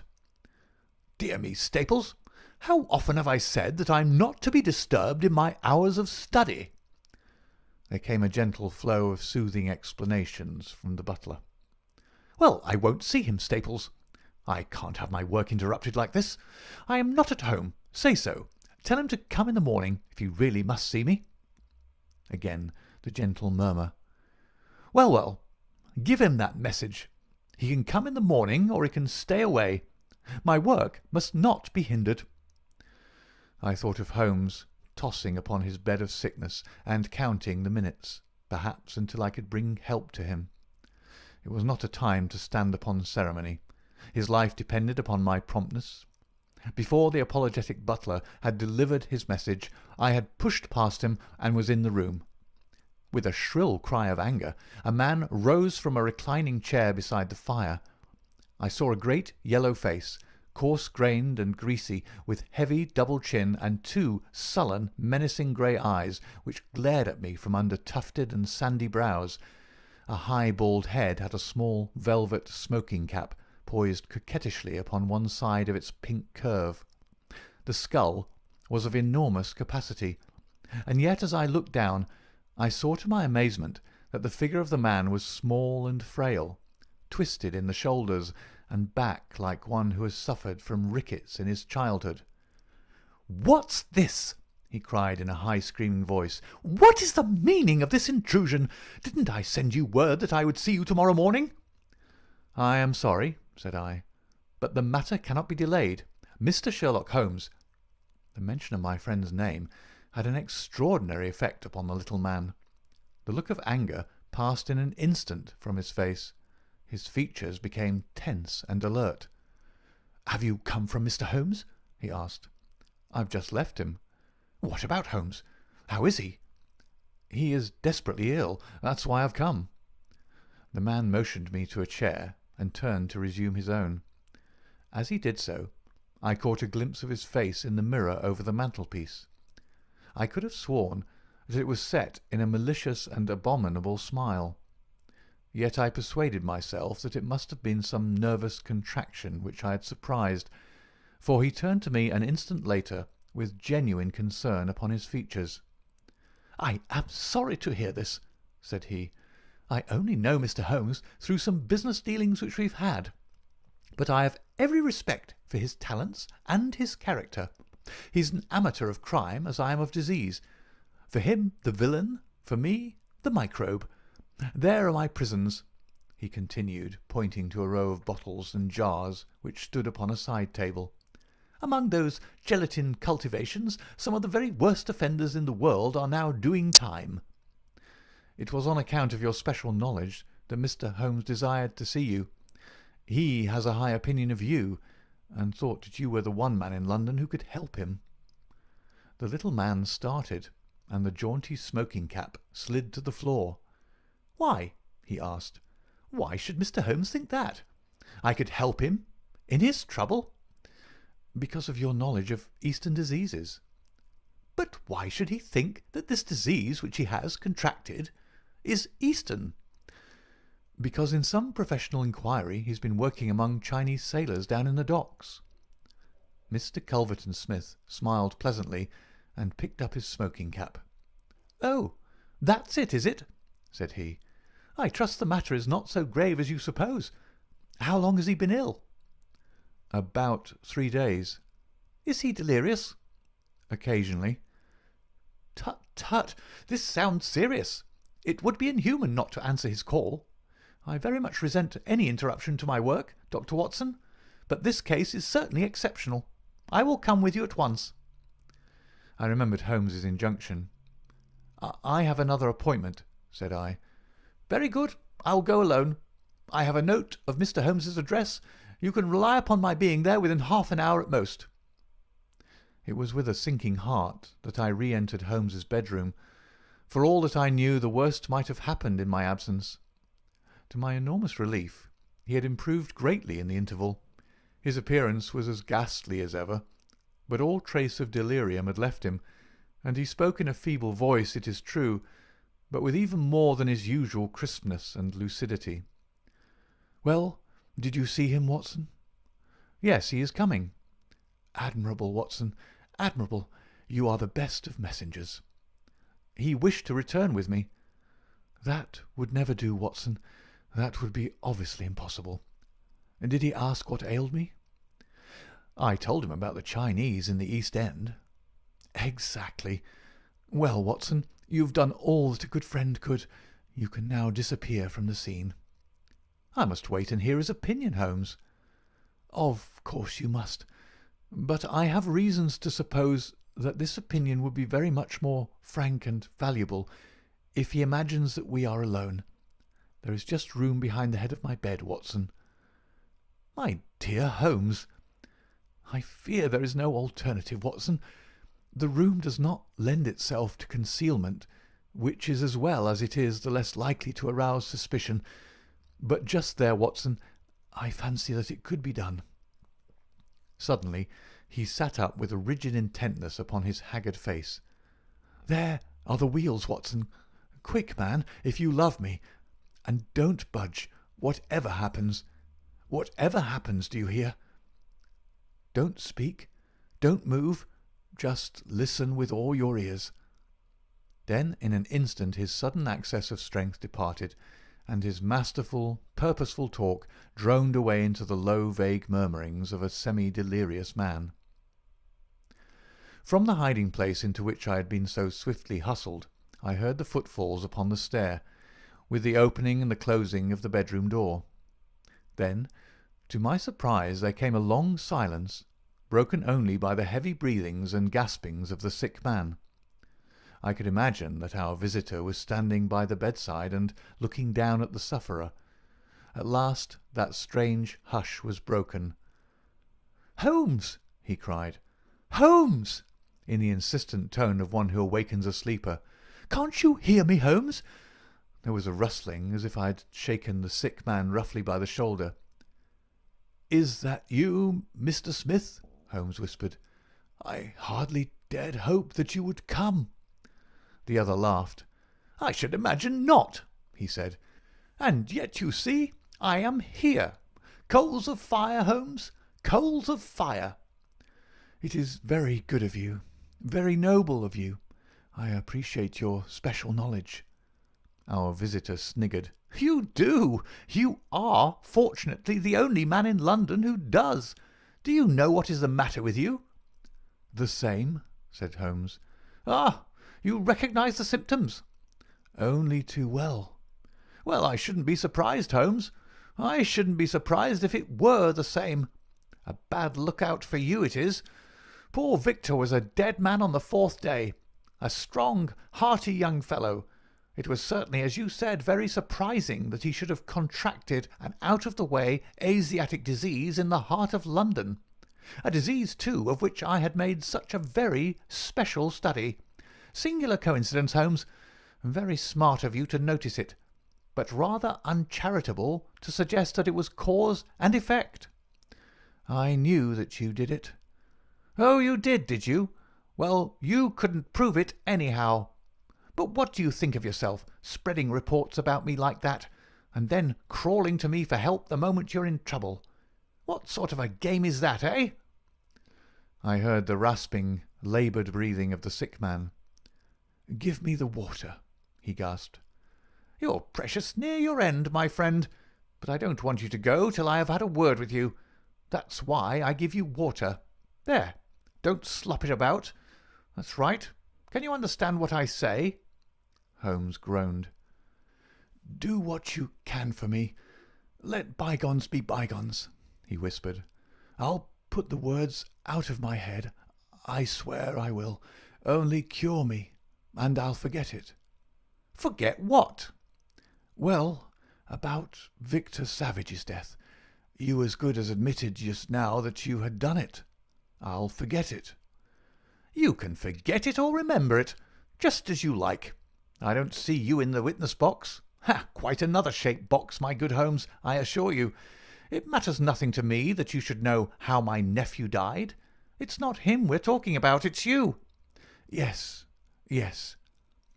"The fellow who came for me, I've forgotten his name, said that you contracted it down in the East End among the sailors." "I could only account for it so." "You are proud of your brains, Holmes, are you not? Think yourself smart, don't you? You came across someone who is smarter this time. Now cast your mind back, Holmes. Can you think of no other way you could have got this thing?" "I can't think. My mind is gone. For heaven's sake, help me."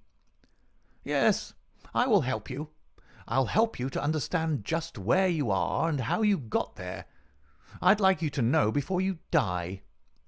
"Give me something to ease my pain." "Painful, is it? Yes, the coolies used to do some squealing towards the end. Takes you as cramp, I fancy." Yes, it is cramp." "Well, you can hear what I say, anyhow. Listen now. Can you remember any unusual incident in your life just about the time your symptoms began?" No, nothing." "Think again." "I'm too ill to think." "Well, then, I'll help you. Did anything come by post?" "By post?" "A box, by chance?" "I'm fainting. I'm gone." "Listen, Holmes." There was a sound as if he was shaking the dying man, and it was all that I could do to hold myself quiet in my hiding place. "You must hear me. You shall hear me. Do you remember a box? An ivory box. It came on Wednesday. You opened it. Do you remember?" Yes, I opened it. There was a sharp spring inside it. Some joke." "It was no joke, as you will find to your cost. You fool! You would have had it, and you've got it. Who asked you to cross my path? If you'd left me alone, I would not have hurt you." "I remember," Holmes gasped. "The spring. It drew blood. This box. This on the table." "The very one, by George! And it may as well leave the room in my pocket. There goes your last shred of evidence. But you have the truth now, Holmes, and you can die with the knowledge that I killed you. You knew too much of the fate of Victor Savage, so I've sent you to share it. You're very near your end, Holmes. I'll sit here and I'll watch you die."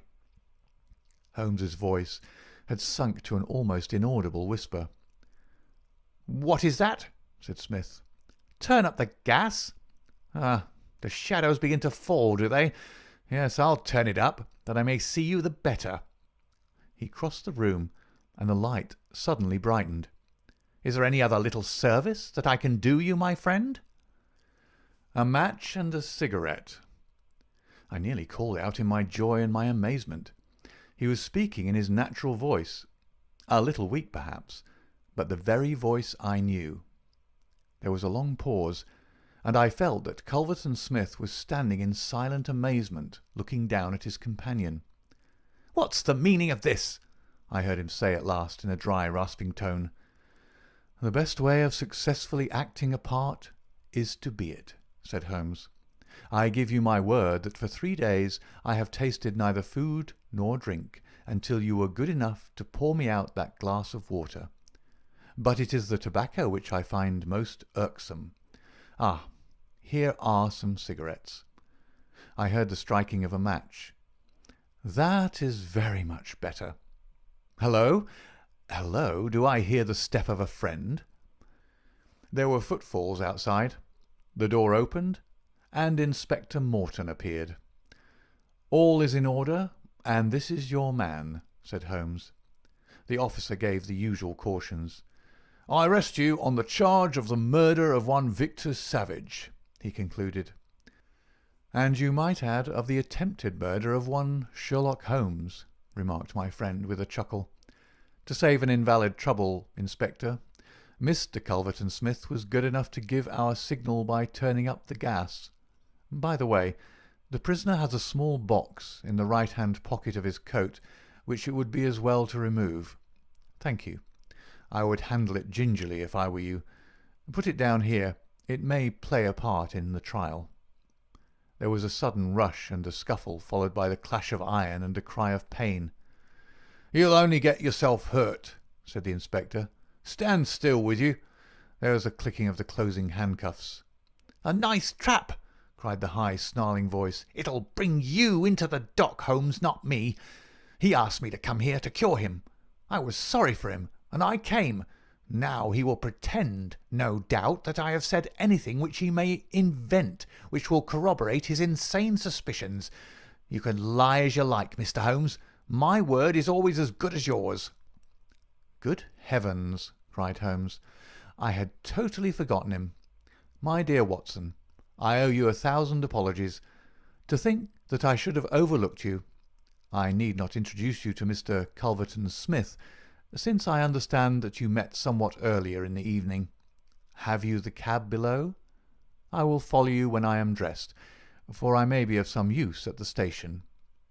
"I never needed it more," said Holmes, as he refreshed himself with a glass of claret and some biscuits in the intervals of his toilet. "However, as you know, my habits are irregular, and such a feat means less to me than to most men.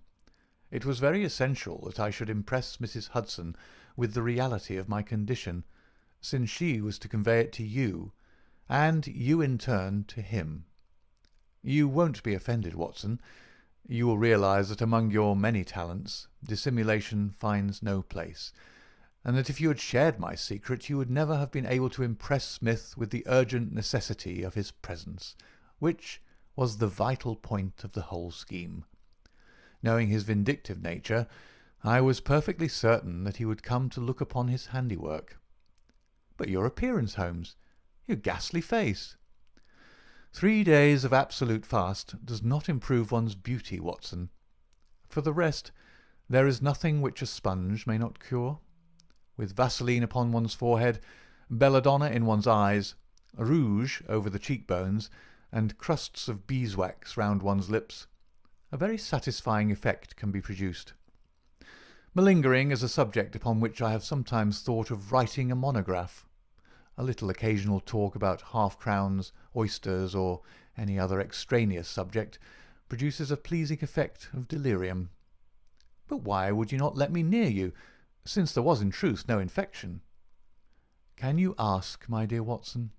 Do you imagine that I have no respect for your medical talents? Could I fancy that your astute judgment would pass a dying man who, however weak, had no rise of pulse or temperature? At 4 yards I could deceive you. If I failed to do so, who would bring Mr. Smith within my grasp? No, Watson, I would not touch that box. You can just see, if you look at it sideways, where the sharp spring like a viper's tooth emerges as you open it. I dare say it was by some such device that poor Savage, who stood between this monster and a reversion, was done to death. My correspondence, however, is, as you know, a varied one, and I am somewhat upon my guard against any packages which reach me. It was clear to me, however, that by pretending that he had really succeeded in his design, I might surprise a confession. That pretence I have carried out with the thoroughness of the true artist. Thank you, Watson. You must help me on with my coat. When we have finished at the police station, I think that something nutritious at Simpson's would not be out of place. End of The Adventure of the Dying Detective.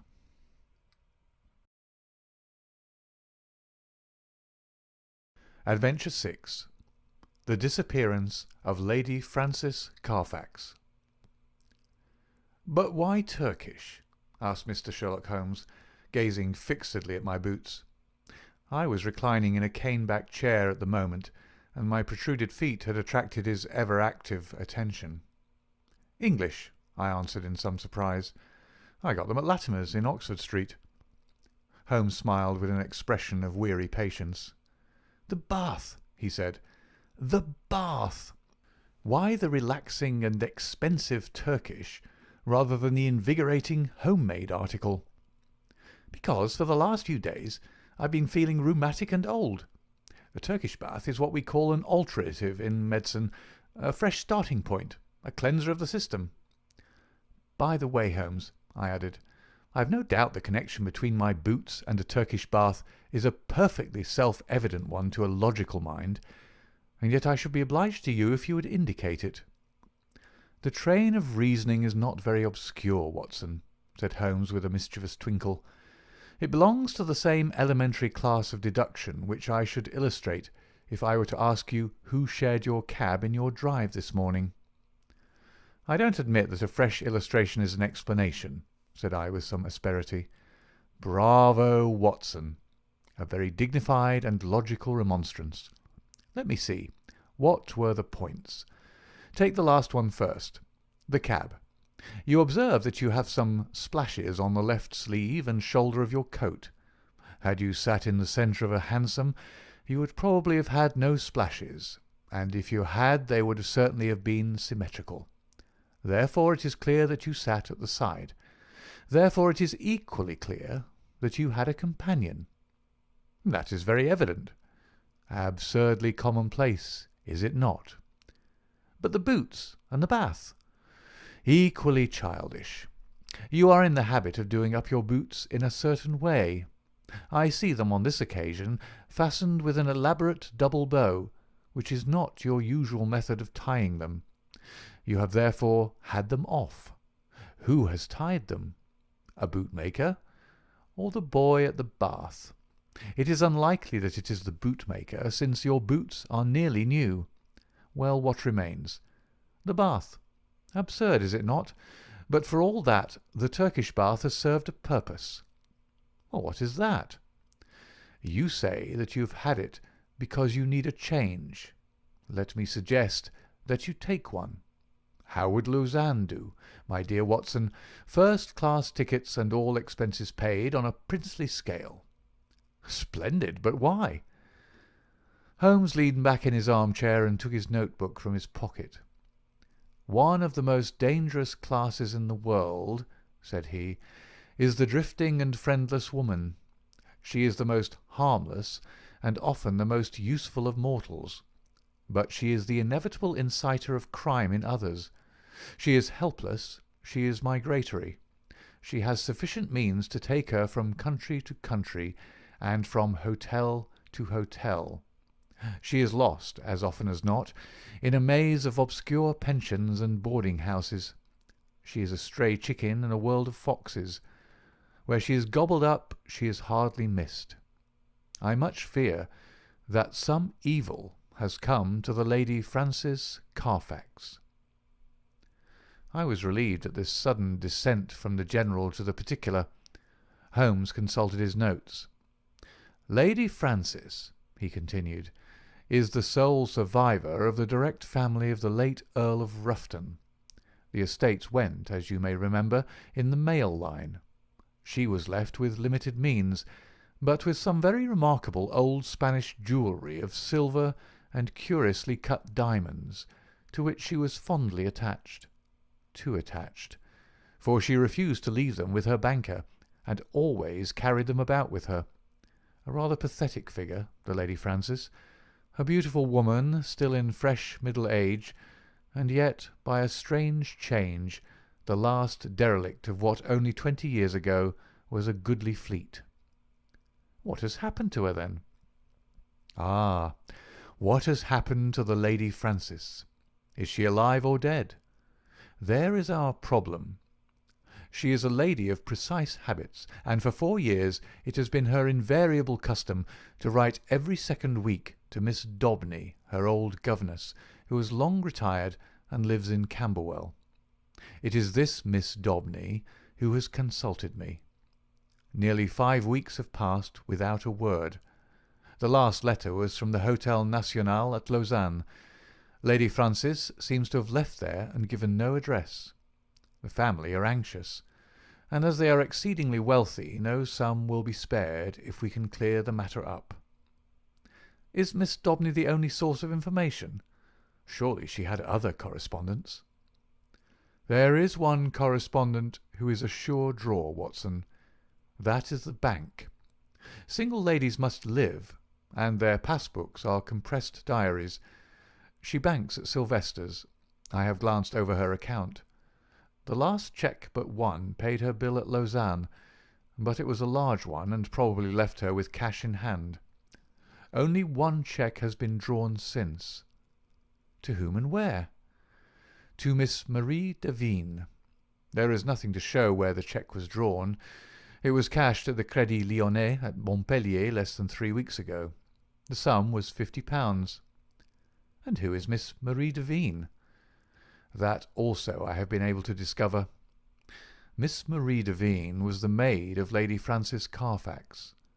Why she should have paid her this cheque we have not yet determined. I have no doubt, however, that your researches will soon clear the matter up. My researches? Hence the health-giving expedition to Lausanne. You know that I cannot possibly leave London while old Abrahams is in such mortal terror of his life. Besides, on general principles it is best that I should not leave the country. Scotland Yard feels lonely without me, and it causes an unhealthy excitement among the criminal classes. Go then, my dear Watson, and if my humble counsel can ever be valued at so extravagant a rate as 2d a word, it waits your disposal night and day at the end of the continental wire. 2 days later found me at the Hotel National at Lausanne, where I received every courtesy at the hands of Monsieur Mose, the well-known manager. Lady Frances, as he informed me, had stayed there for several weeks. She had been much liked by all who met her. Her age was not more than 40. She was still handsome, and bore every sign of having in her youth been a very lovely woman. Monsieur Mose knew nothing of any valuable jewellery, but it had been remarked by the servants that the heavy trunk in the lady's bedroom was always scrupulously locked. Marie Devine, the maid, was as popular as her mistress. She was actually engaged to one of the head waiters in the hotel, and there was no difficulty in getting her address. It was 11 Rue de Trajan, Montpellier. All this I jotted down, and felt that Holmes himself could not have been more adroit in collecting his facts. Only one corner still remained in the shadow. No light which I possessed could clear up the cause for the lady's sudden departure. She was very happy at Lausanne. There was every reason to believe that she intended to remain for the season in her luxurious rooms overlooking the lake. And yet she had left at a single day's notice, which involved her in the useless payment of a week's rent. Only Jules Vibart, the lover of the maid, had any suggestion to offer. He connected the sudden departure with the visit to the hotel a day or two before of a tall, dark, bearded man. "Un sauvage, un véritable sauvage," cried Jules Vibart. The man had rooms somewhere in the town. He had been seen talking earnestly to Madame on the promenade by the lake. Then he had called. She had refused to see him. He was English, but of his name there was no record. Madame had left the place immediately afterwards. Jules Vibart, and what was more of importance, Jules Vibart's sweetheart, thought that this call and the departure were cause and effect. Only one thing Jules would not discuss. That was the reason why Marie had left her mistress. Of that he could or would say nothing. If I wished to know, I must go to Montpellier and ask her. So ended the first chapter of my inquiry. The second was devoted to the place which Lady Frances Carfax had sought when she left Lausanne. Concerning this there had been some secrecy, which confirmed the idea that she'd gone with the intention of throwing someone off her track. Otherwise, why should not her luggage have been openly labelled for Baden? Both she and it reached the Rhenish Spa by some circuitous route. This much I gathered from the manager of Cook's local office. So to Baden I went, after dispatching to Holmes an account of all my proceedings, and receiving in reply a telegram of half-humorous commendation. At Baden the track was not difficult to follow. Lady Frances had stayed at the Englischer Hof for a fortnight. While there she had made the acquaintance of a Dr. Schlesinger and his wife, a missionary from South America. Like most lonely ladies, Lady Frances found her comfort and occupation in religion. Dr. Schlesinger's remarkable personality, his whole-hearted devotion, and the fact that he was recovering from a disease contracted in the exercise of his apostolic duties affected her deeply. She had helped Mrs. Schlesinger in the nursing of the convalescent saint. He spent his day, as the manager described it to me, upon a lounge chair on the veranda, with an attendant lady upon either side of him.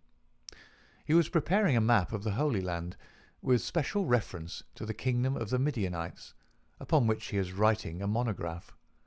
Finally, having improved much in health, he and his wife had returned to London, and Lady Frances had started thither in their company.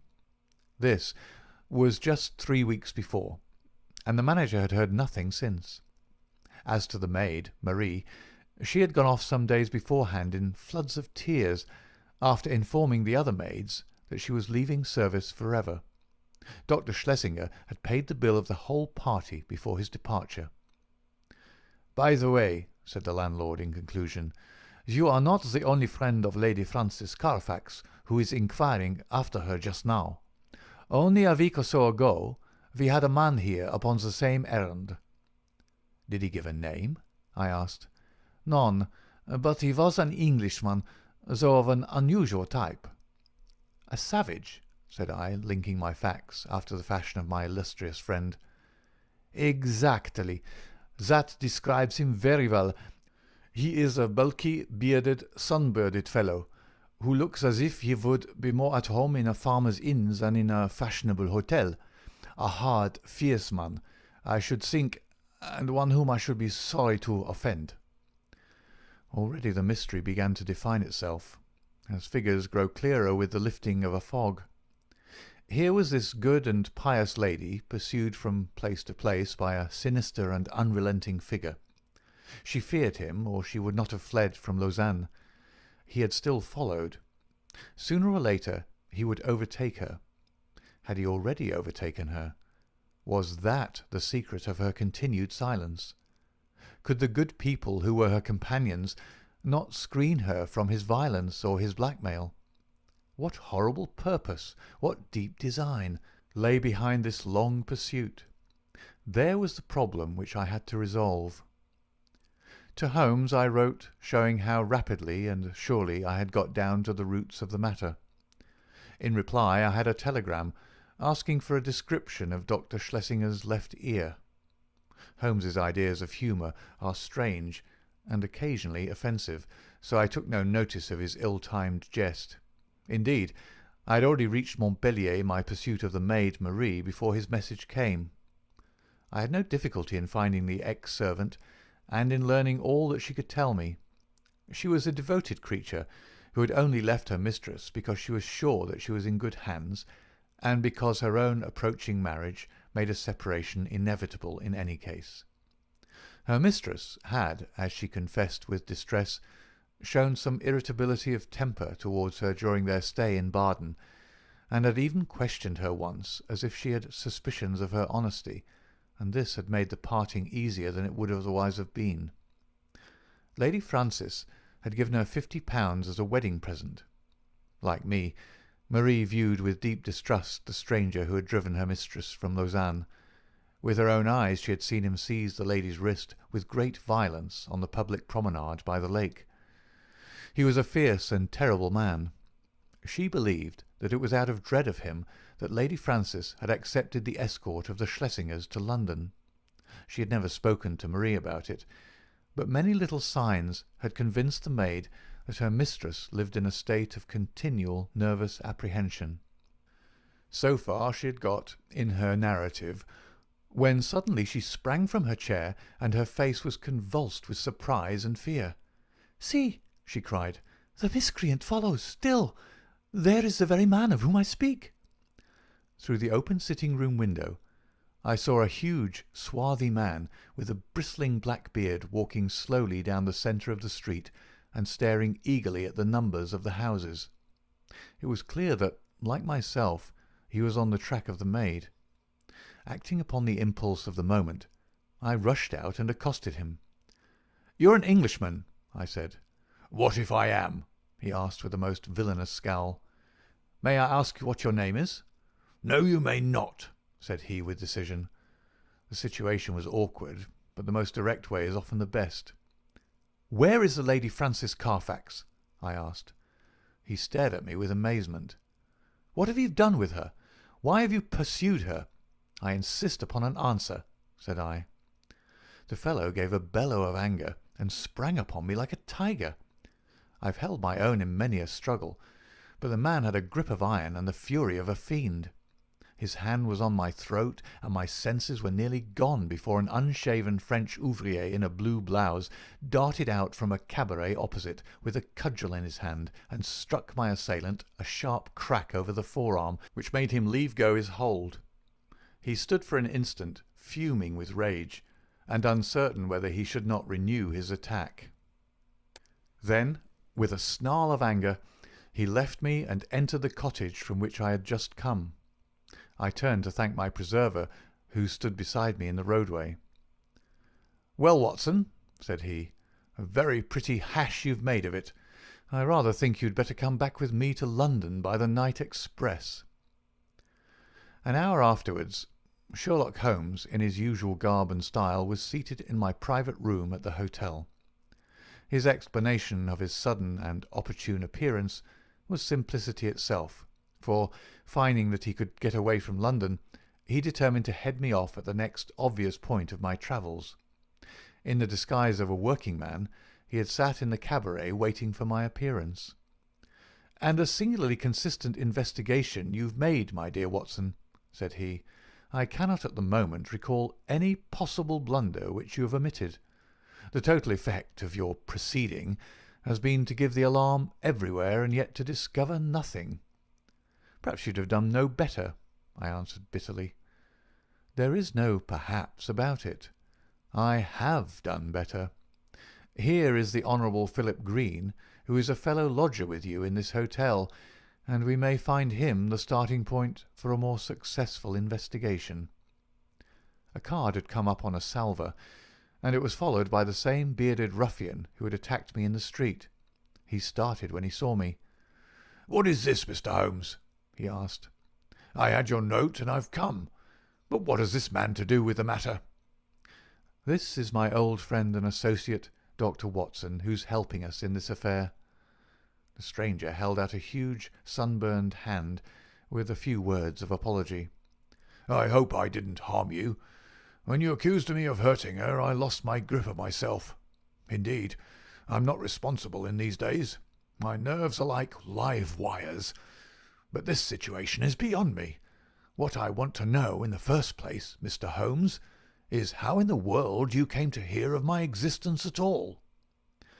"I am in touch with Miss Daubeny, Lady Frances's governess." "Old Susan Daubeny with the mob cap. I remember her well." "And she remembers you. It was in the days before you found it better to go to South Africa." "Ah, I see you know my whole story. I need hide nothing from you. I swear to you, Mr. Holmes, that there never was in this world a man who loved a woman with a more whole-hearted love than I had for Frances. I was a wild youngster, I know, not worse than others of my class, but her mind was pure as snow. She could not bear a shadow of coarseness. So when she came to hear of things that I'd done, she would have no more to say to me. And yet she loved me. That is the wonder of it. Loved me well enough to remain single all her sainted days, just for my sake alone. When the years had passed and I'd made my money at Barberton, I thought perhaps I could seek her out and soften her. I'd heard that she was still unmarried. I found her at Lausanne and tried all I knew. She weakened, I think, but her will was strong, and when next I called she had left the town. I traced her to Baden, and then after a time heard that her maid was here. I'm a rough fellow, fresh from a rough life, and when Dr. Watson spoke to me as he did, I lost hold of myself for a moment. But for God's sake tell me what has become of the Lady Frances." "That is for us to find out," said Sherlock Holmes with peculiar gravity. "What is your London address, Mr. Green?" "The Langham Hotel will find me." "Then may I recommend that you return there and be on hand in case I should want you. I have no desire to encourage false hopes, but you may rest assured that all that can be done will be done for the safety of Lady Frances. I can say no more for the instant. I will leave you this card so that you may be able to keep in touch with us. Now, Watson, if you will pack your bag, I will cable to Mrs. Hudson to make one of her best efforts for 2 hungry travellers at 7:30 tomorrow." A telegram was awaiting us when we reached our Baker Street rooms, which Holmes read with an exclamation of interest and threw across to me. "Jagged or torn" was the message, and the place of origin, Baden. "What is this?" I asked. "It is everything," Holmes answered. "You may remember my seemingly irrelevant question as to this clerical gentleman's left ear. You did not answer it." "I'd left Baden and could not inquire." "Exactly. For this reason I sent a duplicate to the manager of the Englischer Hof, whose answer lies here." "What does it show?" "It shows, my dear Watson, that we are dealing with an exceptionally astute and dangerous man. The Reverend Dr. Schlesinger, missionary from South America, is none other than Holy Peters, one of the most unscrupulous rascals that Australia has ever evolved, and for a young country it has turned out some very finished types. His particular specialty is the beguiling of lonely ladies by playing upon their religious feelings, and his so-called wife, an Englishwoman named Fraser, is a worthy helpmate. The nature of his tactics suggested his identity to me, and this physical peculiarity — he was badly bitten in a saloon fight at Adelaide in '89 — confirmed my suspicion. This poor lady is in the hands of a most infernal couple, who will stick at nothing, Watson. That she is already dead is a very likely supposition. If not, she is undoubtedly in some sort of confinement, and unable to write to Miss Daubeny or her other friends. It is always possible that she never reached London, or that she has passed through it, but the former is improbable, as, with their system of registration, it is not easy for foreigners to play tricks with the continental police, and the latter is also unlikely, as these rogues could not hope to find any other place where it would be as easy to keep a person under restraint. All my instincts tell me that she is in London, but as we have at present no possible means of telling where, we can only take the obvious steps, eat our dinner, and possess our souls in patience.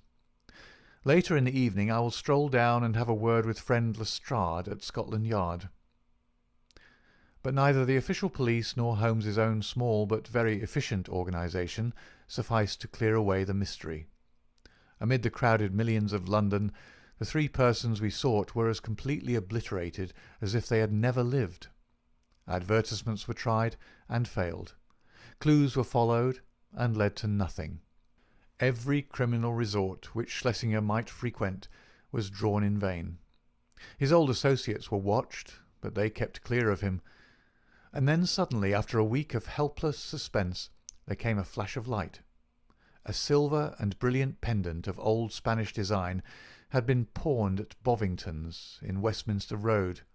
The pawner was a large, clean-shaven man of clerical appearance. His name and address were demonstrably false. The ear had escaped notice, but the description was surely that of Schlesinger. 3 times had our bearded friend from the Langham called for news. The 3rd time within an hour of this fresh development. His clothes were getting looser on his great body. He seemed to be wilting away in his anxiety. If you'll only give me something to do," was his constant wail. At last Holmes could oblige him. "He has begun to pawn the jewels. We should get him now." "But does this mean that any harm has befallen the Lady Frances?" Holmes shook his head very gravely. "Supposing that they have held her prisoner up to now, it is clear that they cannot let her loose without their own destruction. We must prepare for the worst." "What can I do?" "These people do not know you by sight?" "No." "It is possible that he will go to some other pawnbroker in the future. In that case we must begin again. On the other hand, he has had a fair price and no questions asked, so if he is in need of ready money he will probably come back to Bovington's. I will give you a note to them, and they will let you wait in the shop. If the fellow comes you will follow him home, but no indiscretion, and above all no violence. I put you on your honour that you will take no step without my knowledge and consent." For 2 days the Honourable Philip Green, he was, I may mention, the son of the famous admiral of that name who commanded the Sea of Azov fleet in the Crimean War, brought us no news. On the evening of the 3rd he rushed into our sitting-room, pale, trembling, with every muscle of his powerful frame quivering with excitement. "We have him! We have him!" he cried. He was incoherent in his agitation. Holmes soothed him with a few words and thrust him into an armchair. "Come now, give us the order of events," said he. "She came only an hour ago. It was the wife this time, but the pendant she brought was the fellow of the other. She is a tall, pale woman with ferret eyes." "That is the lady," said Holmes. "She left the office and I followed her. She walked up the Kennington Road and I kept behind her. Presently she went into a shop. Mr. Holmes, it was an undertaker's." My companion started. "Well?" he asked in that vibrant voice which told of the fiery soul behind the cold grey face. "She was talking to the woman behind the counter. I enters as well. 'It is late,' I heard her say, or words to that effect. The woman was excusing herself. 'It should be there before now,' she answered. 'It took longer, being out of the ordinary.' They both stopped and looked at me. So I asked some questions and then left the shop." "You did excellently well. What happened next?" "The woman came out, but I had hid myself in a doorway. Her suspicions had been aroused, I think, for she looked round her. Then she called a cab and got in. I was lucky enough to get another and so to follow her. She got down at last at No. 36 Pulteney Square, Brixton. I drove past, left my cab at the corner of the square and watched the house." "Did you see anyone?" "The windows were all in darkness, save one on the lower floor. The blind was down and I could not see in. I was standing there wondering what I should do next, when a covered van drove up with 2 men in it. They descended, took something out of the van and carried it up the steps to the hall door. Mr. Holmes, it was a coffin." "Ah." "For an instant I was on the point of rushing in. The door had been opened to admit the men and their burden. It was the woman who'd opened it. But as I stood there she caught a glimpse of me, and I think she recognized me. I saw her start, and she hastily closed the door. I remembered my promise to you, and here I am." "You have done excellent work," said Holmes, scribbling a few words upon a half-sheet of paper. "We can do nothing legal without a warrant, and you can serve the cause best by taking this note down to the authorities and getting one. There may be some difficulty, but I should think that the sale of the jewellery should be sufficient. Lestrade will see to all details." "But they may murder her in the meanwhile. What could the coffin mean, and for whom could it be but for her?" "We will do all that we can, Mr. Green. Not a moment will be lost. Leave it in our hands. Now, Watson," he added as our client hurried away, "he will set the regular forces on the move. We are, as usual, the irregulars, and we must take our own line of action. The situation strikes me as so desperate that the most extreme measures are justified. Not a moment is to be lost in getting to Pulteney Square." "Let us try to reconstruct the situation," said he as we drove swiftly past the Houses of Parliament and over Westminster Bridge. These villains have coaxed this unhappy lady to London, after first alienating her from her faithful maid. If she has written any letters, they have been intercepted. Through some confederate, they have engaged a furnished house. Once inside it, they have made her a prisoner, and they have become possessed of the valuable jewellery which had been their object from the first. Already they have begun to sell part of it, which seems safe enough to them, since they have no reason to think that anyone is interested in the lady's fate. When she is released, she will, of course, denounce them. Therefore she must not be released. But they cannot keep her under lock and key forever, so murder is their only solution. That seems clear. Now we will take another line of reasoning. When you follow two separate chains of thought, Watson, you will find some point of intersection which should approximate to the truth. We will start now not from the lady, but from the coffin, and argue backward. That incident proves, I fear, beyond all doubt, that the lady is dead. It points also to an orthodox burial with proper accompaniment of medical certificate and official sanction. Had the lady been obviously murdered, they would have buried her in a hole in the back garden. But here all is open and regular. What does this mean? Surely that they have done her to death in some way which has deceived the doctor and simulated a natural end, poisoning perhaps. And yet how strange that they should ever let a doctor approach her unless he were a confederate, which is hardly a credible proposition. Could they have forged a medical certificate? Dangerous, Watson, very dangerous. No, I hardly see them doing that. Pull up, cabby. This is evidently the undertaker's, for we have just passed the pawnbroker's. Would you go in, Watson? Your appearance inspires confidence. Ask what hour the Pulteney Square funeral takes place tomorrow. The woman in the shop answered me without hesitation that it was to be at 8 o'clock in the morning. You see, Watson, no mystery, everything above board. In some way the legal forms have undoubtedly been complied with, and they think that they have little to fear.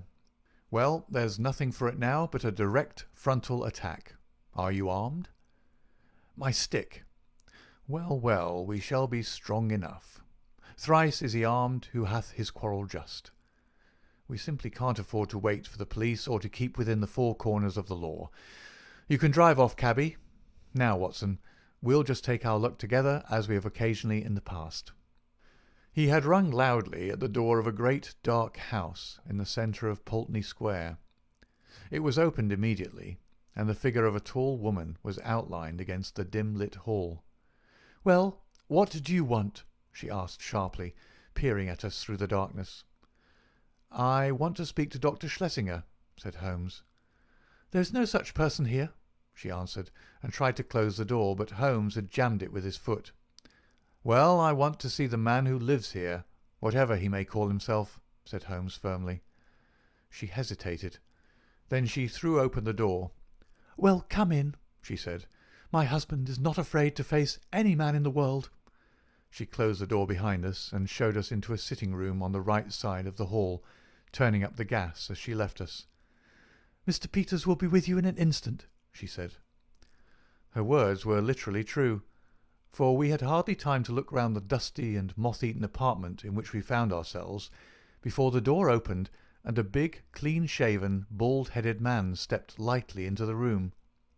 He had a large red face, with pendulous cheeks, and a general air of superficial benevolence, which was marred by a cruel, vicious mouth. "There is surely some mistake here, gentlemen," he said in an unctuous, made-everything-easy voice. "I fancy that you have been misdirected. Possibly if you tried farther down the street." "That will do. We have no time to waste," said my companion firmly. "You are Henry Peters of Adelaide, late the Reverend Dr. Schlesinger of Baden and South America. I am as sure of that as that my own name is Sherlock Holmes." Peters, as I will now call him, started and stared hard at his formidable pursuer. "I guess your name does not frighten me, Mr. Holmes," said he coolly. "When a man's conscience is easy, you can't rattle him. What is your business in my house?" I want to know what you've done with the Lady Frances Carfax, whom you brought away with you from Baden." "I'd be very glad if you could tell me where that lady may be," Peters answered coolly. "I've a bill against her for nearly £100, and nothing to show for it but a couple of trumpery pendants that the dealer would hardly look at. She attached herself to Mrs. Peters and me at Baden. It is a fact that I was using another name at the time, and she stuck on to us until we came to London. I paid her bill and her ticket. Once in London she gave us the slip, and, as I say, left these out-of-date jewels to pay her bills. You find her, Mr. Holmes, and I'm your debtor." "I mean to find her," said Sherlock Holmes. "I'm going through this house till I do find her." "Where is your warrant?" Holmes half drew a revolver from his pocket. "This will have to serve till a better one comes." "Why, you're a common burglar." "So you might describe me," said Holmes cheerfully. "My companion is also a dangerous ruffian, and together we're going through your house." Our opponent opened the door. "Fetch a policeman, Annie," said he. There was a whisk of feminine skirts down the passage, and the hall door was opened and shut. "Our time is limited, Watson," said Holmes. "If you try to stop us, Peters, you'll most certainly get hurt. Where is that coffin which was brought into the house?" "What do you want with the coffin? It is in use. There is a body in it." "I must see the body." "Never with my consent." "Then without it." With a quick movement, Holmes pushed the fellow to one side and passed into the hall. A door half open stood immediately before us. We entered. It was the dining room. On the table, under a half-lit chandelier, the coffin was lying. Holmes turned up the gas and raised the lid. Deep down in the recesses of the coffin lay an emaciated figure. The glare from the lights above beat down upon an aged and withered face. By no possible process of cruelty, starvation, or disease could this worn-out wreck be the still beautiful Lady Frances. Holmes's face showed his amazement, and also his relief. "Thank God," he muttered. "It's someone else." "Ah, you've blundered badly for once, Mr. Sherlock Holmes," said Peters, who had followed us into the room. "Who is the dead woman?"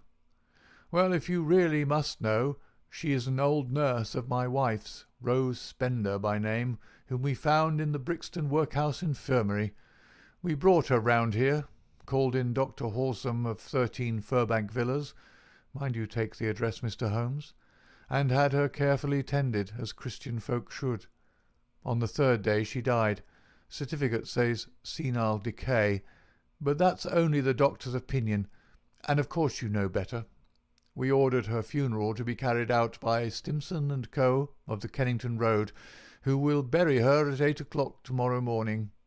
Can you pick any hole in that, Mr. Holmes? You've made a silly blunder, and you may as well own up to it.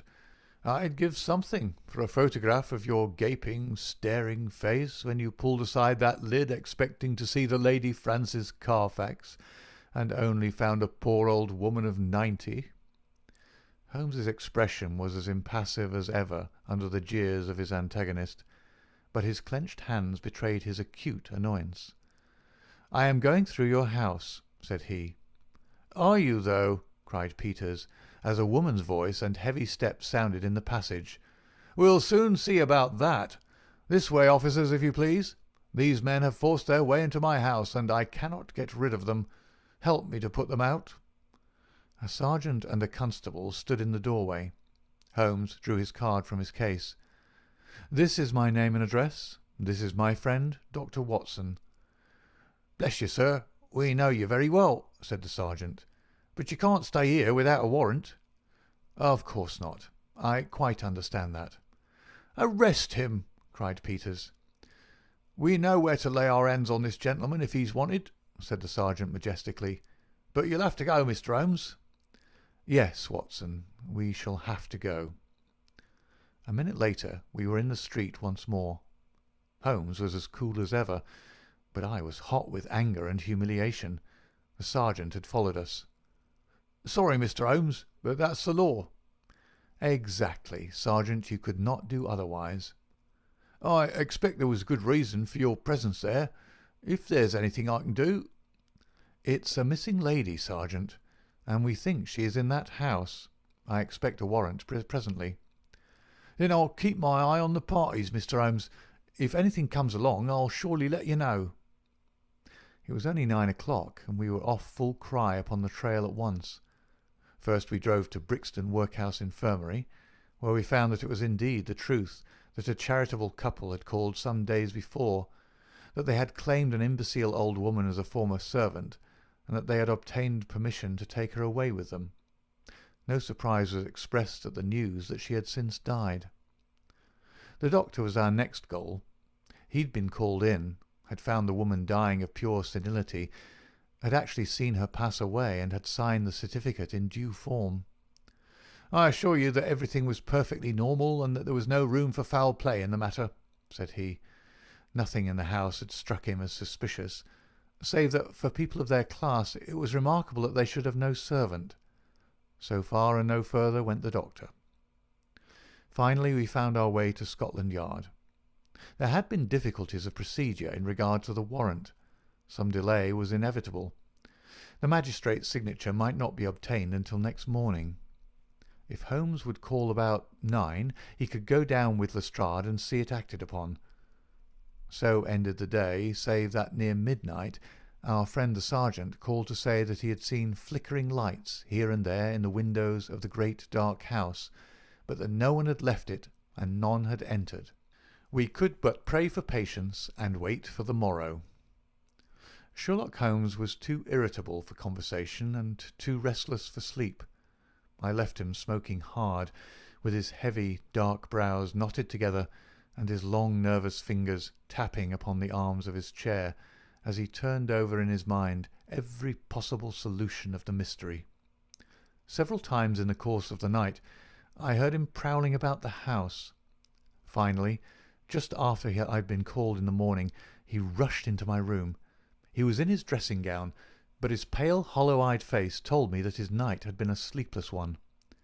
"What time was the funeral?" "8, was it not?" he asked eagerly. "Well, it is 7:20 now. Good heavens, Watson, what has become of any brains that God has given me? Quick, man, quick! It's life or death. 100 chances on death to 1 on life. I'll never forgive myself, never, if we're too late." 5 minutes had not passed before we were flying in a hansom down Baker Street.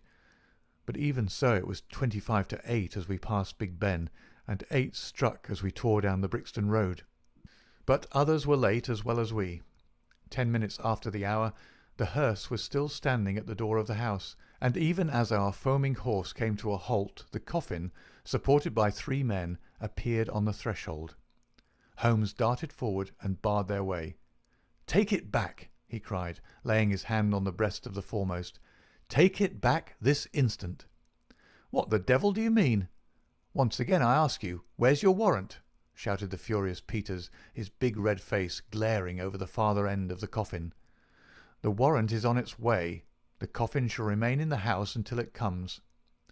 The authority in Holmes's voice had its effect upon the bearers. Peters had suddenly vanished into the house, and they obeyed these new orders. "Quick, Watson, quick! Here is a screwdriver," he shouted as the coffin was replaced upon the table. "Here's one for you, my man. A sovereign if the lid comes off in a minute. Ask no questions. Work away. That's good. Another and another. Now pull all together. It's giving. It's giving. Ah, that does it at last." With a united effort we tore off the coffin lid. As we did so, there came from the inside a stupefying and overpowering smell of chloroform. A body lay within, its head all wreathed in cotton wool, which had been soaked in the narcotic. Holmes plucked it off and disclosed the statuesque face of a handsome and spiritual woman of middle age. In an instant he had passed his arm round the figure and raised her to a sitting position. "Is she gone, Watson? Is there a spark left? Surely we're not too late?" For half an hour it seemed that we were.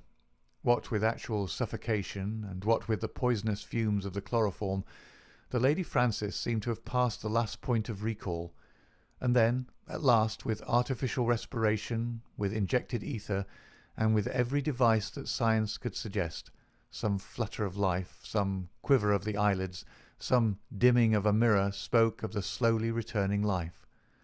A cab had driven up, and Holmes, parting the blind, looked out at it. "Here is Lestrade with his warrant," said he. "He will find that his birds have flown, and here," he added, as a heavy step hurried along the passage, "is someone who has a better right to nurse this lady than we have. Good morning, Mr. Green. I think that the sooner we can move the Lady Frances the better. Meanwhile the funeral may proceed, and the poor old woman who still lies in that coffin may go to her last resting place alone." "Should you care to add the case to your annals, my dear Watson," said Holmes that evening, "it can only be as an example of that temporary eclipse to which even the best balanced mind may be exposed. Such slips are common to all mortals, and the greatest is he who can recognize and repair them. To this modified credit I may perhaps make some claim. My night was haunted by the thought that somewhere a clue, a strange sentence, a curious observation had come under my notice and had been too easily dismissed. Then suddenly, in the grey of the morning, the words came back to me. It was the remark of the undertaker's wife, as reported by Philip Green. She had said, 'It should be there before now. It took longer, being out of the ordinary.' It was the coffin of which she spoke. It had been out of the ordinary. That could only mean that it had been made to some special measurement. But why? Why? Then in an instant I remembered the deep sides and the little wasted figure at the bottom. Why so large a coffin for so small a body? To leave room for another body. Both would be buried under the one certificate. It had all been so clear. If only my own sight had not been dimmed. At 8 the Lady Frances would be buried. Our one chance was to stop the coffin before it left the house. It was a desperate chance that we might find her alive, but it was a chance, as the result showed. These people had never, to my knowledge, done a murder. They might shrink from actual violence at the last.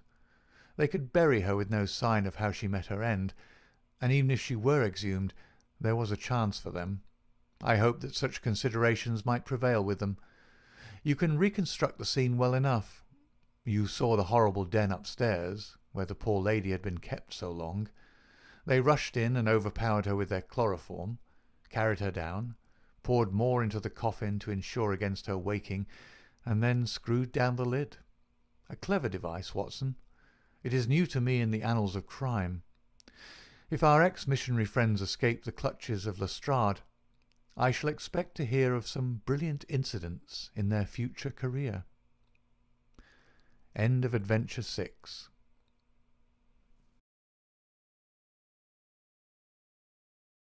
The Adventure of the Devil's Foot. In recording from time to time some of the curious experiences and interesting recollections which I associate with my long and intimate friendship with Mr. Sherlock Holmes, I have continually been faced by difficulties caused by his own aversion to publicity. To his sombre and cynical spirit, all popular applause was always abhorrent, and nothing amused him more at the end of a successful case than to hand over the actual exposure to some orthodox official, and to listen with a mocking smile to the general chorus of misplaced congratulation. It was indeed this attitude upon the part of my friend, and certainly not any lack of interesting material, which has caused me of late years to lay very few of my records before the public. My participation in some of his adventures was always a privilege which entailed discretion and reticence upon me. It was then with considerable surprise that I received a telegram from Holmes last Tuesday. He's never been known to write where a telegram would serve, in the following terms: "Why not tell them of the Cornish horror? Strangest case I have handled." I have no idea what backward sweep of memory had brought the matter fresh to his mind, or what freak had caused him to desire that I should recount it. But I hasten, before another cancelling telegram may arrive, to hunt out the notes which give me the exact details of the case, and to lay the narrative before my readers. It was, then, in the spring of the year 1897, that Holmes' iron constitution showed some symptoms of giving way in the face of constant hard work of a most exacting kind, aggravated perhaps by occasional indiscretions of his own. In March of that year, Dr. Moore Agar of Harley Street, whose dramatic introduction to Holmes I may some day recount, gave positive injunctions that the famous private agent lay aside all his cases and surrender himself to complete rest if he wished to avert an absolute breakdown. The state of his health was not a matter in which he himself took the faintest interest, for his mental detachment was absolute, but he was induced at last, on the threat of being permanently disqualified from work, to give himself a complete change of scene and air. Thus it was that in the early spring of that year we found ourselves together in a small cottage near Poldhu Bay, at the further extremity of the Cornish peninsula. It was a singular spot, and one peculiarly well suited to the grim humour of my patient. From the windows of our little whitewashed house, which stood high upon a grassy headland, we looked down upon the whole sinister semicircle of Mounts Bay, that old death-trap of sailing vessels, with its fringe of black cliffs and surge-swept reefs, on which innumerable seamen have met their end. With a northerly breeze, it lies placid and sheltered, inviting the storm-tossed craft to tack into it for rest and protection. Then come the sudden swirl round of the wind, the blistering gale from the south-west, the dragging anchor, the lee shore, and the last battle in the creaming breakers. The wise mariner stands far out from that evil place. On the land side our surroundings were as sombre as on the sea. It was a country of rolling moors, lonely and dun-coloured, with an occasional church tower to mark the site of some old-world village. In every direction upon these moors there were traces of some vanished race which had passed utterly away, and left as its sole record strange monuments of stone, irregular mounds which contained the burned ashes of the dead, and curious earthworks which hinted at prehistoric strife. The glamour and mystery of the place, with its sinister atmosphere of forgotten nations, appealed to the imagination of my friend, and he spent much of his time in long walks and solitary meditations upon the moor. The ancient Cornish language had also arrested his attention, and he had, I remember, conceived the idea that it was akin to the Chaldean, and had been largely derived from the Phoenician traders in tin.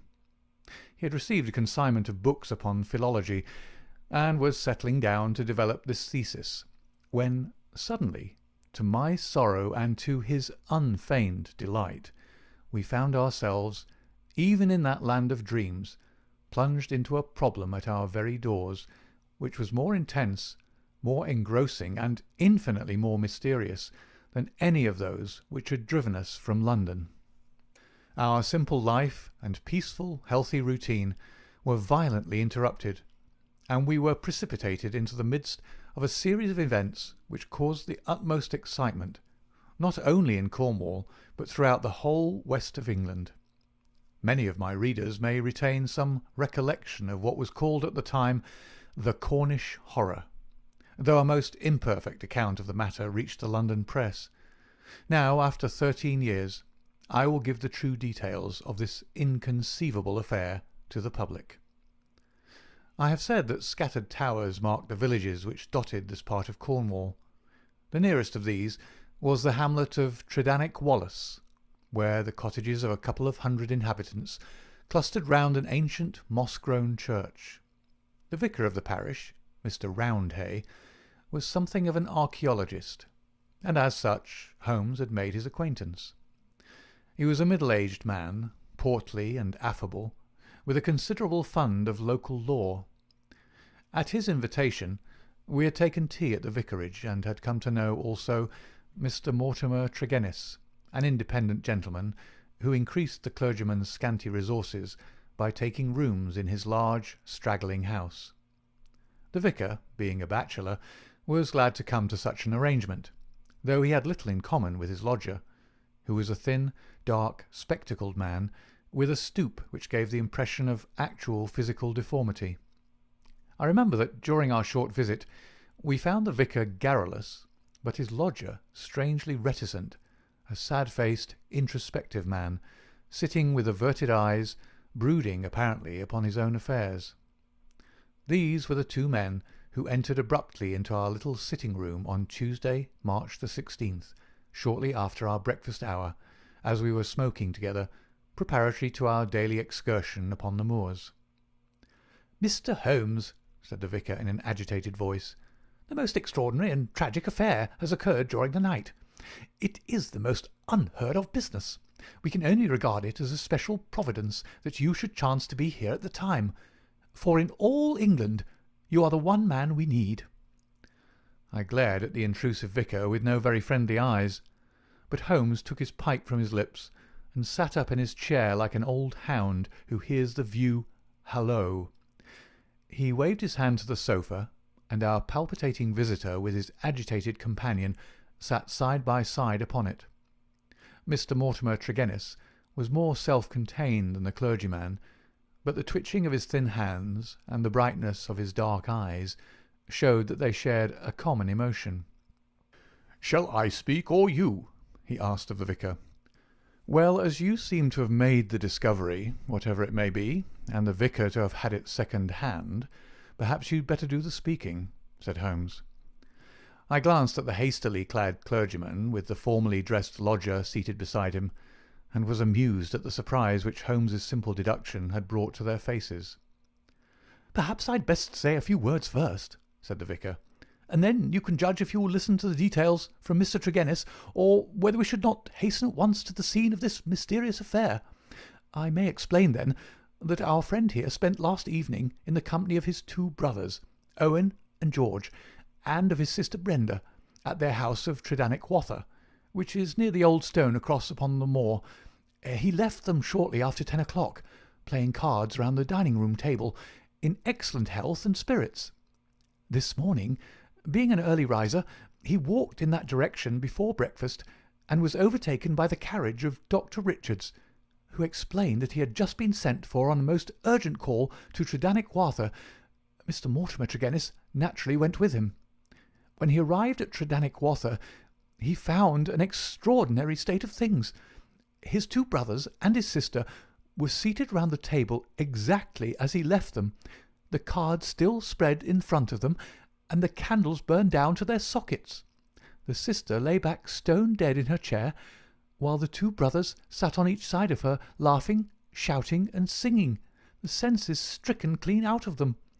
All three of them, the dead woman and the two demented men, retained upon their faces an expression of the utmost horror, a convulsion of terror which was dreadful to look upon.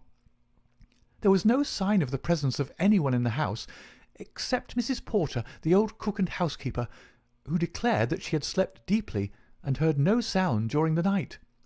Nothing had been stolen or disarranged, and there is absolutely no explanation of what the horror can be which has frightened a woman to death and two strong men out of their senses. There's the situation, Mr. Holmes, in a nutshell, and if you can help us to clear it up, you will have done a great work."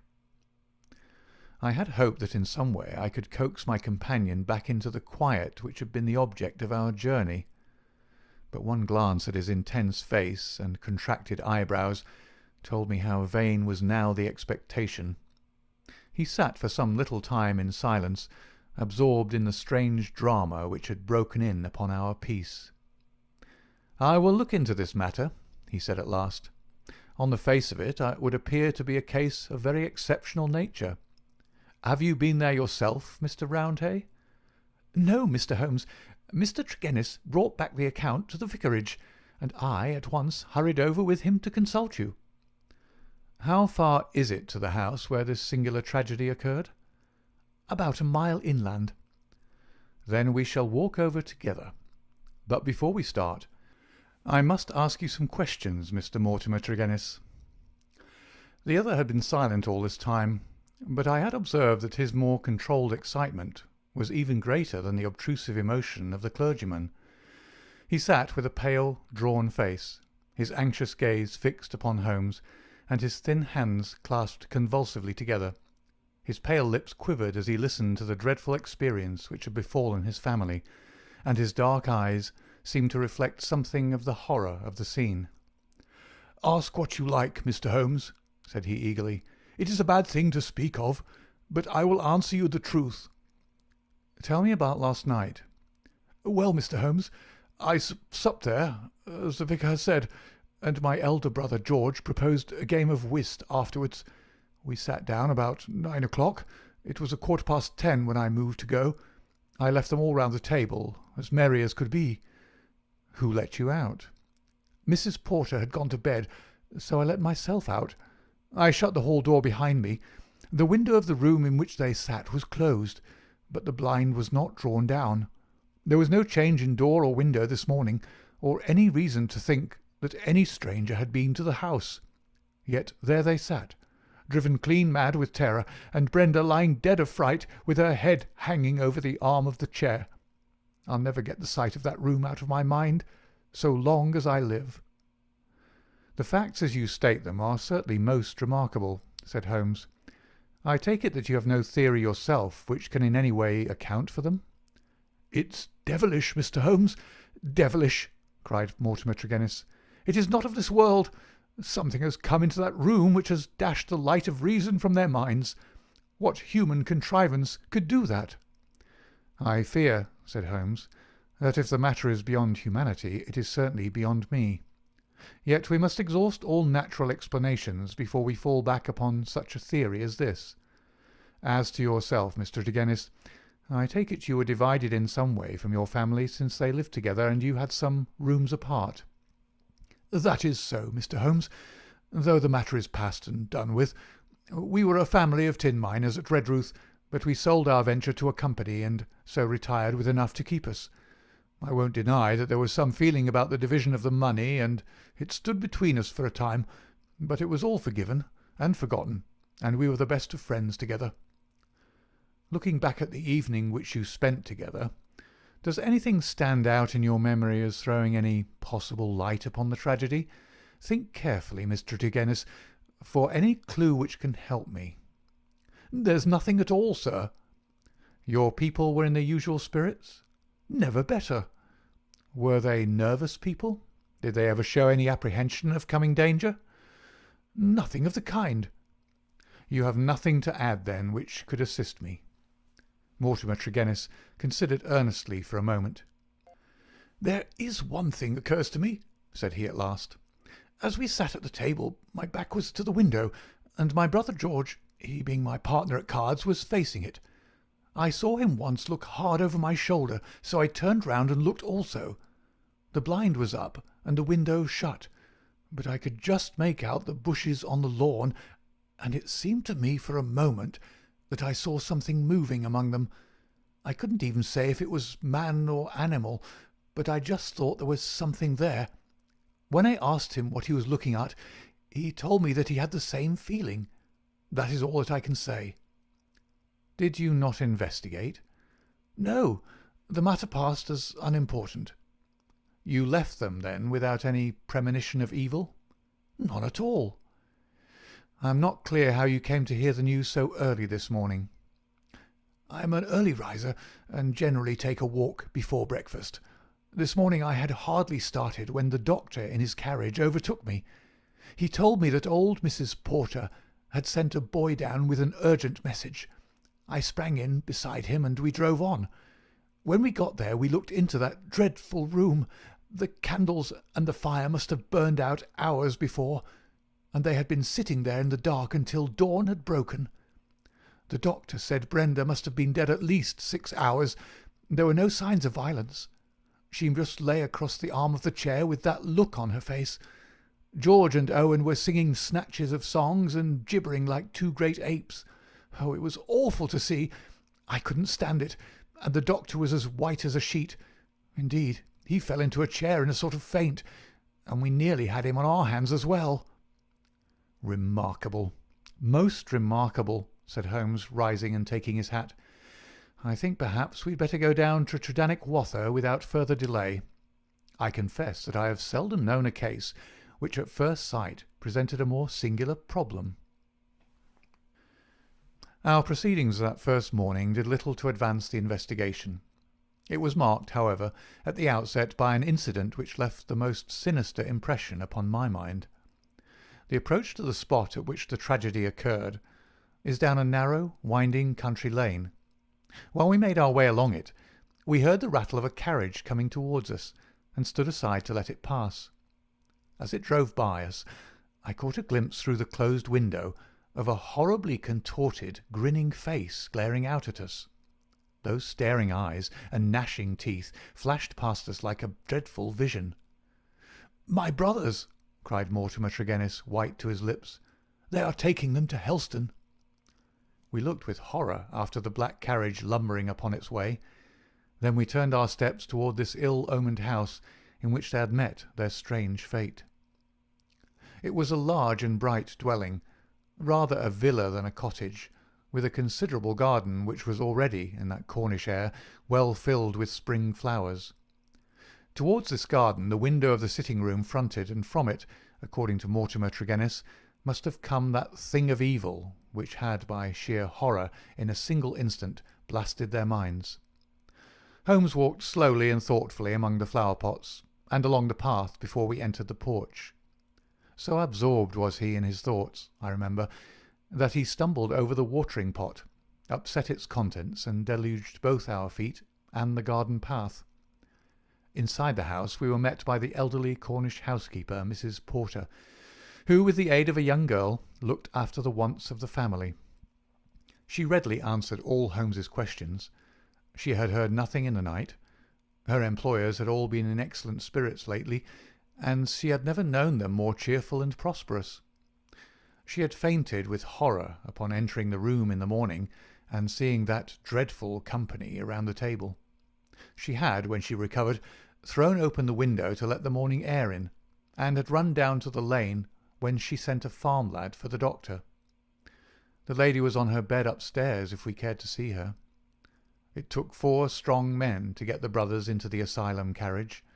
She would not herself stay in the house another day, and was starting that very afternoon to rejoin her family at St. Ives. We ascended the stairs and viewed the body. Miss Brenda Tregennis had been a very beautiful girl, though now verging upon middle age. Her dark, clear-cut face was handsome even in death, but there still lingered upon it something of that convulsion of horror which had been her last human emotion.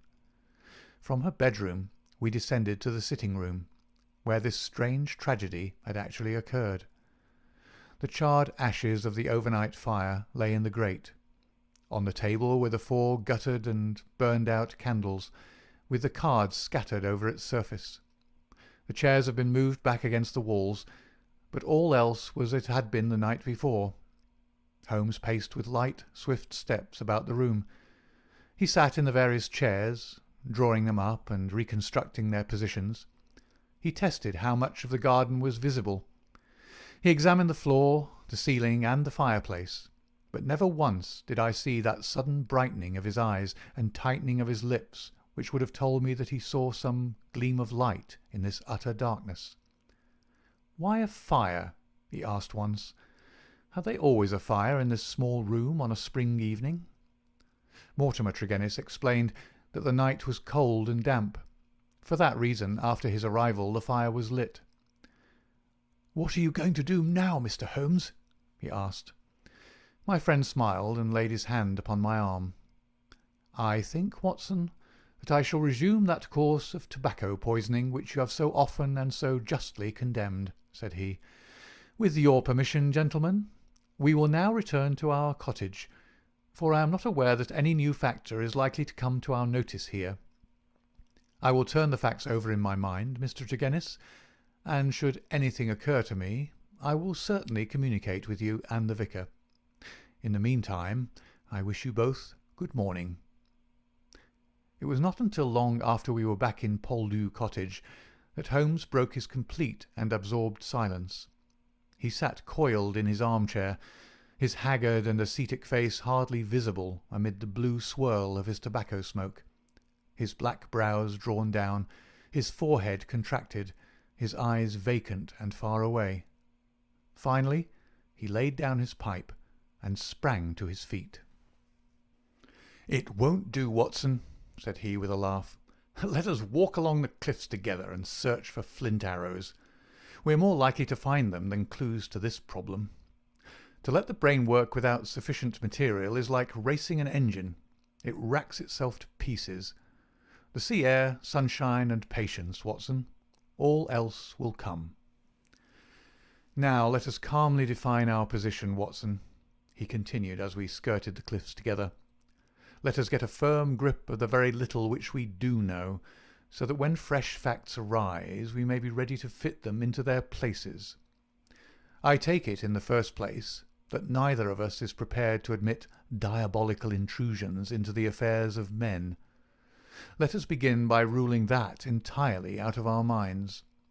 Very good. There remain 3 persons who have been grievously stricken by some conscious or unconscious human agency. That is firm ground. Now, when did this occur? Evidently, assuming his narrative to be true, it was immediately after Mr. Mortimer Tregennis had left the room. That is a very important point. The presumption is that it was within a few minutes afterwards. The cards still lay upon the table. It was already past their usual hour for bed, yet they had not changed their position or pushed back their chairs. I repeat, then, that the occurrence was immediately after his departure, and not later than 11 o'clock last night. Our next obvious step is to check, so far as we can, the movements of Mortimer Tregennis after he left the room. In this there is no difficulty, and they seem to be above suspicion. Knowing my methods as you do, you were, of course, conscious of the somewhat clumsy water-pot expedient by which I obtained a clearer impress of his foot than might otherwise have been possible. The wet, sandy path took it admirably. Last night was also wet, you will remember, and it was not difficult, having obtained a sample print, to pick out his track among others and to follow his movements. He appears to have walked away swiftly in the direction of the vicarage. If, then, Mortimer Tregennis disappeared from the scene, and yet some outside person affected the card-players, how can we reconstruct that person, and how was such an impression of horror conveyed? Mrs. Porter may be eliminated. She is evidently harmless. Is there any evidence that someone crept up to the garden window and in some manner produced so terrific an effect that he drove those who saw it out of their senses? The only suggestion in this direction comes from Mortimer Tregennis himself, who says that his brother spoke about some movement in the garden.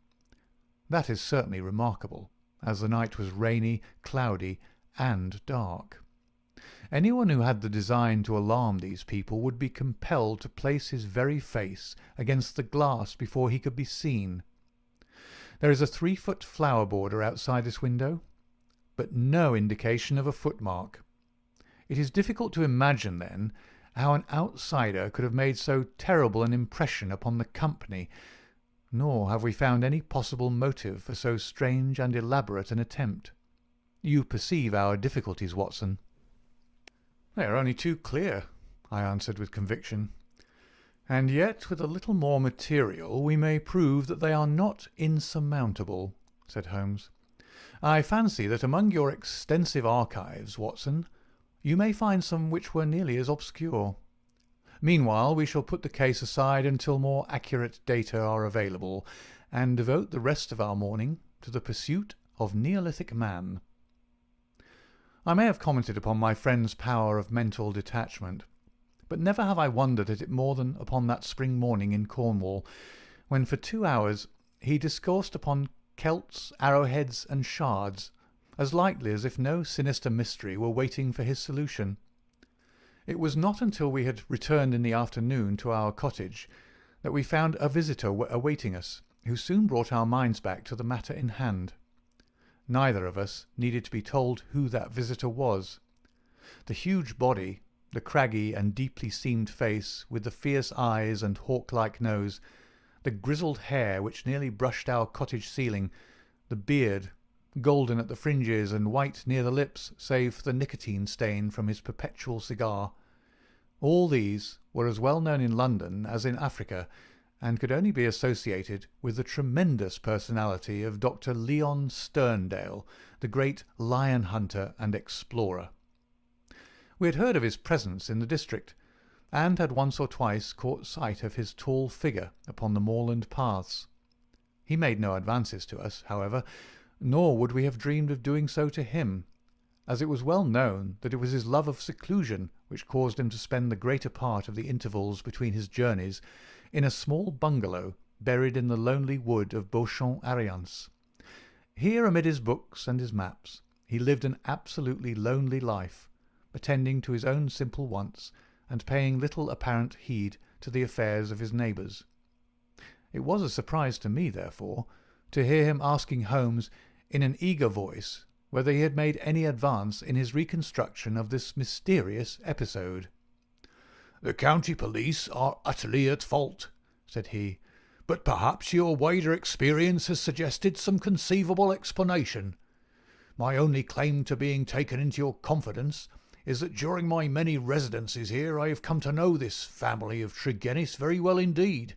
Upon my Cornish mother's side, I could call them cousins, and their strange fate has naturally been a great shock to me. I may tell you that I have got as far as Plymouth upon my way to Africa, but the news reached me this morning, and I came straight back again to help in the inquiry." Holmes raised his eyebrows. "Did you lose your boat through it?" "I will take the next." "Dear me, that is friendship indeed." "I tell you, they were relatives." "Quite so. Cousins of your mother. Was your baggage aboard the ship?" "Some of it, but the main part at the hotel." "I see. But surely this event could not have found its way into the Plymouth morning papers?" "No, sir. I had a telegram." "Might I ask from whom?" A shadow passed over the gaunt face of the explorer. "You are very inquisitive, Mr. Holmes." "It is my business." With an effort, Dr. Sterndale recovered his ruffled composure. "I have no objection to telling you," he said. "It was Mr. Rounday, the vicar, who sent me the telegram which recalled me." "Thank you," said Holmes. "I may say in answer to your original question that I have not cleared my mind entirely on the subject of this case, but that I have every hope of reaching some conclusion. It would be premature to say more." "Perhaps you would not mind telling me if your suspicions point in any particular direction?" "No, I can hardly answer that." "Then I have wasted my time and need not prolong my visit." The famous doctor strode out of our cottage in considerable ill humour, and within 5 minutes Holmes had followed him. I saw him no more until the evening, when he returned with a slow step and haggard face, which assured me that he had made no great progress with his investigation. He glanced at a telegram which awaited him, and threw it into the grate. "From the Plymouth Hotel, Watson," he said. "I learned the name of it from the vicar, and I wired to make certain that Dr. Leon Sterndale's account was true. It appears that he did indeed spend last night there, and that he has actually allowed some of his baggage to go on to Africa, while he returned to be present at this investigation. What do you make of that, Watson?" "He's deeply interested." "Deeply interested. Yes. There is a thread here which we have not yet grasped, and which might lead us through the tangle. Cheer up, Watson, for I am very sure that our material has not yet all come to hand. When it does, we may soon leave our difficulties behind us." Little did I think how soon the words of Holmes would be realized, or how strange and sinister would be that new development which opened up an entirely fresh line of investigation. I was shaving at my window in the morning when I heard the rattle of hoofs, and looking up saw a dog-cart coming at a gallop down the road. It pulled up at our door, and our friend the vicar sprang from it and rushed up our garden path. Holmes was already dressed, and we hastened down to meet him. Our visitor was so excited that he could hardly articulate, but at last, in gasps and bursts, his tragic story came out of him. "We are devil-ridden, Mr. Holmes. My poor parish is devil-ridden," he cried. "Satan himself is loose in it. We are given over into his hands." He danced about in his agitation, a ludicrous object if it were not for his ashy face and startled eyes. Finally he shot out his terrible news.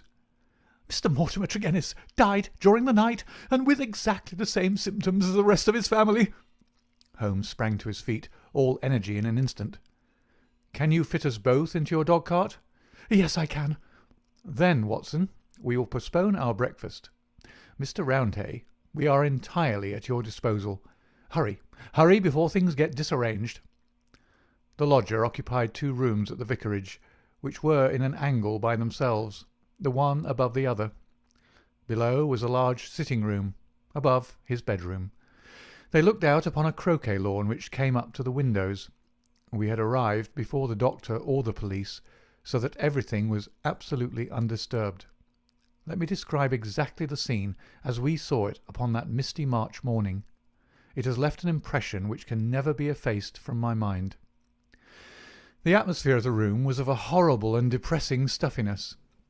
The servant, who had first entered, had thrown up the window, or it would have been even more intolerable. This might partly be due to the fact that a lamp stood flaring and smoking on the centre table. Beside it sat the dead man, leaning back in his chair, his thin beard projecting, his spectacles pushed up onto his forehead, and his lean dark face turned towards the window and twisted into the same direction of terror which had marked the features of his dead sister. His limbs were convulsed, and his fingers contorted, as though he had died in a very paroxysm of fear. He was fully clothed, though there were signs that his dressing had been done in a hurry. We had already learned that his bed had been slept in, and that the tragic end had come to him in the early morning. One realized the red-hot energy which underlay Holmes's phlegmatic exterior when one saw the sudden change which came over him from the moment that he entered the fatal apartment. In an instant he was tense and alert, his eyes shining, his face set, his limbs quivering with eager activity. He was out on the lawn, in through the window, round the room, and up into the bedroom, for all the world like a dashing foxhound drawing a cover. In the bedroom he made a rapid cast around, and ended by throwing open the window, which appeared to give him some fresh cause for excitement, for he leaned out of it with loud ejaculations of interest and delight. Then he rushed down the stair, out through the open window, threw himself upon his face on the lawn, sprang up and into the room once more, all with the energy of the hunter who is at the very heels of his quarry. The lamp, which was an ordinary standard, he examined with minute care, making certain measurements upon its bowl. He carefully scrutinized with his lens the talc shield which covered the top of the chimney, and scraped off some ashes which adhered to its upper surface, putting some of them into an envelope, which he placed in his pocket-book. Finally, just as the doctor and the official police put in an appearance, he beckoned to the vicar, and we all 3 went out upon the lawn. "I am glad to say that my investigation has not been entirely barren," he remarked. "I cannot remain to discuss the matter with the police, but I should be exceedingly obliged, Mr. Roundhay, if you would give the inspector my compliments, and direct his attention to the bedroom window and to the sitting-room lamp. Each is suggestive, and together they are almost conclusive. If the police would desire further information, I shall be happy to see any of them at the cottage. And now, Watson, I think that perhaps we shall be better employed elsewhere." It may be that the police resented the intrusion of an amateur, or that they imagined themselves to be upon some hopeful line of investigation, but it is certain that we heard nothing from them for the next 2 days. During this time Holmes spent some of his time smoking and dreaming in the cottage, but a greater portion in country walks which he undertook alone, returning after many hours without remark as to where he had been. One experiment served to show me the line of his investigation. He had bought a lamp which was the duplicate of the one which had burned in the room of Mortimer Tregennis on the morning of the tragedy.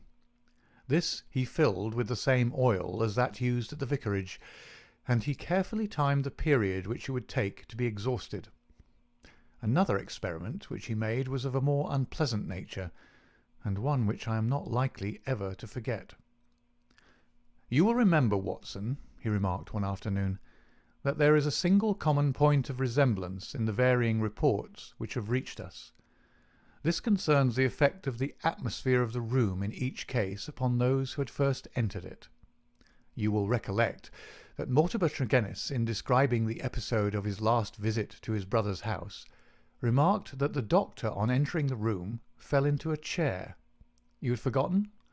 Well, I can answer for it that it was so. Now, you will remember also that Mrs. Porter, the housekeeper, told us that she herself fainted upon entering the room, and had afterwards opened the window in the second case, that of Mortimer Tregennis himself. You cannot have forgotten the horrible stuffiness of the room when we arrived, though the servant had thrown open the window. That servant, I found upon inquiry, was so ill that she had gone to her bed. You will admit, Watson, that these facts are very suggestive. In each case there is evidence of a poisonous atmosphere. In each case, also, there is combustion going on in the room. In the one case a fire, in the other a lamp. The fire was needed, but the lamp was lit, as a comparison of the oil consumed will show, long after it was broad daylight. Why? Surely because there is some connection between three things: the burning, the stuffy atmosphere, and, finally, the madness or death of those unfortunate people. That is clear, is it not? It would appear so. At least we may accept it as a working hypothesis. We will suppose, then, that something was burned in each case which produced an atmosphere causing strange toxic effects. Very good. In the first instance, that of the Tregennis family, this substance was placed in the fire. Now the window was shut, but the fire would naturally carry fumes to some extent up the chimney. Hence one would expect the effects of the poison to be less than in the second case, where there was less escape for the vapour. The result seems to indicate that it was so, since in the first case only the woman, who had presumably the more sensitive organism, was killed, the others exhibiting that temporary or permanent lunacy which is evidently the first effect of the drug. In the second case the result was complete. The facts, therefore, seem to bear out the theory of a poison which worked by combustion. With this train of reasoning in my head, I naturally looked about in Mortimer Tregennis's room to find some remains of this substance. The obvious place to look was the talc shelf, or smoke guard of the lamp. There, sure enough, I perceived a number of flaky ashes, and round the edges a fringe of brownish powder, which had not yet been consumed. Half of this I took as you saw, and I placed it in an envelope. Why half, Holmes? It is not for me, my dear Watson, to stand in the way of the official police force. I leave them all the evidence which I found. The poison still remained upon the talc, had they the wit to find it. Now, Watson, we will light our lamp. We will, however, take the precaution to open our window to avoid the premature decease of two deserving members of society, and you will seat yourself near that open window in an armchair, unless, like a sensible man, you determine to have nothing to do with the affair. Oh, you will see it out, will you? I thought I knew my Watson. This chair I will place opposite yours, so that we may be the same distance from the poison and face to face. The door we will leave ajar. Each is now in a position to watch the other and to bring the experiment to an end should the symptoms seem alarming. Is that all clear? Well then, I take our powder, or what remains of it, from the envelope, and I lay it above the burning lamp, so. Now, Watson, let us sit down and await developments. They were not long in coming. I had hardly settled in my chair before I was conscious of a thick, musky odour, subtle and nauseous. At the very first whiff of it, my brain and my imagination were beyond all control. A thick black cloud swirled before my eyes, and my mind told me that in this cloud, unseen as yet, but about to spring out upon my appalled senses, lurked all that was vaguely horrible, all that was monstrous and inconceivably wicked in the universe. Vague shapes swirled and swam amid the dark cloud bank, each a menace and a warning of something coming, the advent of some unspeakable dweller upon the threshold, whose very shadow would blast my soul. A freezing horror took possession of me. I felt that my hair was rising, that my eyes were protruding, that my mouth was opened and my tongue like leather. The turmoil within my brain was such that something must surely snap. I tried to scream, and was vaguely aware of some hoarse croak which was my own voice, but distant and detached from myself. At the same moment, in some effort of escape, I broke through that cloud of despair and had a glimpse of Holmes's face, white, rigid, and drawn with horror, the very look which I had seen upon the features of the dead. It was that vision which gave me an instant of sanity and of strength. I dashed from my chair, threw my arms round Holmes, and together we lurched through the door, and an instant afterwards had thrown ourselves down upon the grass plot, and were lying side by side, conscious only of the glorious sunshine which was bursting its way through the hellish cloud of terror which had girt us in. Slowly it rose from our souls like the mists from a landscape, until peace and reason had returned, and we were sitting upon the grass, wiping our clammy foreheads and looking with apprehension at each other to mark the last traces of that terrific experience which we had undergone. "Upon my word, Watson," said Holmes at last with an unsteady voice, "I owe you both my thanks and an apology. It was an unjustifiable experiment, even for one's self, and doubly so for a friend. I'm really very sorry." "You know," I answered with some emotion, for I have never seen so much of Holmes's heart before, "that it is my greatest joy and privilege to help you." He relapsed at once into the half-humorous, half-cynical vein which was his habitual attitude to those about him. "It would be superfluous to drive us mad, my dear Watson," said he. "A candid observer would certainly declare that we were so already before we embarked upon so wild an experiment. I confess that I never imagined that the effect would be so sudden and so severe." He dashed into the cottage, and, reappearing with the burning lamp held at full arm's length, he threw it among a bank of brambles. "We must give the room a little time to clear. I take it, Watson, that you have no longer a shadow of a doubt as to how these tragedies were produced?" "None whatever." "But the cause remains as obscure as before. Come into the arbour here and let us discuss it together. That villainous stuff seems still to linger round my throat. I think we must admit that all the evidence points to this man Mortimer Tregennis having been the criminal in the first tragedy, though he was the victim in the second one.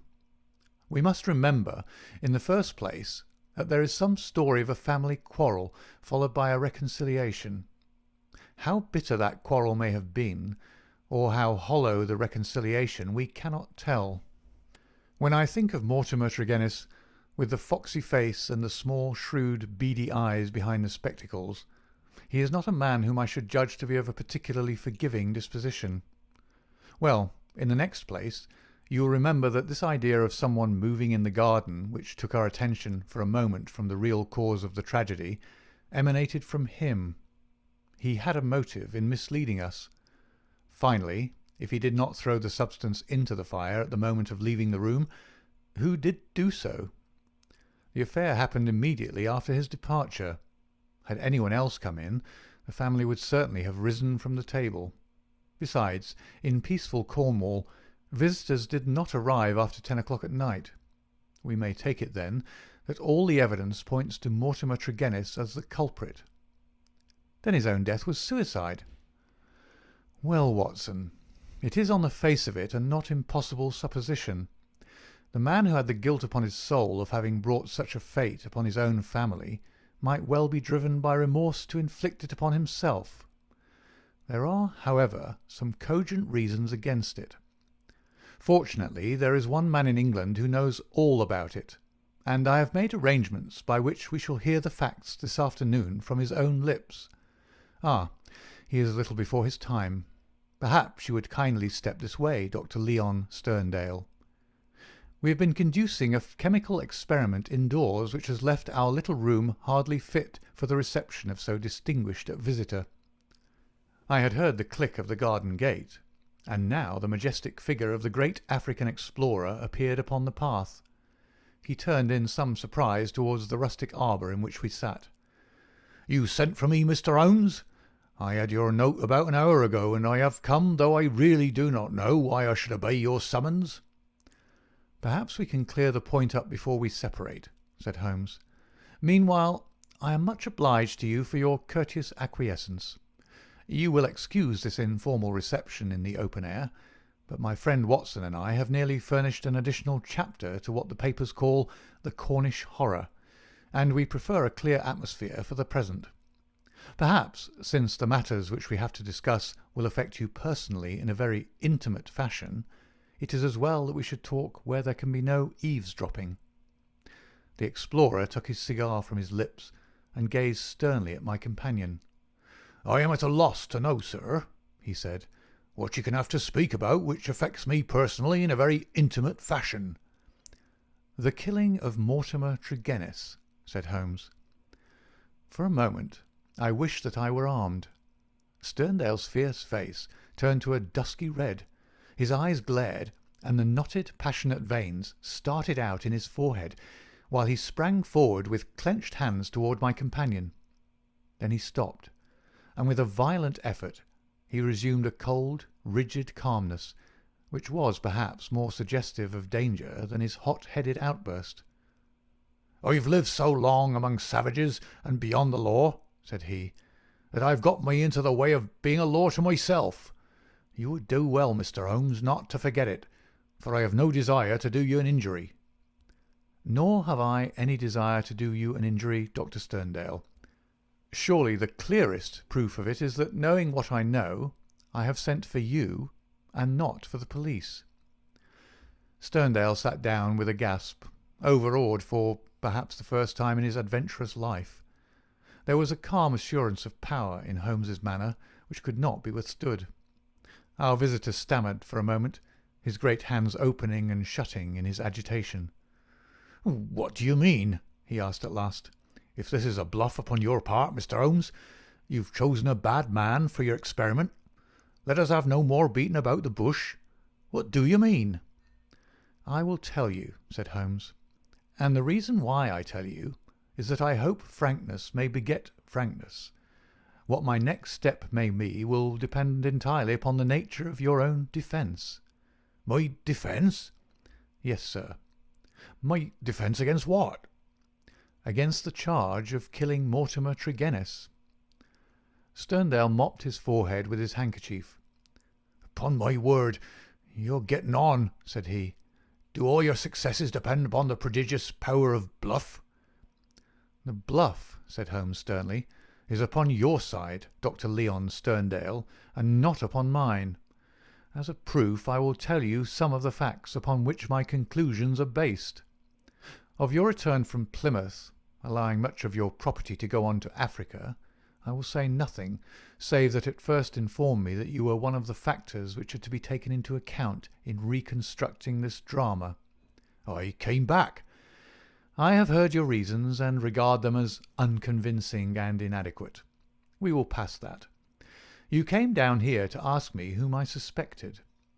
I refused to answer you. You then went to the vicarage, waited outside it for some time, and finally returned to your cottage." "How do you know that?" "I followed you." "I saw no one." "That is what you may expect to see when I follow you. You spent a restless night at your cottage, and you formed certain plans, which in the early morning you proceeded to put into execution. Leaving your door just as day was breaking, you filled your pocket with some reddish gravel that was lying heaped beside your gate." Sterndale gave a violent start, and looked at Holmes in amazement. "You then walked swiftly for the mile which separated you from the vicarage. You were wearing, I may remark, the same pair of ribbed tennis shoes which are at the present moment upon your feet. At the vicarage you passed through the orchard and the side hedge, coming out under the window of the lodger Tregennis. It was now daylight, but the household was not yet stirring. You drew some of the gravel from your pocket, and you threw it up at the window above you." Sterndale sprang to his feet. "I believe that you are the devil himself!" he cried. Holmes smiled at the compliment. It took 2 or possibly 3 handfuls before the lodger came to the window. You beckoned him to come down. He dressed hurriedly and descended to his sitting-room. You entered by the window. There was an interview, a short one, during which you walked up and down the room. Then you passed out and closed the window, standing on the lawn outside, smoking a cigar and watching what occurred. Finally, after the death of Tregennis, you withdrew as you had come. Now, Dr. Sterndale, how do you justify such conduct, and what were the motives for your actions? If you prevaricate or trifle with me, I give you my assurance that the matter will pass out of my hands forever." Our visitor's face had turned ashen grey as he listened to the words of his accuser. Now he sat for some time in thought, with his face sunk in his hands. Then, with a sudden impulsive gesture, he plucked a photograph from his breast pocket and threw it on the rustic table before us. "That is why I've done it," said he. It showed the bust and face of a very beautiful woman. Holmes stooped over it. "Brenda Tregennis," said he. "Yes, Brenda Tregennis," repeated our visitor. "For years I've loved her. For years she loved me. There is the secret of that Cornish seclusion which people have marvelled at. It has brought me close to the one thing on earth that was dear to me. I could not marry her, for I have a wife who has left me for years, and yet whom, by the deplorable laws of England, I could not divorce. For years Brenda waited, for years I waited, and this is what we have waited for." A terrible sob shook his great frame, and he clutched his throat under his brindled beard. Then, with an effort, he mastered himself and spoke on. "The vicar knew. He was in our confidence. He would tell you that she was an angel upon earth. That was why he telegraphed to me and I returned. What was my baggage or Africa to me when I learned that such a fate had come upon my darling?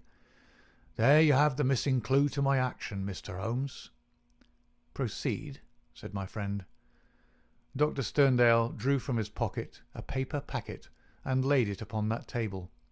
On the outside was written "Radix Pedis Diaboli," with a red poison label beneath it.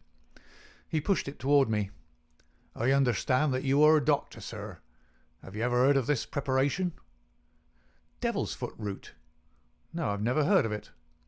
"It is no reflection upon your professional knowledge," said he, "for I believe that, save for one sample in a laboratory at Buda, there is no other specimen in Europe. It has not yet found its way either into the pharmacopoeia or into the literature of toxicology. The root is shaped like a foot, half human, half goat-like, hence the fanciful name given by a botanical missionary. It's used as an ordeal poison by the medicine men in certain districts of West Africa, and is kept as a secret among them. This particular specimen I obtained under very extraordinary circumstances in the Ubangi country." He opened the paper as he spoke and disclosed a heap of reddish-brown snuff-like powder. "Well, sir?" asked Holmes sternly. "I am about to tell you, Mr. Holmes, all that actually occurred, for you already know so much that it's clearly to my interest that you should know all. I've already explained the relationship in which I stood to the Tregennis family. For the sake of the sister I was friendly with the brothers. There was a family quarrel about money which estranged this man Mortimer, but it was supposed to be made up, and I afterwards met him as I did the others. He was a sly, subtle, scheming man, and several things arose which gave me a suspicion of him, but I had no cause for any positive quarrel. One day, only a couple of weeks ago, he came down to my cottage, and I showed him some of my African curiosities. Among other things, I exhibited this powder, and I told him of its strange properties, how it stimulates those brain centres which control the emotion of fear, and how either madness or death is the fate of the unhappy native who is subjected to the ordeal by the priest of his tribe. I told him also how powerless European science would be to detect it. How he took it, I cannot say, for I never left the room, but there is no doubt that it was then, while I was opening cabinets and stooping to boxes, that he managed to abstract some of that devil's foot root.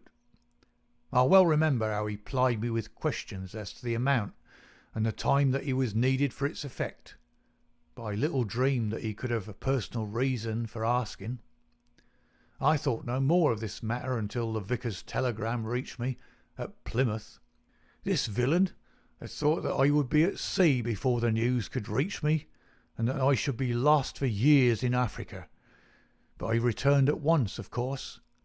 I couldn't listen to the details without feeling assured that my poison had been used. I came round to see you on the chance that some other explanation had suggested itself to you. But there could be none. I was convinced that Mortimer Tregennis was the murderer, that for the sake of money, and with the idea perhaps that if the other members of his family were all insane, he would be the sole guardian of their joint property. He'd used the devil's foot powder upon them, driven two of them out of their senses, and killed his sister Brenda, the one human being whom I've ever loved or who's ever loved me. There was his crime. What was to be his punishment? Should I appeal to the law? Where were my proofs? I knew that the facts were true, but could I help to make a jury of countrymen believe so fantastic a story?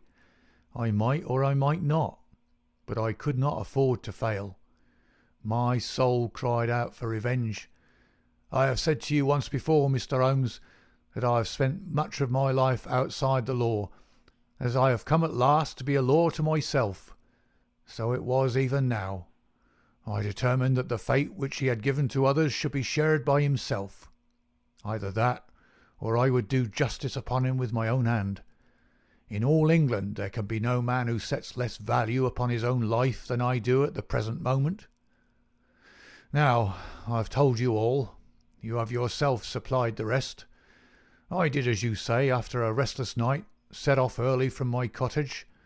I foresaw the difficulty of arousing him, so I gathered some gravel from the pile which you have mentioned, and I used it to throw up to his window.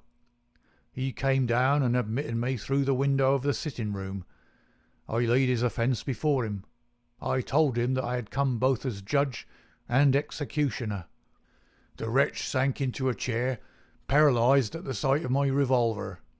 I lit the lamp, but the powder above it, and stood outside the window, ready to carry out my threat to shoot him should he try to leave the room. In 5 minutes he died. My God, how he died! But my heart was flint, for he endured nothing which my innocent darling had not felt before him. There's my story, Mr. Holmes. Perhaps if you loved a woman, you'd have done as much yourself. At any rate, I'm in your hands. You can take what steps you like. As I've already said, there's no man living who can fear death less than I do. Holmes sat for some little time in silence. What were your plans? He asked at last.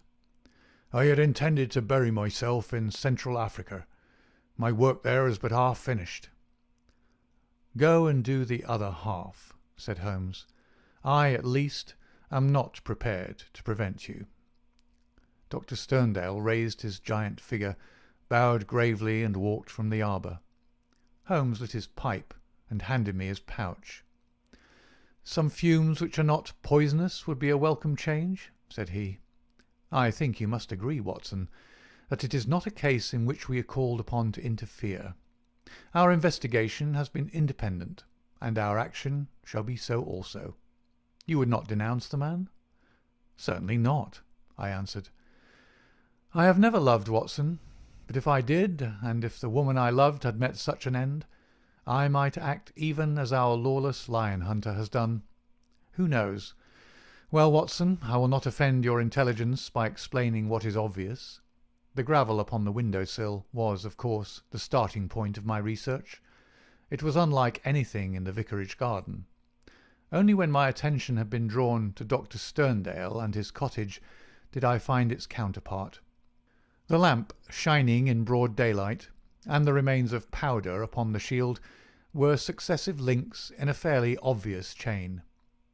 And now, my dear Watson, I think we may dismiss the matter from our mind, and go back with a clear conscience to the study of those Chaldean roots which are surely to be traced in the Cornish branch of the great Celtic speech. End of the adventure of the Devil's Foot.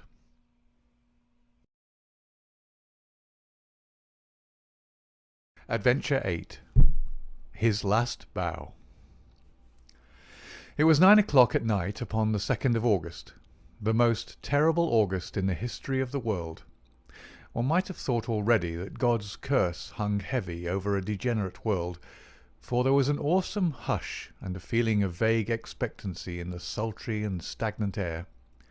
The sun had long set, but one blood-red gash, like an open wound, lay low in the distant west.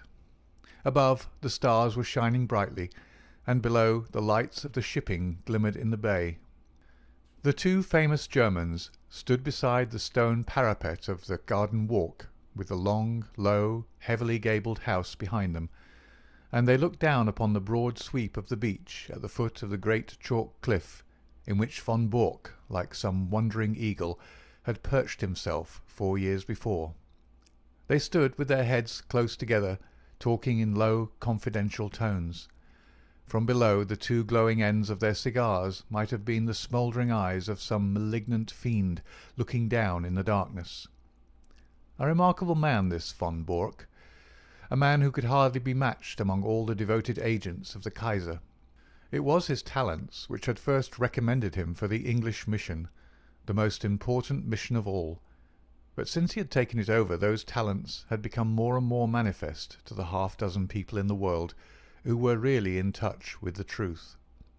One of these was his present companion, Baron von Herling, the chief secretary of the legation, whose huge 100-horsepower Benz car was blocking the country lane as it waited to waft its owner back to London.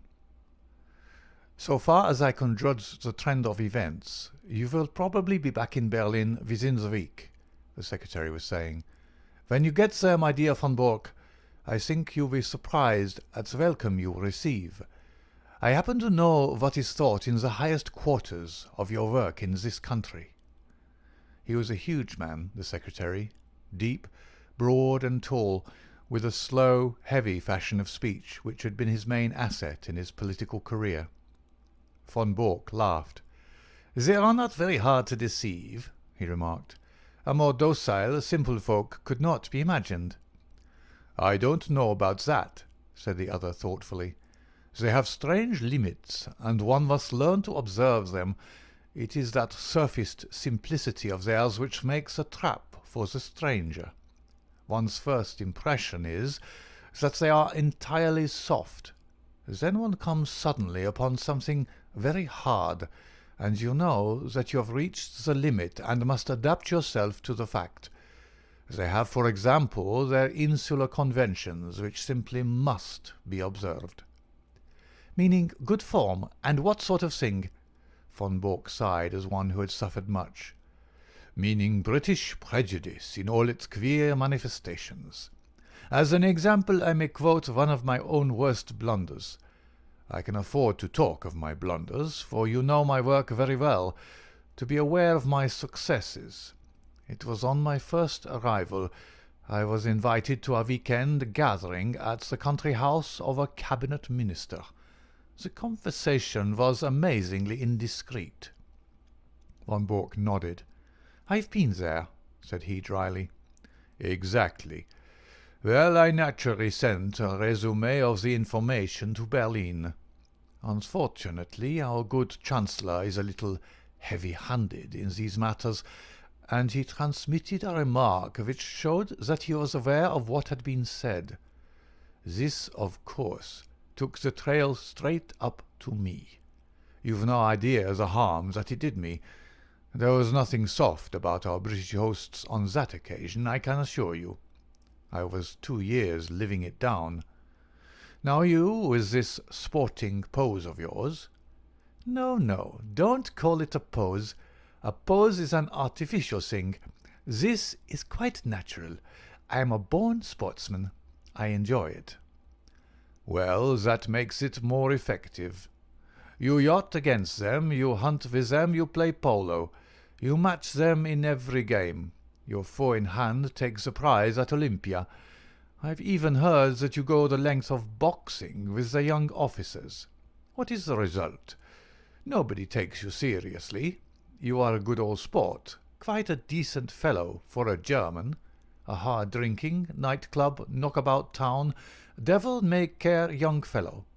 And all the time this quiet country house of yours is the centre of half the mischief in England, and the sporting squire the most astute secret service man in Europe.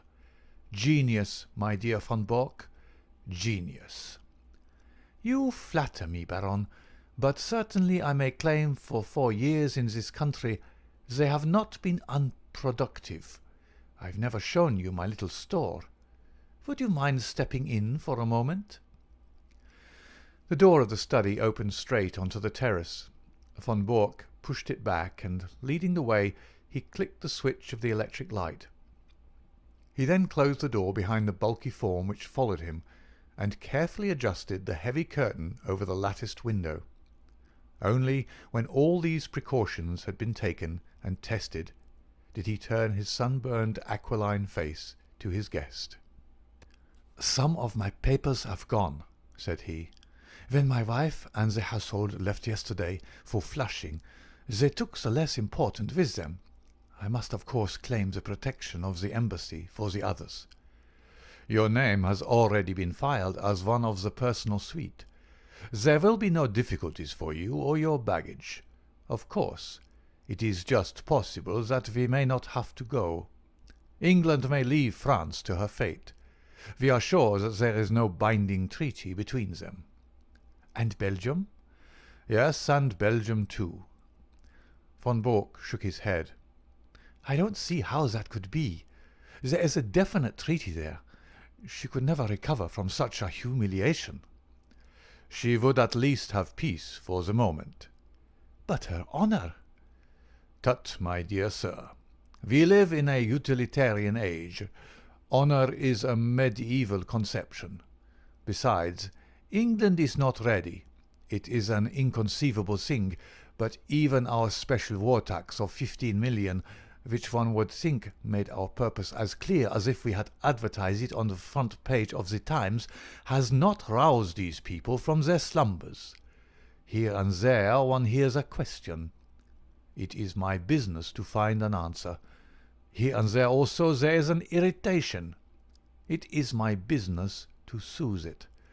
But I can assure you that so far as the essentials go, the storage of munitions, the preparation for submarine attack, the arrangements for making high explosives, nothing is prepared.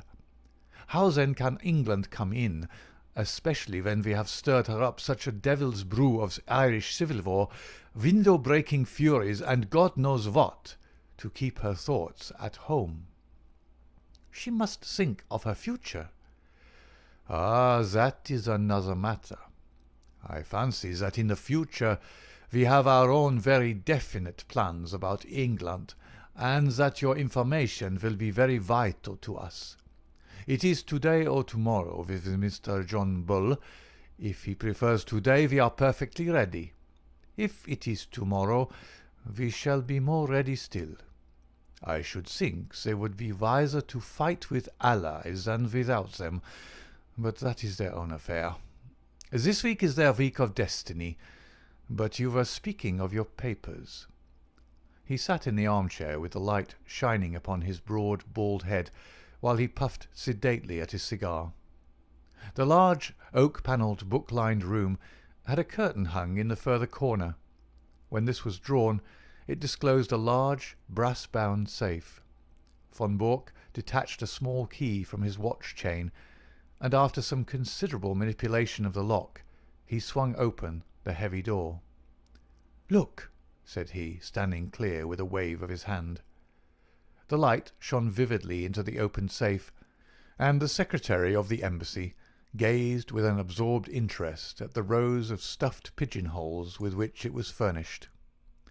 Each pigeon-hole had its label, and his eyes, as he glanced along them, read a long series of such titles as Fords, Harbour Defences, Aeroplanes, Ireland, Egypt, Portsmouth Forts, the Channel, Rosyth, and a score of others. Each compartment was bristling with papers and plans. "Colossal," said the secretary, putting down his cigar. He softly clapped his fat hands. "And in all 4 years, Baron. Not such a bad show for the hard-drinking, hard-riding country squire. But the gem of my collection is coming, and there is the setting all ready for it." He pointed to a space over which Naval Signals was printed. "But you have a good dossier there already." "Out of date and waste paper. The Admiralty in some way got the alarm, and every code has been changed. It was a blow, Baron, the worst setback in my whole campaign. But thanks to my cheque-book and the good Altamont, all will be well tonight." The Baron looked at his watch and gave a guttural exclamation of disappointment. "Well, I can really wait no longer. You can imagine that things are moving at present in Carlton Terrace, and that we have all to be at our posts. I had hoped to be able to bring news of your great coup. Did Altamont name no hour?" Von Bork pushed over a telegram. "Will come without fail tonight, and bring new sparking plugs. Altamont."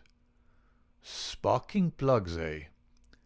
"You see, he poses as a motor expert, and I keep a full garage. In our code everything likely to come up is named after some spare part. If he talks of a radiator, it is a battleship, of an oil pump a cruiser, and so on. Sparking plugs are naval signals." "From Portsmouth at midday," said the secretary, examining the superscription. "By the way, what do you give him?" £500 for this particular job. Of course, he has a salary as well." "The greedy rogue. They are useful, these traitors, but I grudge them their blood money." "I grudge Altamont nothing. He is a wonderful worker. If I pay him well, at least he delivers the goods, to use his own phrase. Besides, he is not a traitor. I assure you that our most pan-Germanic Junker is a sucking dove in his feelings towards England as compared with a real bitter Irish-American." "Oh, an Irish-American." "If you heard him talk, you would not doubt it. Sometimes, I assure you, I can hardly understand him. He seems to have declared war on the King's English as well as on the English King. Must you really go? He may be here any moment." "No, I am sorry, but I have already overstayed my time. We shall expect you early tomorrow, and when you get that signal book through the little door on the Duke of York's steps, you can put a triumphant fine to your record in England." "What? Tokay?" He indicated a heavily sealed dust-covered bottle which stood with 2 high glasses upon a salver. "May I offer you a glass before your journey?" "No, thanks, but it looks like revelry." "Altamont has a nice taste in wines, and he took a fancy to my Tokay. He is a touchy fellow and needs humouring in small things. I have to study him, I assure you." They had strolled out onto the terrace again, and along it to the further end, where, at a touch from the Baron's chauffeur, the great car shivered and chuckled. "Those are the lights of Harwich, I suppose?" said the secretary, pulling on his dust-coat. "How still and peaceful it all seems. There may be other lights within the week, and the English coast a less tranquil place. The heavens, too, may not be quite so peaceful, if all that the good Zeppelin promises us comes true. By the way, who is that?" Only one window showed a light behind them. In it there stood a lamp, and beside it, seated at a table, was a dear old ruddy-faced woman in a country cap. She was bending over her knitting and stopping occasionally to stroke a large black cat upon a stool beside her. "That is Martha, the only servant I have left." The secretary chuckled. "She might almost personify Britannia," said he, "with her complete self-absorption and general air of comfortable somnolence.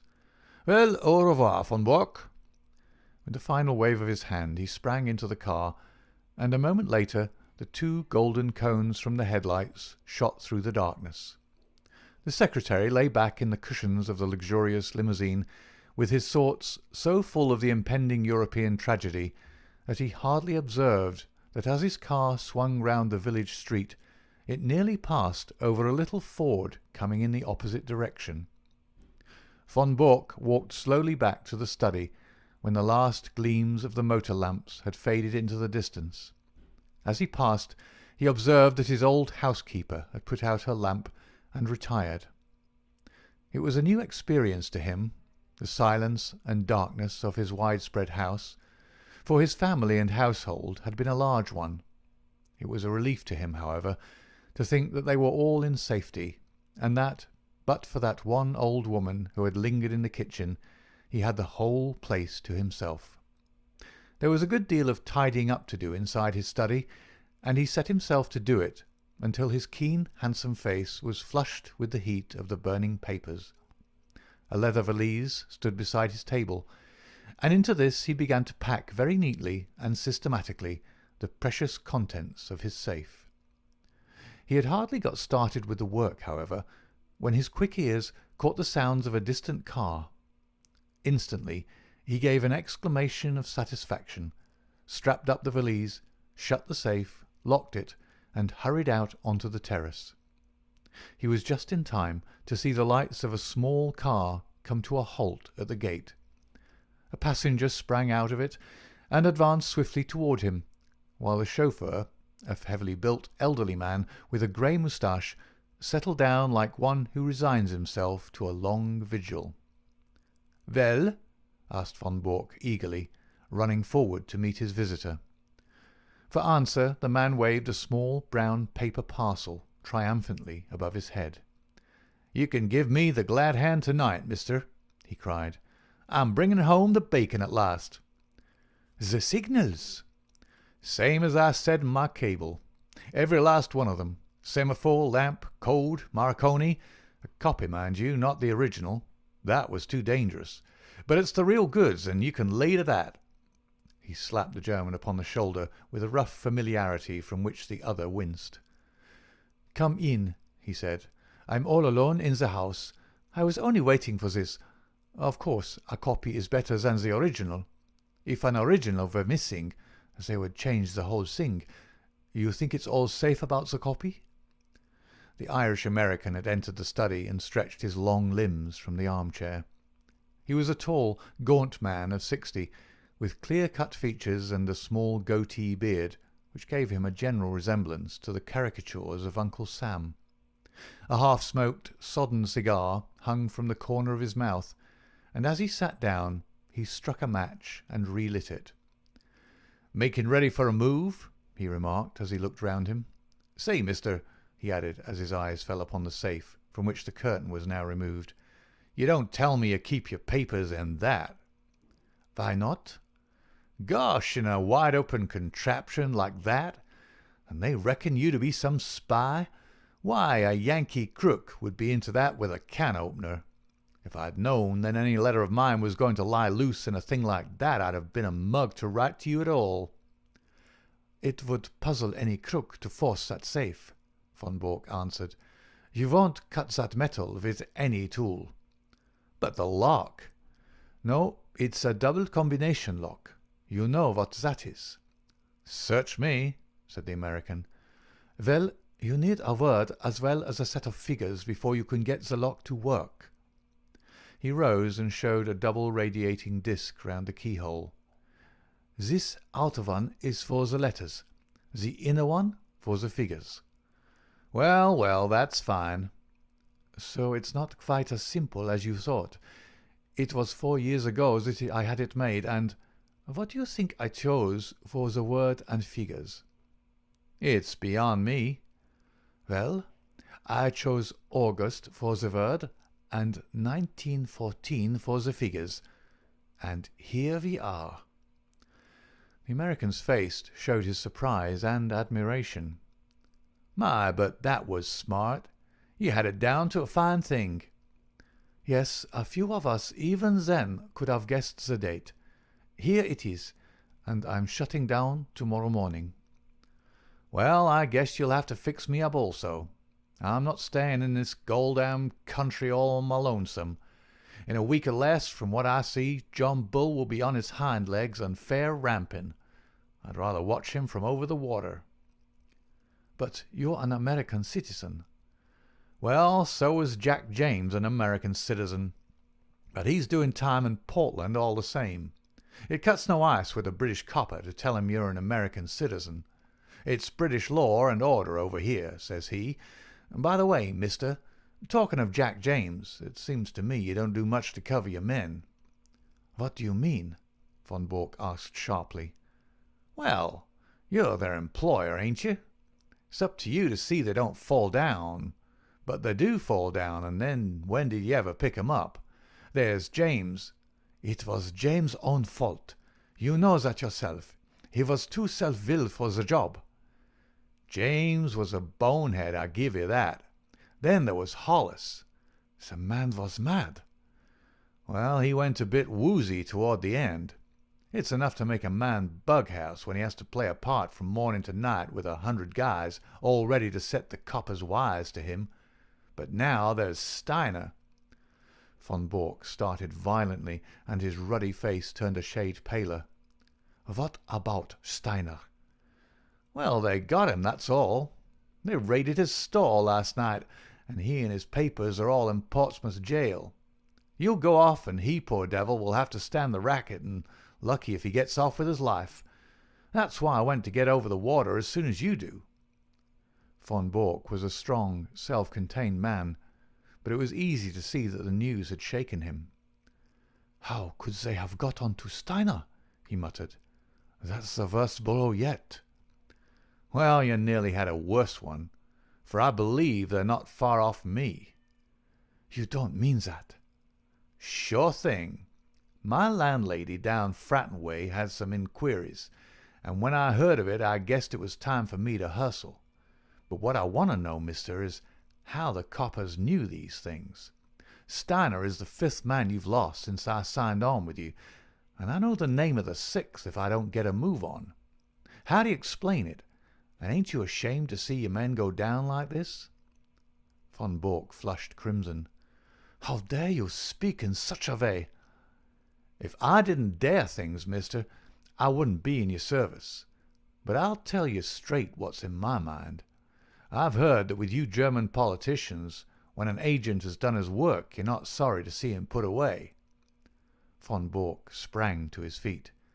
"Do you dare to suggest that I have given away my own agents?" "I don't stand for that, mister. But there's a stool pigeon or a cross somewhere, and it's up to you to find out where it is. Anyhow, I'm taking no more chances. It's me for Little Holland, and the sooner the better." Von Bork had mastered his anger. "We have been allies too long to quarrel. Now at the very hour of victory," he said. "You've done splendid work, and taken risks, and I can't forget it. By all means go to Holland, and you can get a boat from Rotterdam to New York. No other line will be safe for a week from now. I'll take that book and pack it with the rest." The American held a small parcel in his hand, but made no motion to give it up. "What about the dough?" he asked. "The what?" "The boodle, the reward, the £500. The gunner turned damn nasty at the last, and I had to square him with an extra $100, or it would have been Nitsky for you and me. 'Nothing doing,' says he, and he meant it, but the last 100 did it. It's cost me £200 from first to last, so it isn't likely I give it up without getting my wad." Von Bork smiled with some bitterness. "You don't seem to have a very high opinion of my honor," said he. "You want the money before you give up the book." "Well, mister, it is a business proposition." "All right, have your way." He sat down at the table and scribbled a cheque, which he tore from the book, but he refrained from handing it to his companion. "After all, since we are to be on such terms, Mr. Altamont," said he, "I don't see why I should trust you any more than you trust me. Do you understand?" he added, looking back over his shoulder at the American. "There's the cheque upon the table. I claim the right to examine that parcel before you pick the money up." The American passed it over without a word. Von Bork undid a winding of string and 2 wrappers of paper. Then he sat gazing for a moment in silent amazement at a small blue book which lay before him. Across the cover was printed in golden letters, "Practical Handbook of Bee Culture." Only for one instant did the master spy glare at this strangely irrelevant inscription. The next he was gripped at the back of his neck by a grasp of iron, and a chloroformed sponge was held in front of his writhing face. "Another glass, Watson?" said Mr. Sherlock Holmes, as he extended the bottle of Imperial Tokay.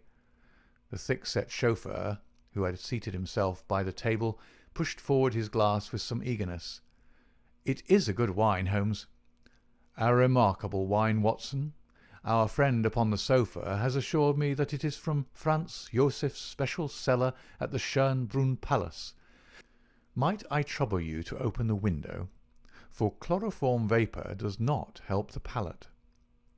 The safe was ajar, and Holmes, standing in front of it, was removing dossier after dossier, swiftly examining each, and then packing it neatly in von Bork's valise.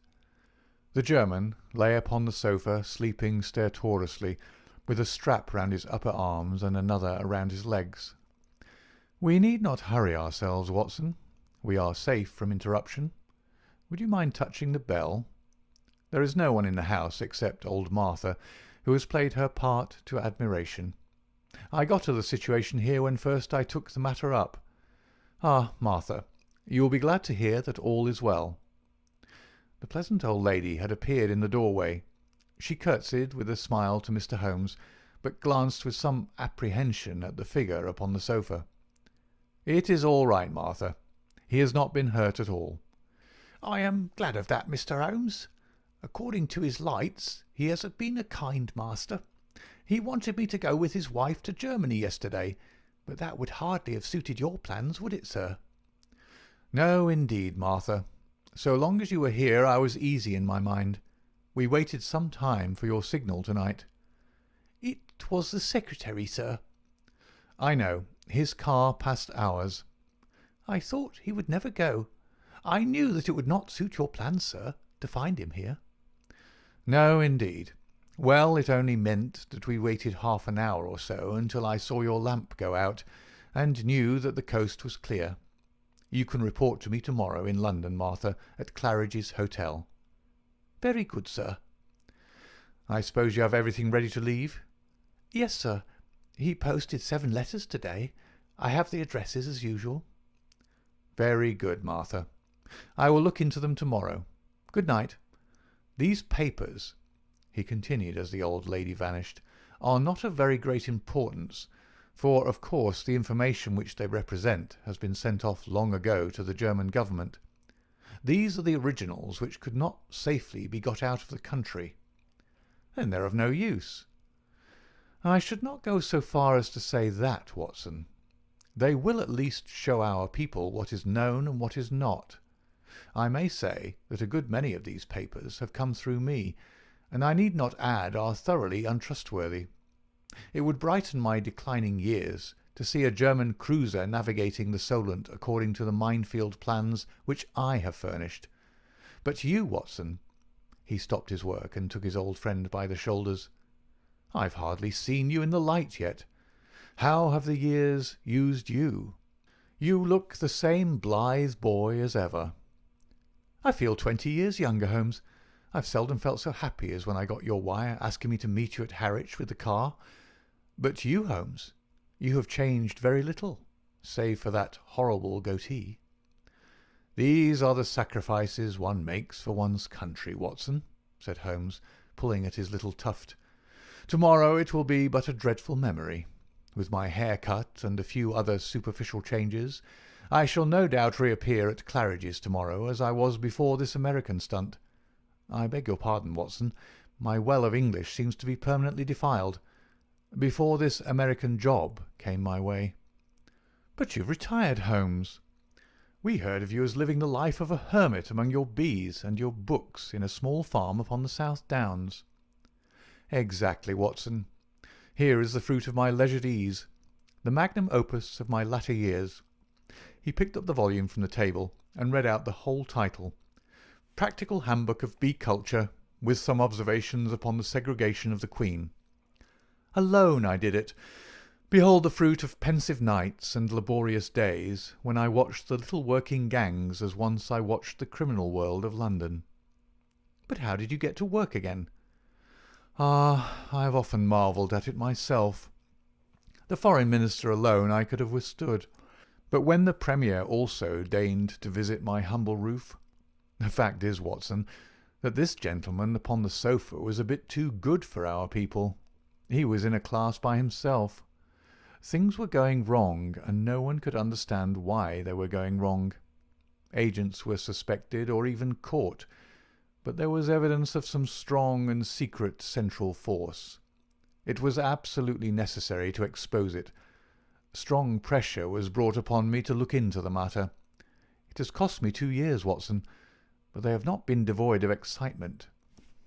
When I say that I started my pilgrimage at Chicago, graduated in an Irish secret society at Buffalo, gave serious trouble to the constabulary at Skibbereen, and so eventually caught the eye of a subordinate agent of von Bork, who recommended me as a likely man, you will realize that the matter was complex.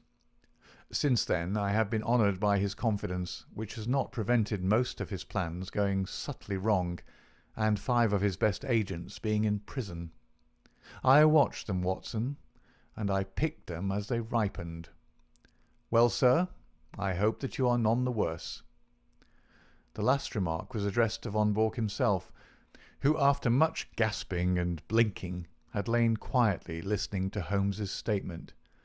He broke out now into a furious stream of German invective, his face convulsed with passion. Holmes continued his swift investigation of documents, while his prisoner cursed and swore.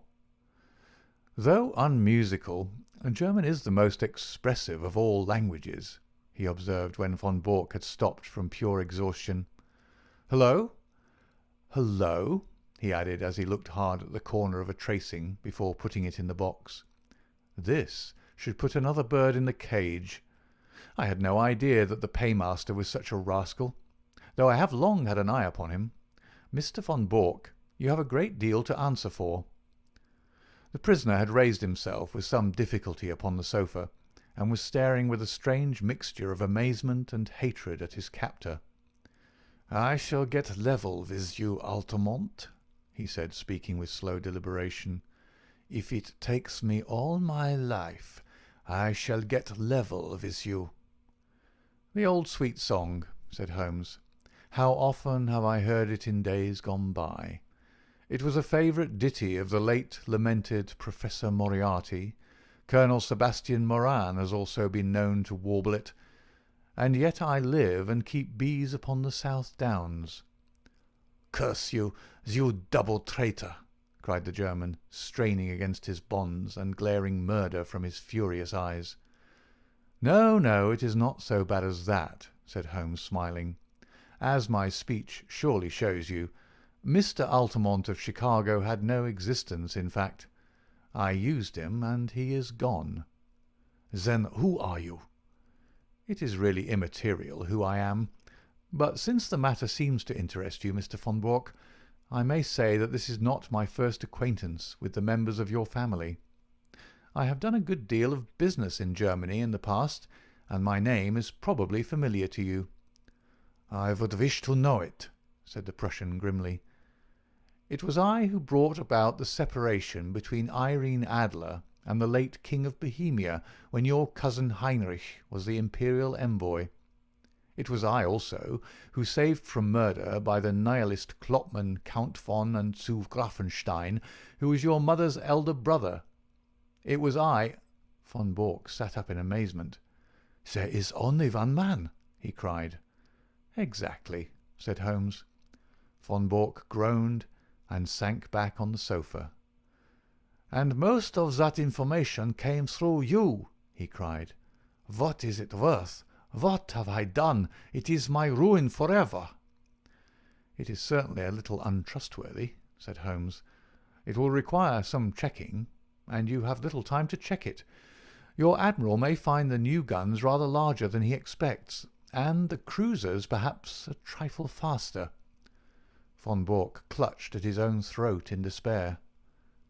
"There are a good many other points of detail which will, no doubt, come to light in good time. But you have one quality which is very rare in a German, Mr. von Bork. You are a sportsman, and you will bear me no ill will when you realize that you, who have outwitted so many other people, have at last been outwitted yourself. After all, you have done your best for your country, and I have done my best for mine, and what could be more natural? Besides," he added not unkindly, as he laid his hand upon the shoulder of the prostrate man, "it is better than to fall before some ignoble foe. These papers are now ready, Watson. If you will help me with our prisoner, I think that we may get started for London at once." It was no easy task to move von Bork, for he was a strong and a desperate man.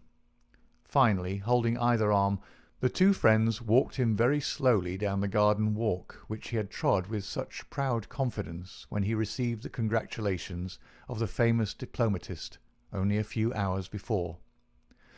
After a short final struggle he was hoisted, still bound hand and foot, into the spare seat of the little car. His precious valise was wedged in beside him.